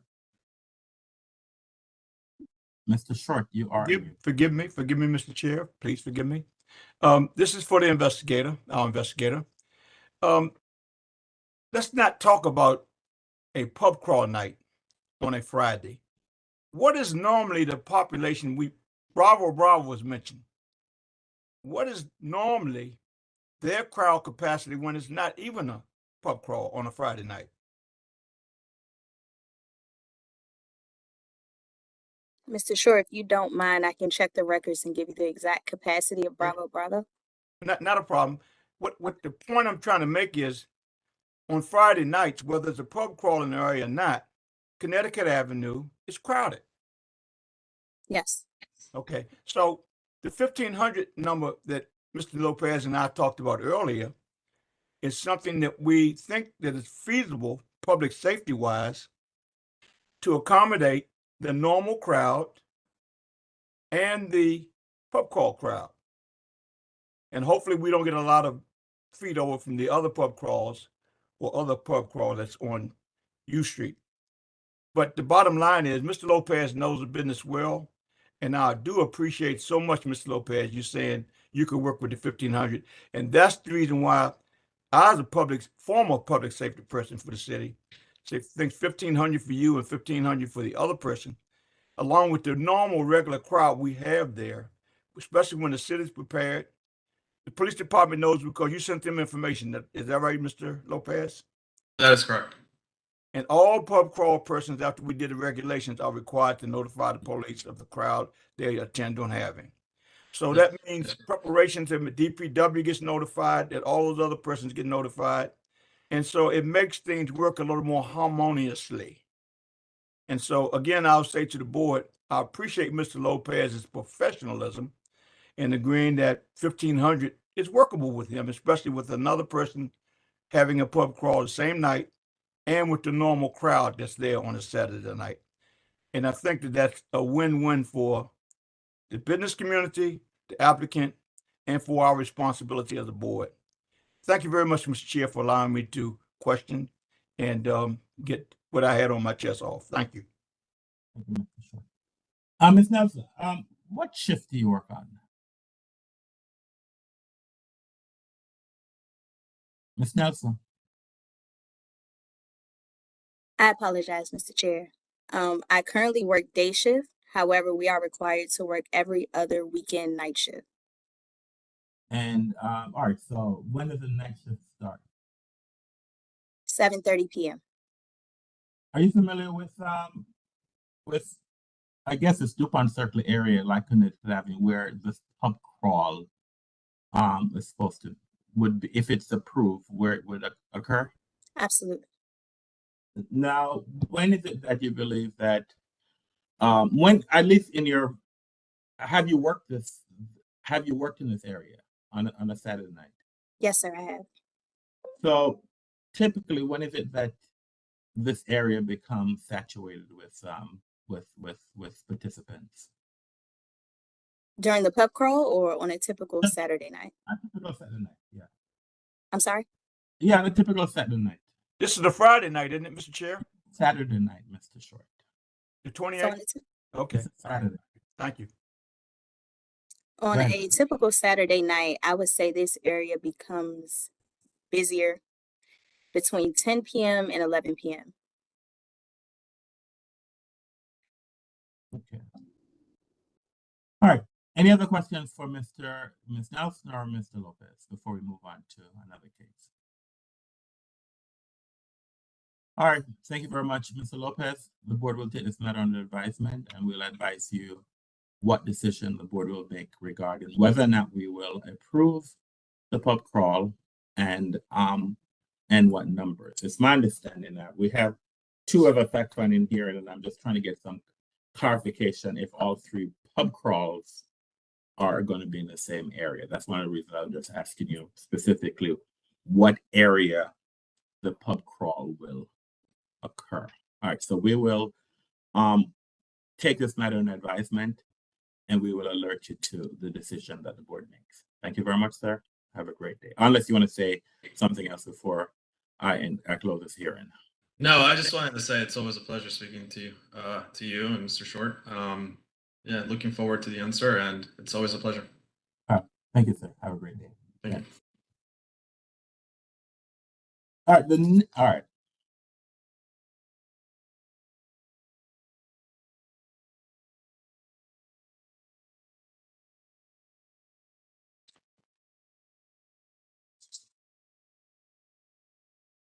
All right, let me call the next case on our calendar. Yes, I'm sorry.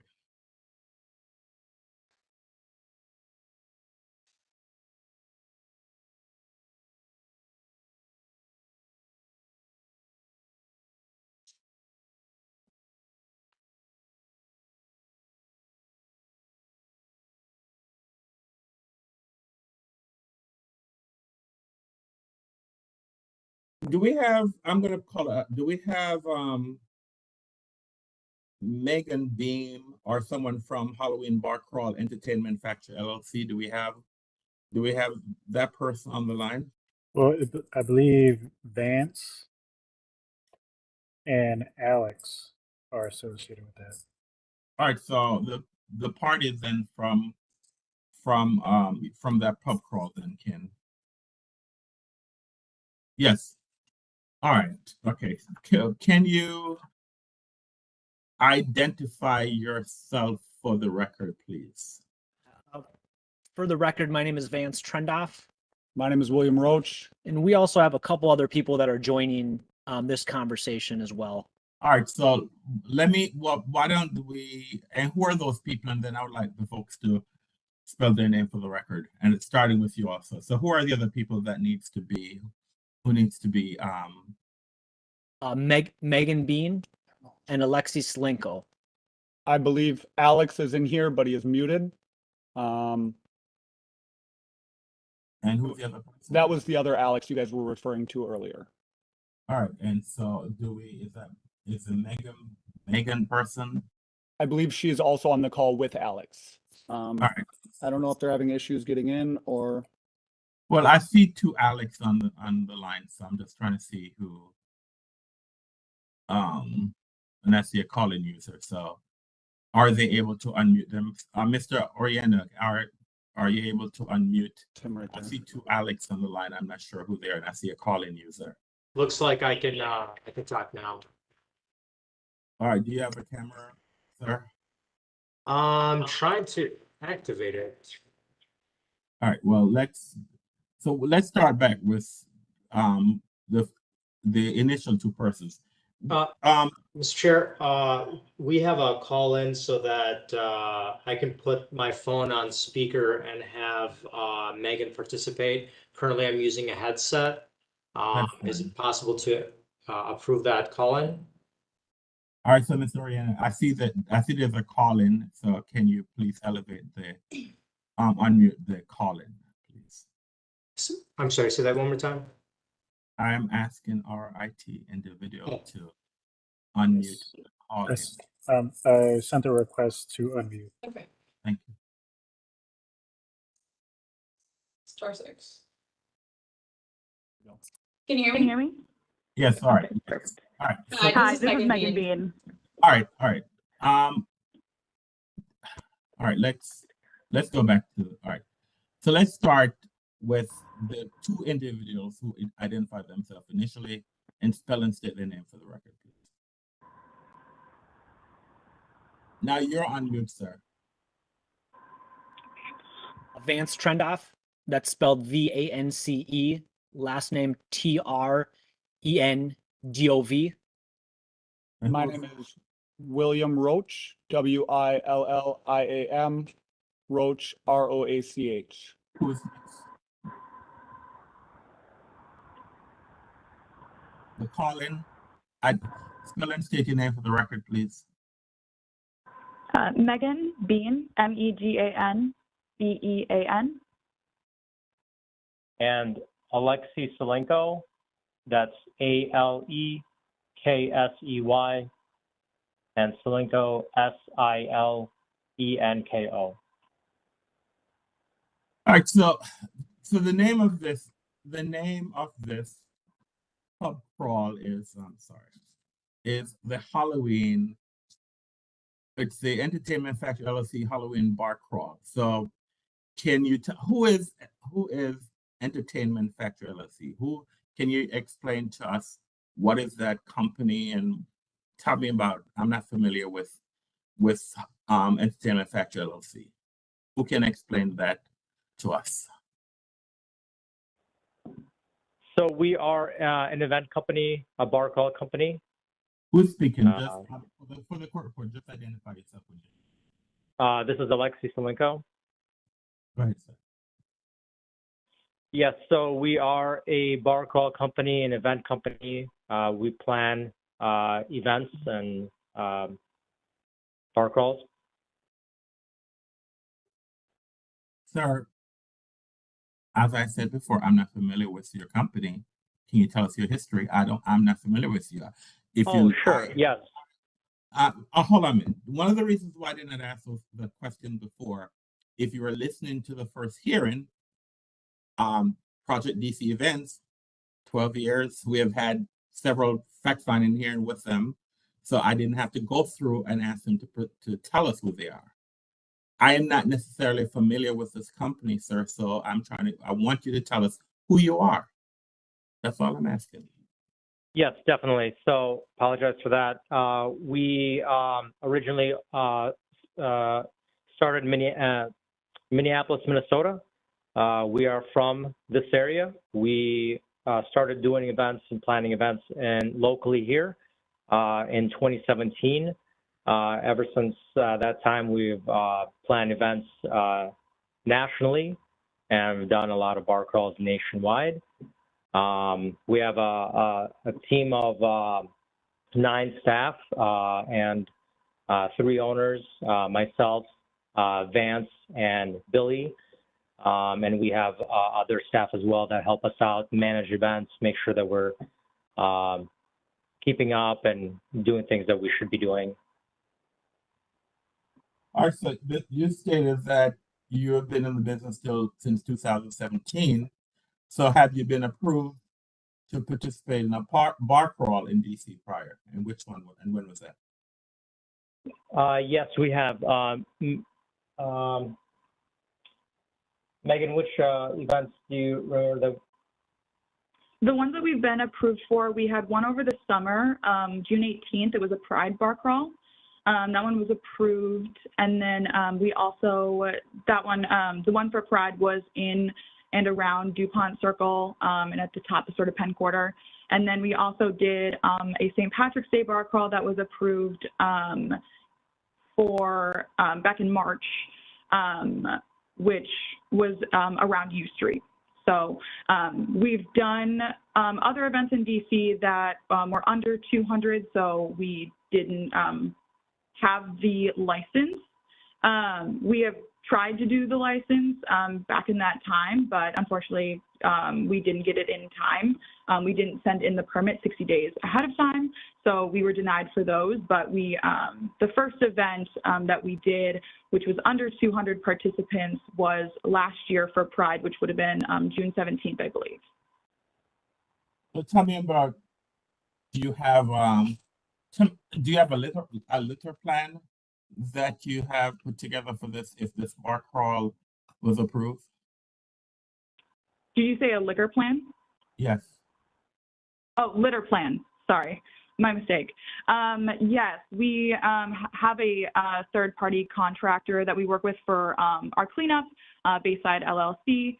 We worked with them for our event over the summer as well as for St. Patrick's Day. They've done our cleanings since we have been getting approved for our license. So what is your understanding of what is expected regarding cleanup after, for a bar crawl? My understanding is that all of the sidewalks and surrounding areas need to be free of litter, including different kinds of trash, alcohol bottles, etc. And that the areas around the establishments that are participating in the crawl need to be cleaned. Or who can describe the event that I guess the proposal is from Saturday, October 28th from 4 p.m. to 12 a.m. So please describe the event that you're planning to have. Yeah, so we typically have our check-in/registration from 4 p.m. to 6 p.m. That's where the crawlers will go to our check-in location. They receive their badges, any swag items we typically give away, like souvenir cups, and anything else that we have for them. And then from there, after they check in, they're free to go to the venues that we have listed on our event as they wish until 10 p.m.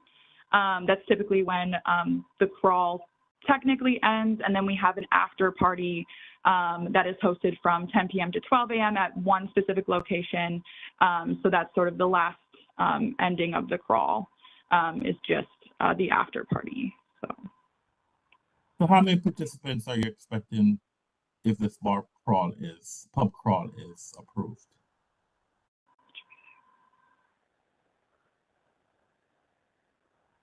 We're estimating possibly 500 plus or minus. We're just estimating at this moment, but I believe that's what we are looking at currently. I'm trying to figure out exactly how many, what is the number are you requesting from this board if we were to approve this bar crawl, this pub crawl? I'm sorry, I don't know why I keep on saying bar crawl, pub crawl. Sure, so originally on the paperwork, we did request for 2,000 people, but we did listen to the previous conversation and we would definitely agree to make sure that is nowhere over 1,500 and limit the possibility of tickets to being under that number. Now, is this pub crawl in any way different than the other pub crawls that you were previously approved for?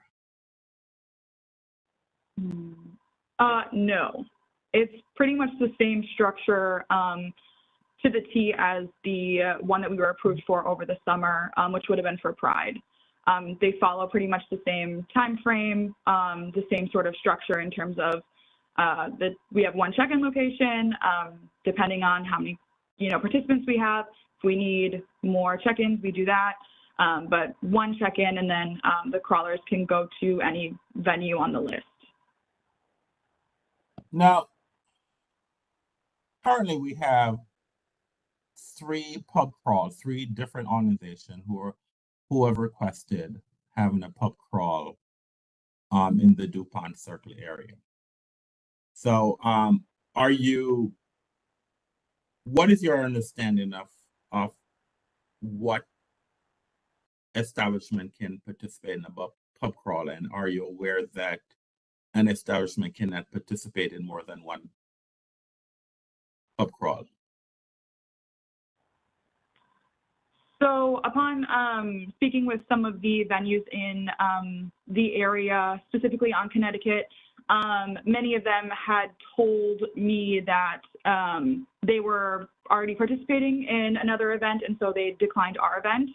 So from the ones that I did speak with, I was under the impression that they were not participating in other events. So upon, I guess, hearing from them, I did know that, become aware of that. Prior to this event, I don't think we've run into a situation with another company where we knew that it wasn't like a location wasn't able to participate in more than one event. But hearing the first hearing, it does sound like some of the venues that are participating in that event are also participating in ours, or said that they would participate in ours. So, are you aware though that none of the venue can participate in more than one pub crawl? Yes. Now, what measures do you have in place to engage with MPD in order to prevent violence or to encourage public safety? Currently, we have a security team hired to be there with our event manager, who is checking in on the venues. The security team that we have hired has worked our other events as well, and they would be the ones responsible for making sure that violence and things, I guess, aren't happening. They typically, our event manager is required to go to all of the venues, especially during the crawl. So I think typically the security sticks with them to ensure that all the venues and everything's running smoothly. All right, so what plans do you have in place to prevent underage drinking and to control excessive drinking? Yeah, so at our last event, I think it worked out well. We actually printed out flyers for our event manager to have to promote safe drinking, not excessive drinking, etc. So that information was available at the check-in for all of our participants to review, take with them, etc. There's one other thing that I just want to point out is we've done over 1,000 events before, and this is a big thing that comes up for us, that we want to make sure the bars and venues do the best job. We started with wristbands that would go across someone's wrists, and we actually found that there was a lot of confusion when it came to venues and bartenders and thinking that that wristband is some sort of indication that that person is age verified. So we changed into a lanyard that someone wears that indicates that they're on the event. It's very easy for them to see, but we send out emails and text messages to the bars telling them, hey, they're going to be wearing this. Make sure you age verify every single venue, and make it very clear that it's important that every venue does do age verification. In our emails and online, we also post not to drink, overly drink, safe ways to get home, things like that ahead of the event to all of our crawlers. Now, you talked about security earlier. So tell me a little bit about how many security officers do you plan on hiring, and specifically what is their role? Yeah, so when I had chatted with our security team prior to submitting our pub crawl event form, we had scheduled 2 based on the amount of people that we had for St. Patrick's Day. And I believe we also had 2 for Pride. But the amount of security officers that we will have will be based on the amount of tickets we sell. So I have plans to chat with our security team a couple weeks prior to the event just to give them an idea of where we're at tickets wise. So if we need to have more security officers there, we for sure can do that. In terms of their role, based on what I've chatted with them about, they're there to sort of be with our event manager and just make sure everybody's ID'd properly and ensure that there is no violence or otherwise negative things happening during the event. All right, I'm not saying this is the amount that we're going to approve, but we're throwing out 1,500. So if we approve 1,500, how many security officers do you plan to hire based on a 1,500 number? Yeah, so I can kind of take that one. So our security officers work in conjunction with the security teams at the venues.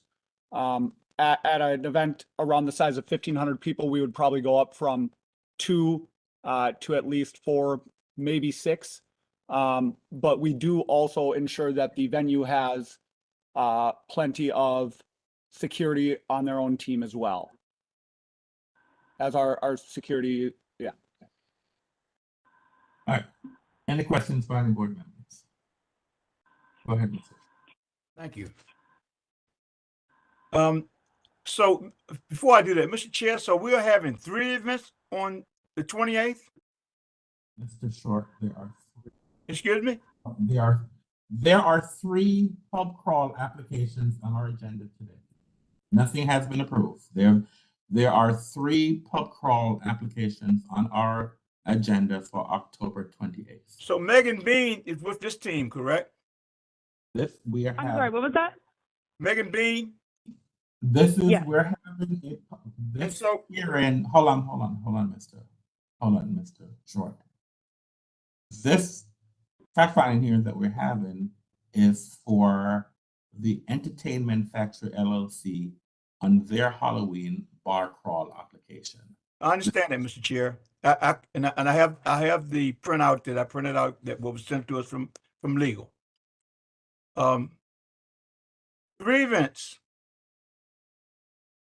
Okay, first of all, let me get back to Megan.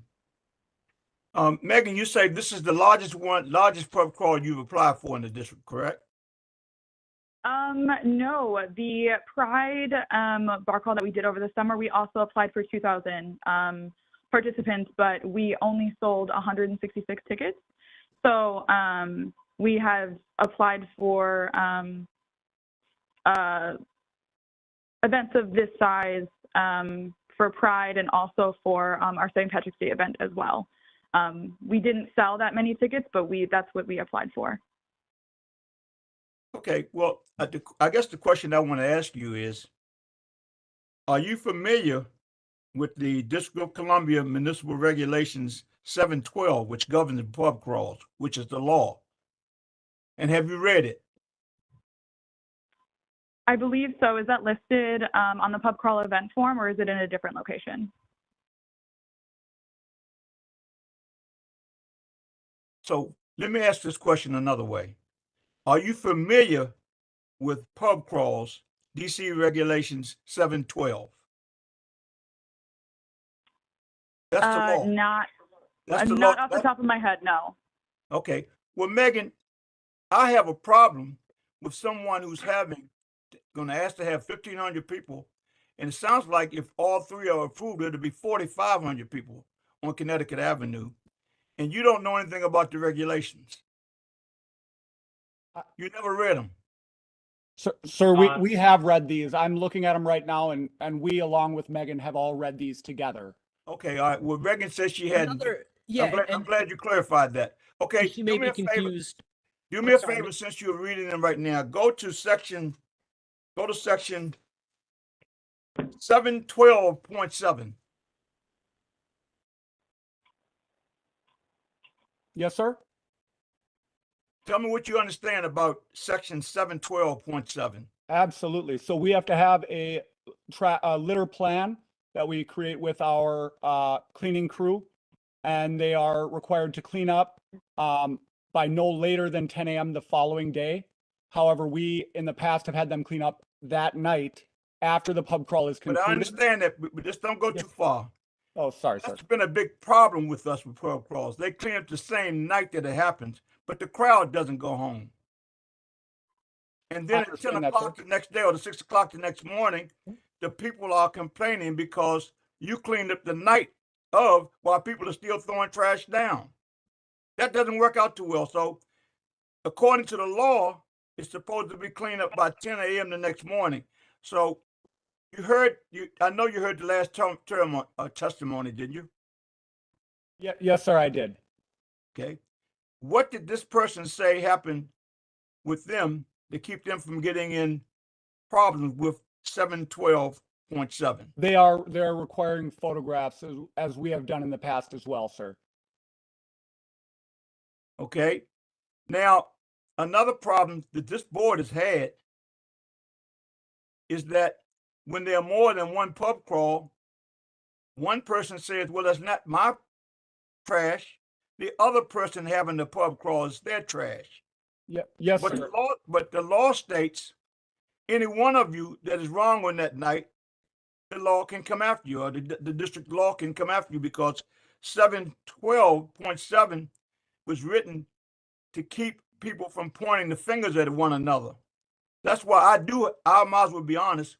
I have a situation when there are more than one or two at the same time. Yes, sir. I had a solution I was going to suggest, but I will wait for you to finish, sir. No, go ahead. Go ahead, suggest it, sir. Yes, sir. We actually wanted to request that we are able to work closer with the Project DC group, so we can be in closer communication, as well as if our event is not looking like it will hit that certain number, we want to make sure that everyone in the area is able to enjoy the event, and that if we a month before the event are only estimating 1,000 people, if we could pass along the other 500 to Alex. Please don't do that. We've had that happen before. Okay, then yes, sir. That's why I was just asking. Wait a minute. Let me please finish, sir.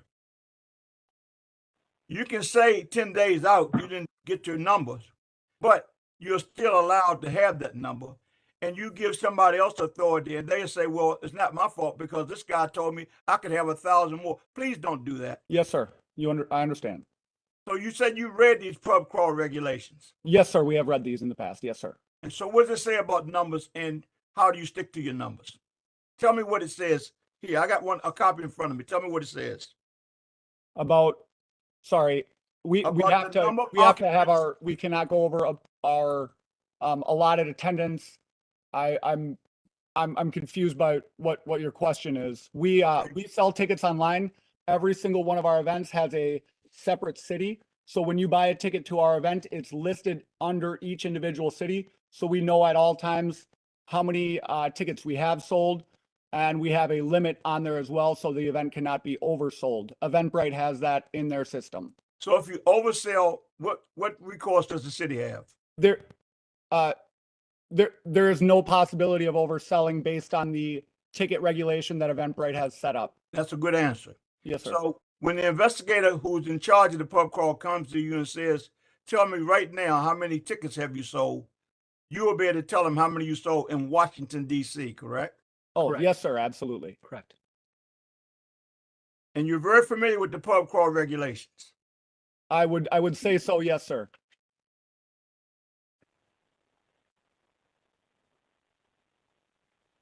Okay, tell me then, how do you understand 712, again, point 7, under B 1 and 2, what does it say? Yes, sir. So literally we cleaned up from both sides of the street of the entire block. So I would say from, I can pull up the map here. So if, for example, if the crawl was on Connecticut Avenue, we would be responsible for both sides of the street and the street, cleaning up any trash and debris that would be there, including vomit or any other bodily fluids, to make sure that it's cleaned up prior to, I believe you said 6 a.m. It said 10 a.m. on the permit, or on the information, but we would make sure that. Normally on DuPont Circle, people start complaining at 6. Yeah, I understand, sir. We can definitely. Because if they're waiting until 10, it doesn't get done. I understand, sir. Okay. I'll just say this. It sounds like you had the right answers. Again, we had a perfect storm with over 2 pub crawls at once. And I, as a board member, have a situation with that. That's just I'm just one board member. That's my personal recognition of the perfect storm. And luckily, no one died that night, because Metropolitan Police had to pull all the police out of all the other precincts and districts all over the city to come to Connecticut Avenue, because someone did not, well, we didn't even have any rules at that time. But since we've had those rules, we have a little better control. And hopefully you will be, and I have no reason to doubt that you won't be, a responsible applicants. But at any rate, that's all I have at this time, Mr. Chair. And hopefully we don't have any situations after this event on the 28th. Thank you very much. That's all I have, Mr. Chair. Mr. Short.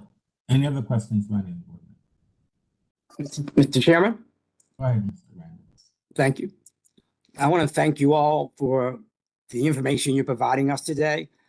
You may have submitted the sort of the map of the route or the blocks that you'll be using, but I have to say I can't find it. So can you one of you just give me an idea, when you're talking about DuPont Circle, what streets are you actually talking about? What 100 blocks, what streets? Yeah, I'll leave that to Megan. She's specifically dealing with the venues. Thank you. Yeah, so currently we have our check-in location on I Street at Blackfin. And then we have. Sorry, you said I Street? Yes, Northwest, which is DuPont, a little bit lower than DuPont Circle. I'm sorry? Yeah, it's a little bit lower. That's a little bit lower than DuPont Circle, but we do have. Okay, so the check-in is there, and so then when they pick up their tickets, what happens at that point? They walk back up? So yeah, they can go to any venue on the list. So if they wanted to go to the furthest venue away as soon as they get their supplies, they're more than welcome to. We don't have like a list where they go to XYZ at a certain time. They're free to go to whichever venue they would like to. Please help me with the street, the 100 blocks, the street names and the 100 blocks. You said the farthest one. What's the farthest one from my street?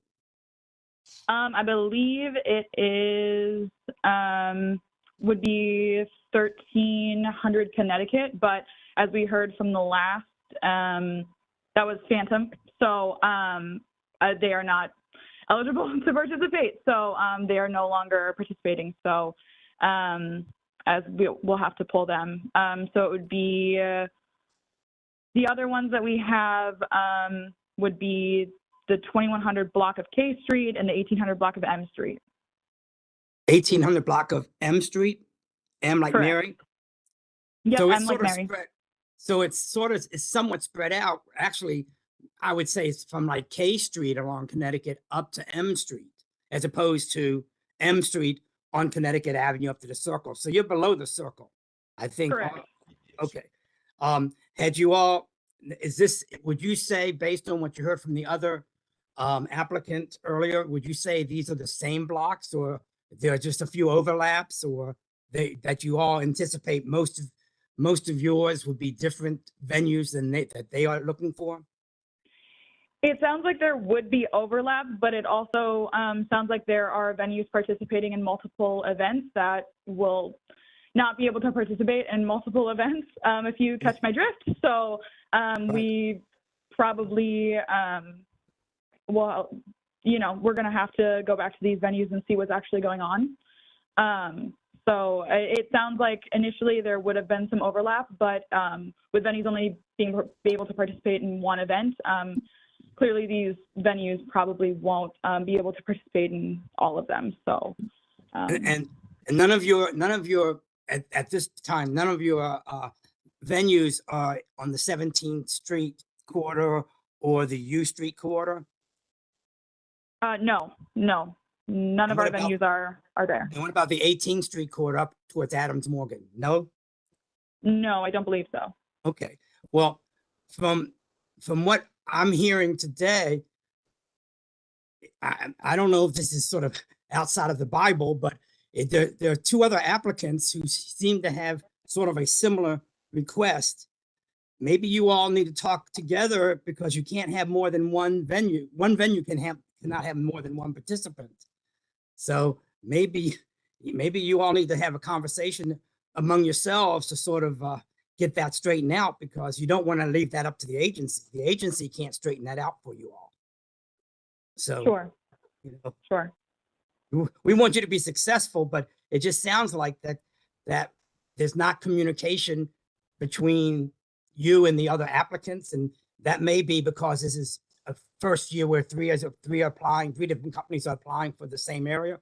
But there needs to be coordination, because we don't want to put our agency in the situation of saying, wait a minute, you know, X venue on M Street has already been assigned to this group. You can't use them yourself. So have you all had any thought about how do you prevent this kind of problem happening? Yeah, I guess from my perspective, hearing from some of the venues on Connecticut that straight up told me that they were participating in a different event, I had assumed that the ones that I had reached out to were, you know, fair game, weren't participating in any other events, said yes to us. So now going back to them and saying, you know, are you for sure not participating in any other events, because this is going to cause issues. So understood completely.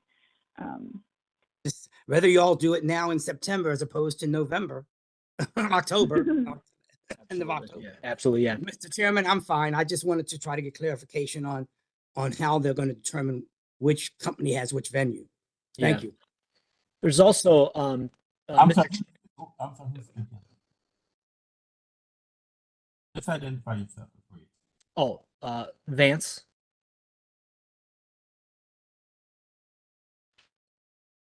One thing I just wanted to point out too, and Alex before with his company stated that he had a similar problem that we have too, where if you go on to a Google search and do DC pub crawls, 3 companies actually come up here that aren't even a part of these hearings, the fact-finding hearings too.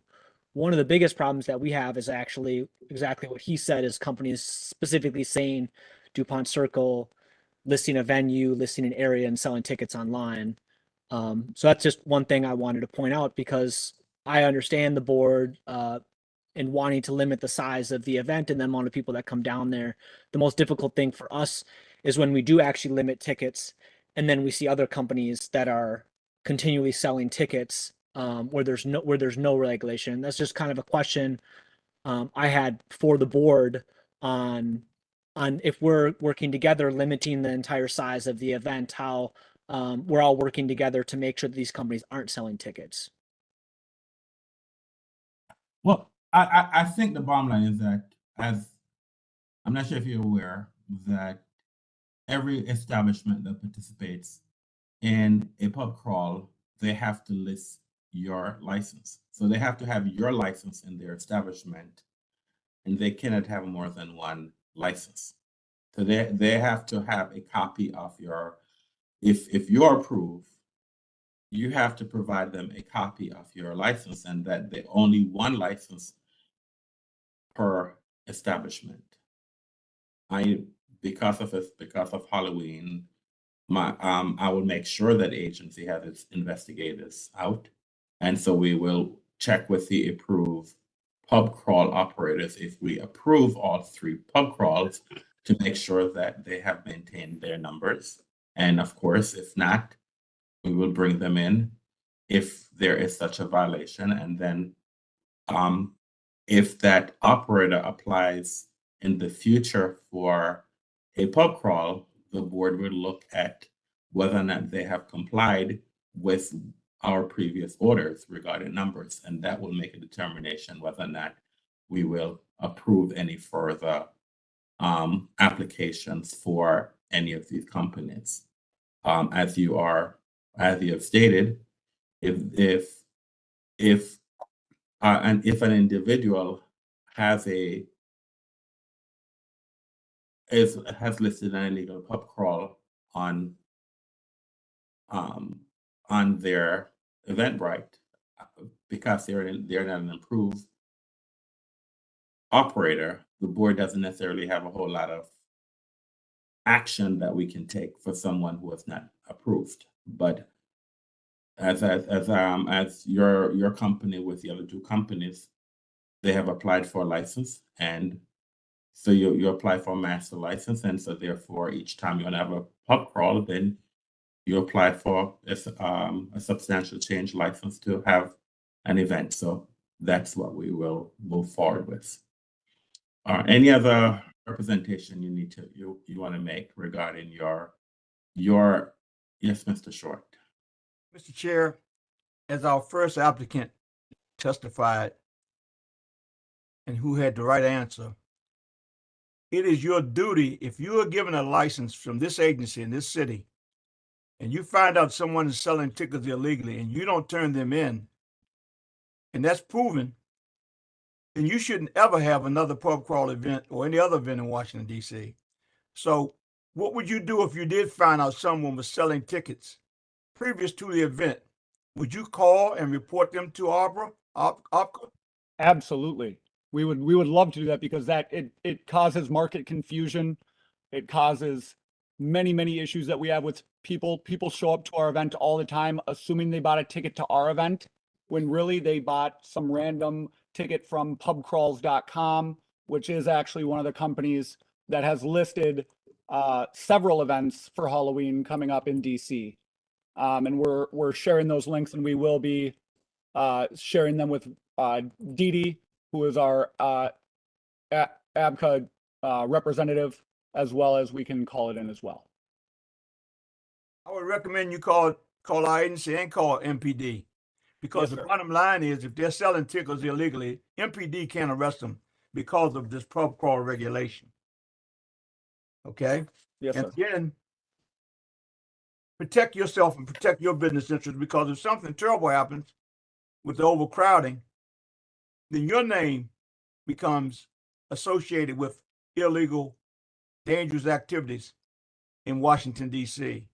And we've seen it happen all around the world, where big crowds of people are together and somebody does something harmful. I'm a retired D.C. fireman after 33 years. I used to run the fire marshal's office. That's the reason why I use so much caution. I've seen some of the carnage that can happen when people don't pay attention to the laws and rules. And the reason why I try to keep a limit to the number of people we allow down there on Connecticut Avenue. But that's just me as one board member. And I'm giving my experience, because I'm not saying it's just to beating on my gums and to say it because it's spite of someone else. I'm saying it because I have knowledge of public safety that maybe some others don't have. 33 years worth. So thank you very much. That's all I have, Mr. Chair. Thank you, Mr. Short. Any questions by any other board member?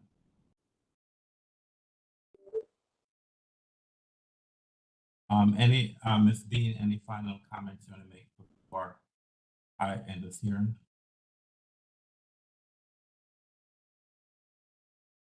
Ms. Bean, or anyone else wants to say any final comment before? No, sir. Thank you very much. Oh, sorry about that. We were on mute. No, we do not have any questions at the moment. All right. The board will take this matter under advisement and we will make a determination on whether or not we're going to approve the pub crawl, and if we do, what numbers will we approve. But just want to remind you that an establishment cannot participate in more than one pub crawl. And if an establishment participates in your pub crawl, a copy of your license has to be provided to them, that they need to have that license, a copy of that license in their establishment. I did have one question about that, sir. Because I want to make sure that we're crystal clear with the venues so that even if they don't know the regulations, that we know them. I give an example. If a crawler from another company comes to the door of one of the venues that are on our crawl, and that person wants to come in, is the venue supposed to turn them away at the door, or are they supposed to not offer them the specials that the crawlers would receive? Or how should they go about that if they can see the wristband from another bar crawl? They are aware that they can only participate in one bar crawl. I'll just say it. They are aware that they can only participate in one bar crawl. The ABC board does not get involved in if the three pub crawls are approved, the agency doesn't get involved in the sense of you have to figure out who is gonna participate in your crawl, and that information is provided to investigators. So our investigators will know that there is not more than one establishment participating in the crawls, because we have to approve the establishment. Now, the establishments are aware of the regulation. They are aware of what they should or shouldn't do. And if our investigators come out and see that they are participating in one or more than one bar crawl, then we will take appropriate action against that licensee. Thank you, sir. All right. Thank you very much for your presentation today. And I stated that we will take this matter under advisement, and we will alert you shortly what action or what decision the board will take on your application. Thank you very much. Have a great day. Thank you, sir. Thank you very much. Thank you for your time.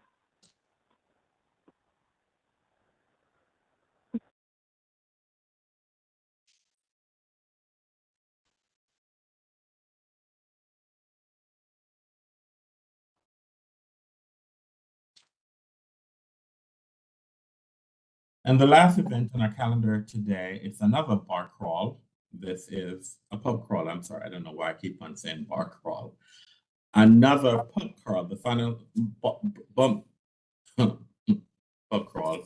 This is Nightmare on M Street, Lindy Promotions. And so, Mr. Oriana, can you please elevate the rights of the parties, the applicants for Lindy Promotions?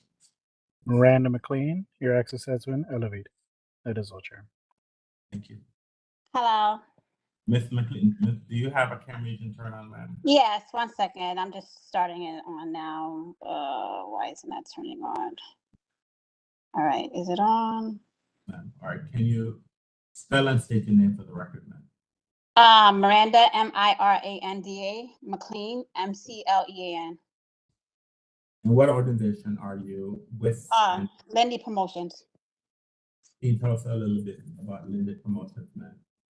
We've been actually doing crawls with you guys for over 12 years now. We do Halloween, St. Pat's, and some small, holiday events like SantaCon, just random summer crawls and stuff like that with you guys. But we've been doing crawls with you guys for a while now. Pull your camera down a little bit. Oh, sorry. All right, so you are requesting a pub crawl for Saturday, October 28th from 2 p.m. to 10 p.m. And what specific area of town are you requesting this pub crawl? The same DuPont circle.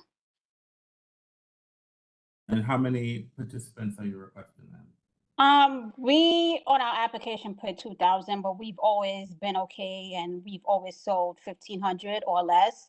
So we're fine with the 1,500 because we understand that, you know, us and Project DC does the crawls the same day, and you know, we want to work on, you know, overcrowding on a Saturday night, a holiday weekend. So we're okay with the 1,500. We actually have never gone over the 1,500, even though we put 2,000 on the application.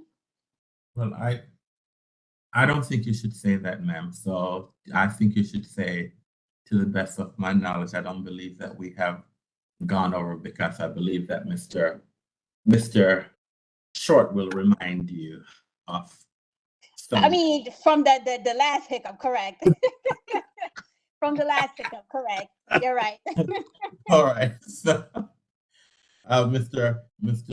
Board Member Short's knowledge will go back 10 years. Yeah, I was gonna say, yeah. That's far. All right. So just describe for us this event, ma'am. So basically it's 2 to 10. Registration will begin at 2. We have a couple of registrations locations. We have staff that checks in. We're hiring, even though the venues assure us they have security, we always hire security ourselves. We hire, I know cleaning is always a big deal every year. So just like the other company, we use Bayside, in which we actually ask Bayside to come in after all the venues are closed. So Bayside is normally cleaning, and they always send us pictures between the hours of 5 a.m. and 9 a.m. And then this year we are actually investing more on security when it comes to the crowd control and just check in and like overflow of the.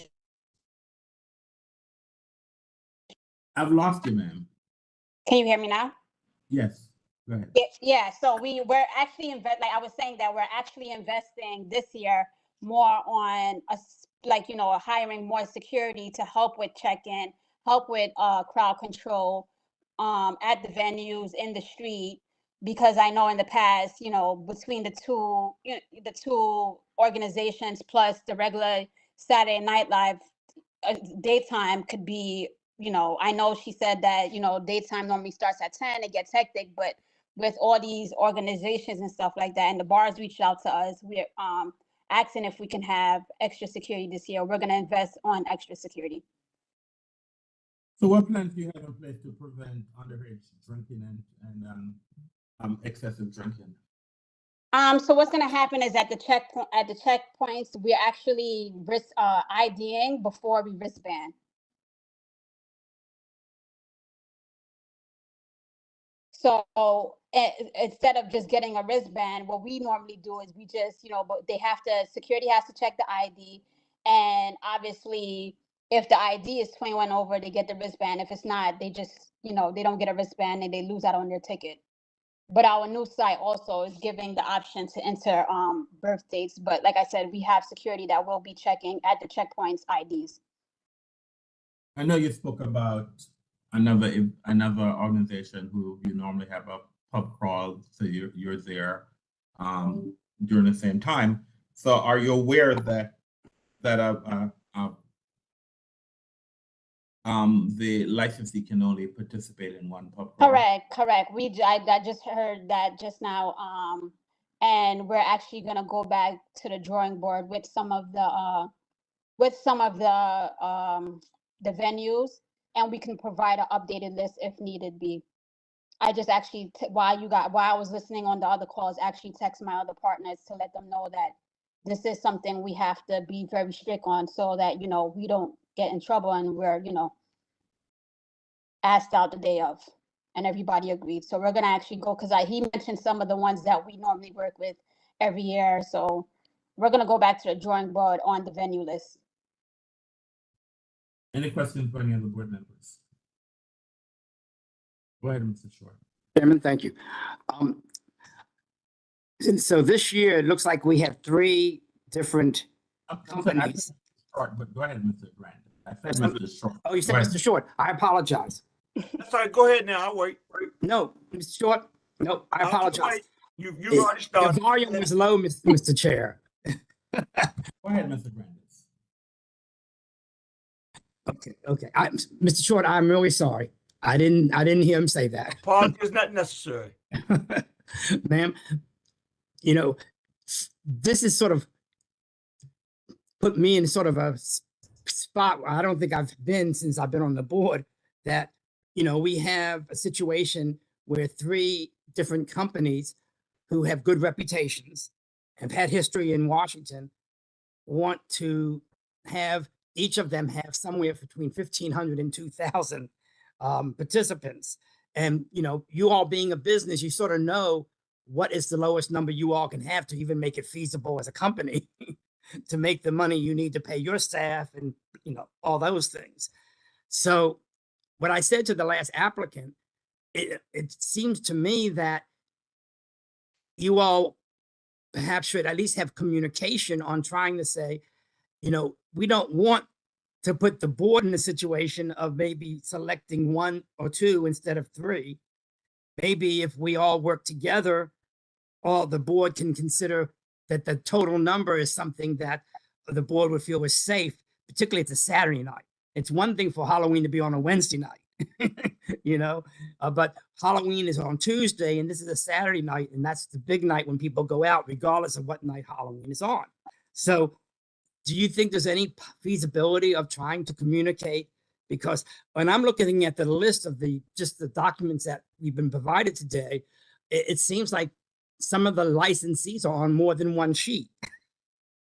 So, like I said, I think we want this to be a successful evening for all 3 companies. If all 3 companies can come up with a number and not be overlapping and having our investigative staff finding out that, no, wait a minute, I'm going out that night, and these two of the companies have the same venue, which, as our regs say, it cannot be.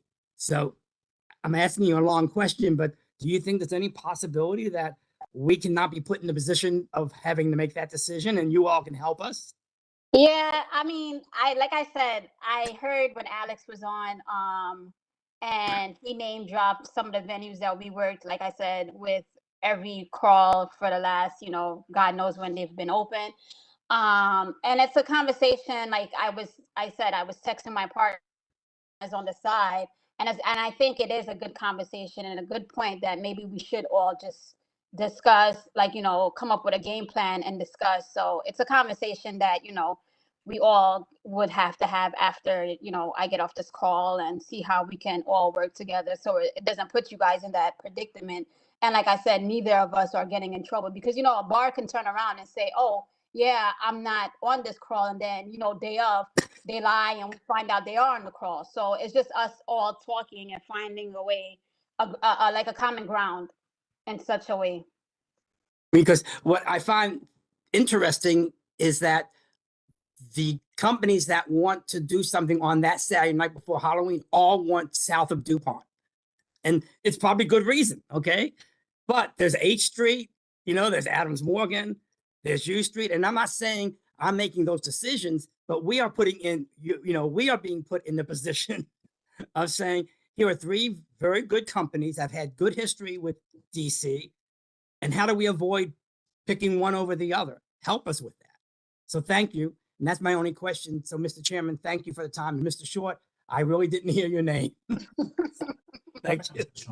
You're shorter than I am anyway, so I think. Anyway, thank you, Mr. Grandis. My only question for you, young lady, is: are you familiar with the pub crawl regulations? Yep, I've been doing it for 10. I'm actually the one that's been doing it for 12 years now. I'm always on the applications and I've been applying. So yes. So you know what year we got these regulations, right? What year did the regulations come into? That I don't know off the top of my head. 1 second. Okay, well, I won't. I'll leave that alone. But the bottom line is, you do know the regulations. Correct. And you know what your responsibilities are to the city. Regards to like how he. Correct. So if you found out someone was selling tickets who was unauthorized to, what would you do? I would 100% reach out to you guys and MPD we are actually, unfortunately, victim of that numerous times because we actually do have a team that sits down and, like, you know, literally search up, you know, they go on Eventbrite and they search up to see that there's nobody selling tickets or fake tickets, because we did fall victim of people in the past coming to our registration thinking they bought tickets to our crawl, and that wasn't the case. So we've been very on point with that. But like I said, and I've actually have reporting it in the past, probably like right 2 years before COVID is when we got for St. Pat's that actually happened to us. So we would definitely report it, and we do have a team that does do that, where they literally sit down and search whatever, because we definitely don't want to get in trouble. We've been in hot water in the past. Okay, well, thank you very much. That's all I have, Mr. Chair. Thank you, Mr. Short. Any final comments on the amendment before I bring this portion of the hearing to an end?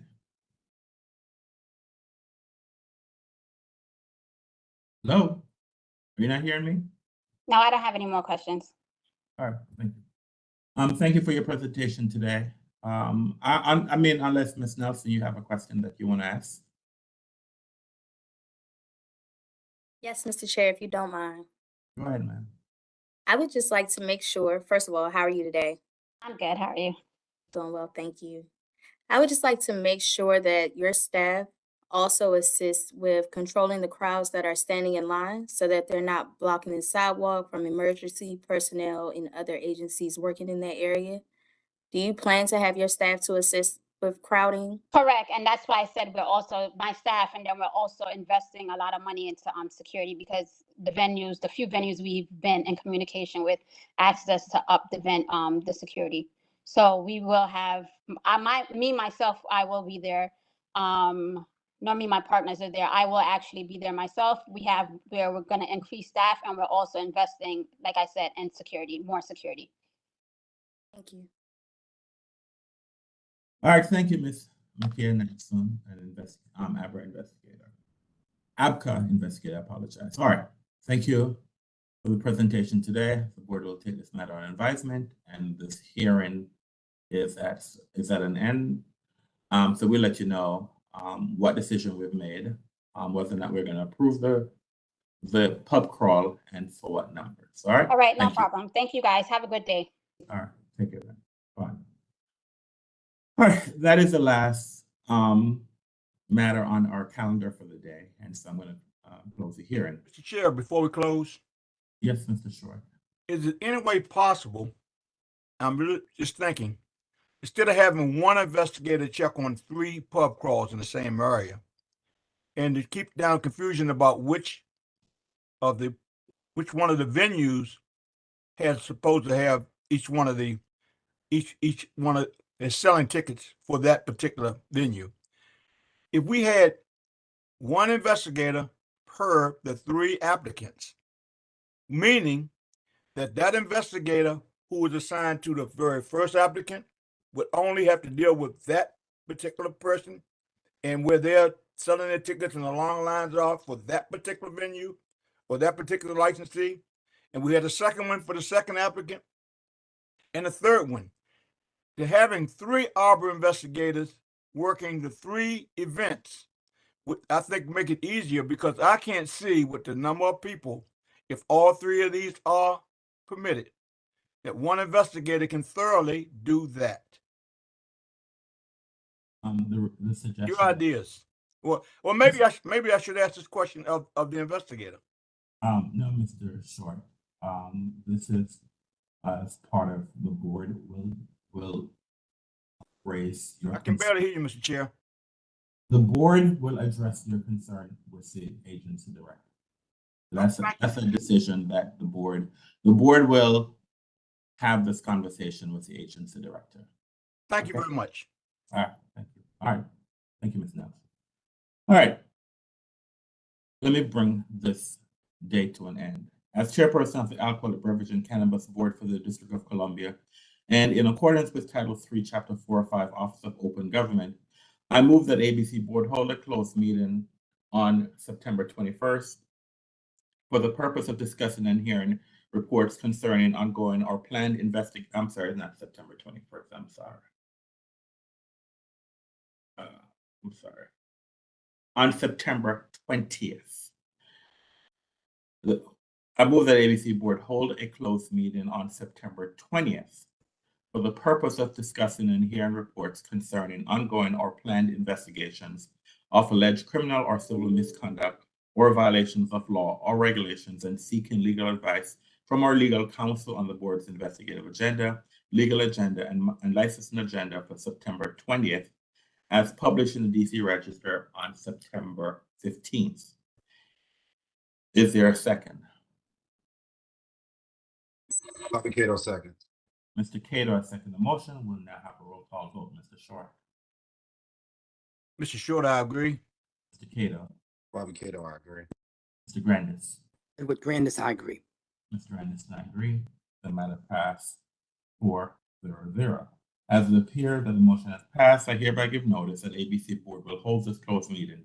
Pursuant to the Open Meetings Act, notice will also be posted on the ABC Board hearing room bulletin board, placed on the electronic calendar and ABCA's website, and published in the DC Register in as timely a manner as practical. We are now adjourned for the day. I want to thank the public who participated in our hearings today. Thank the board members who actively participated in our hearing today. And now I ask all board members to return to executive session for further action. Thank you very much. Have a great day.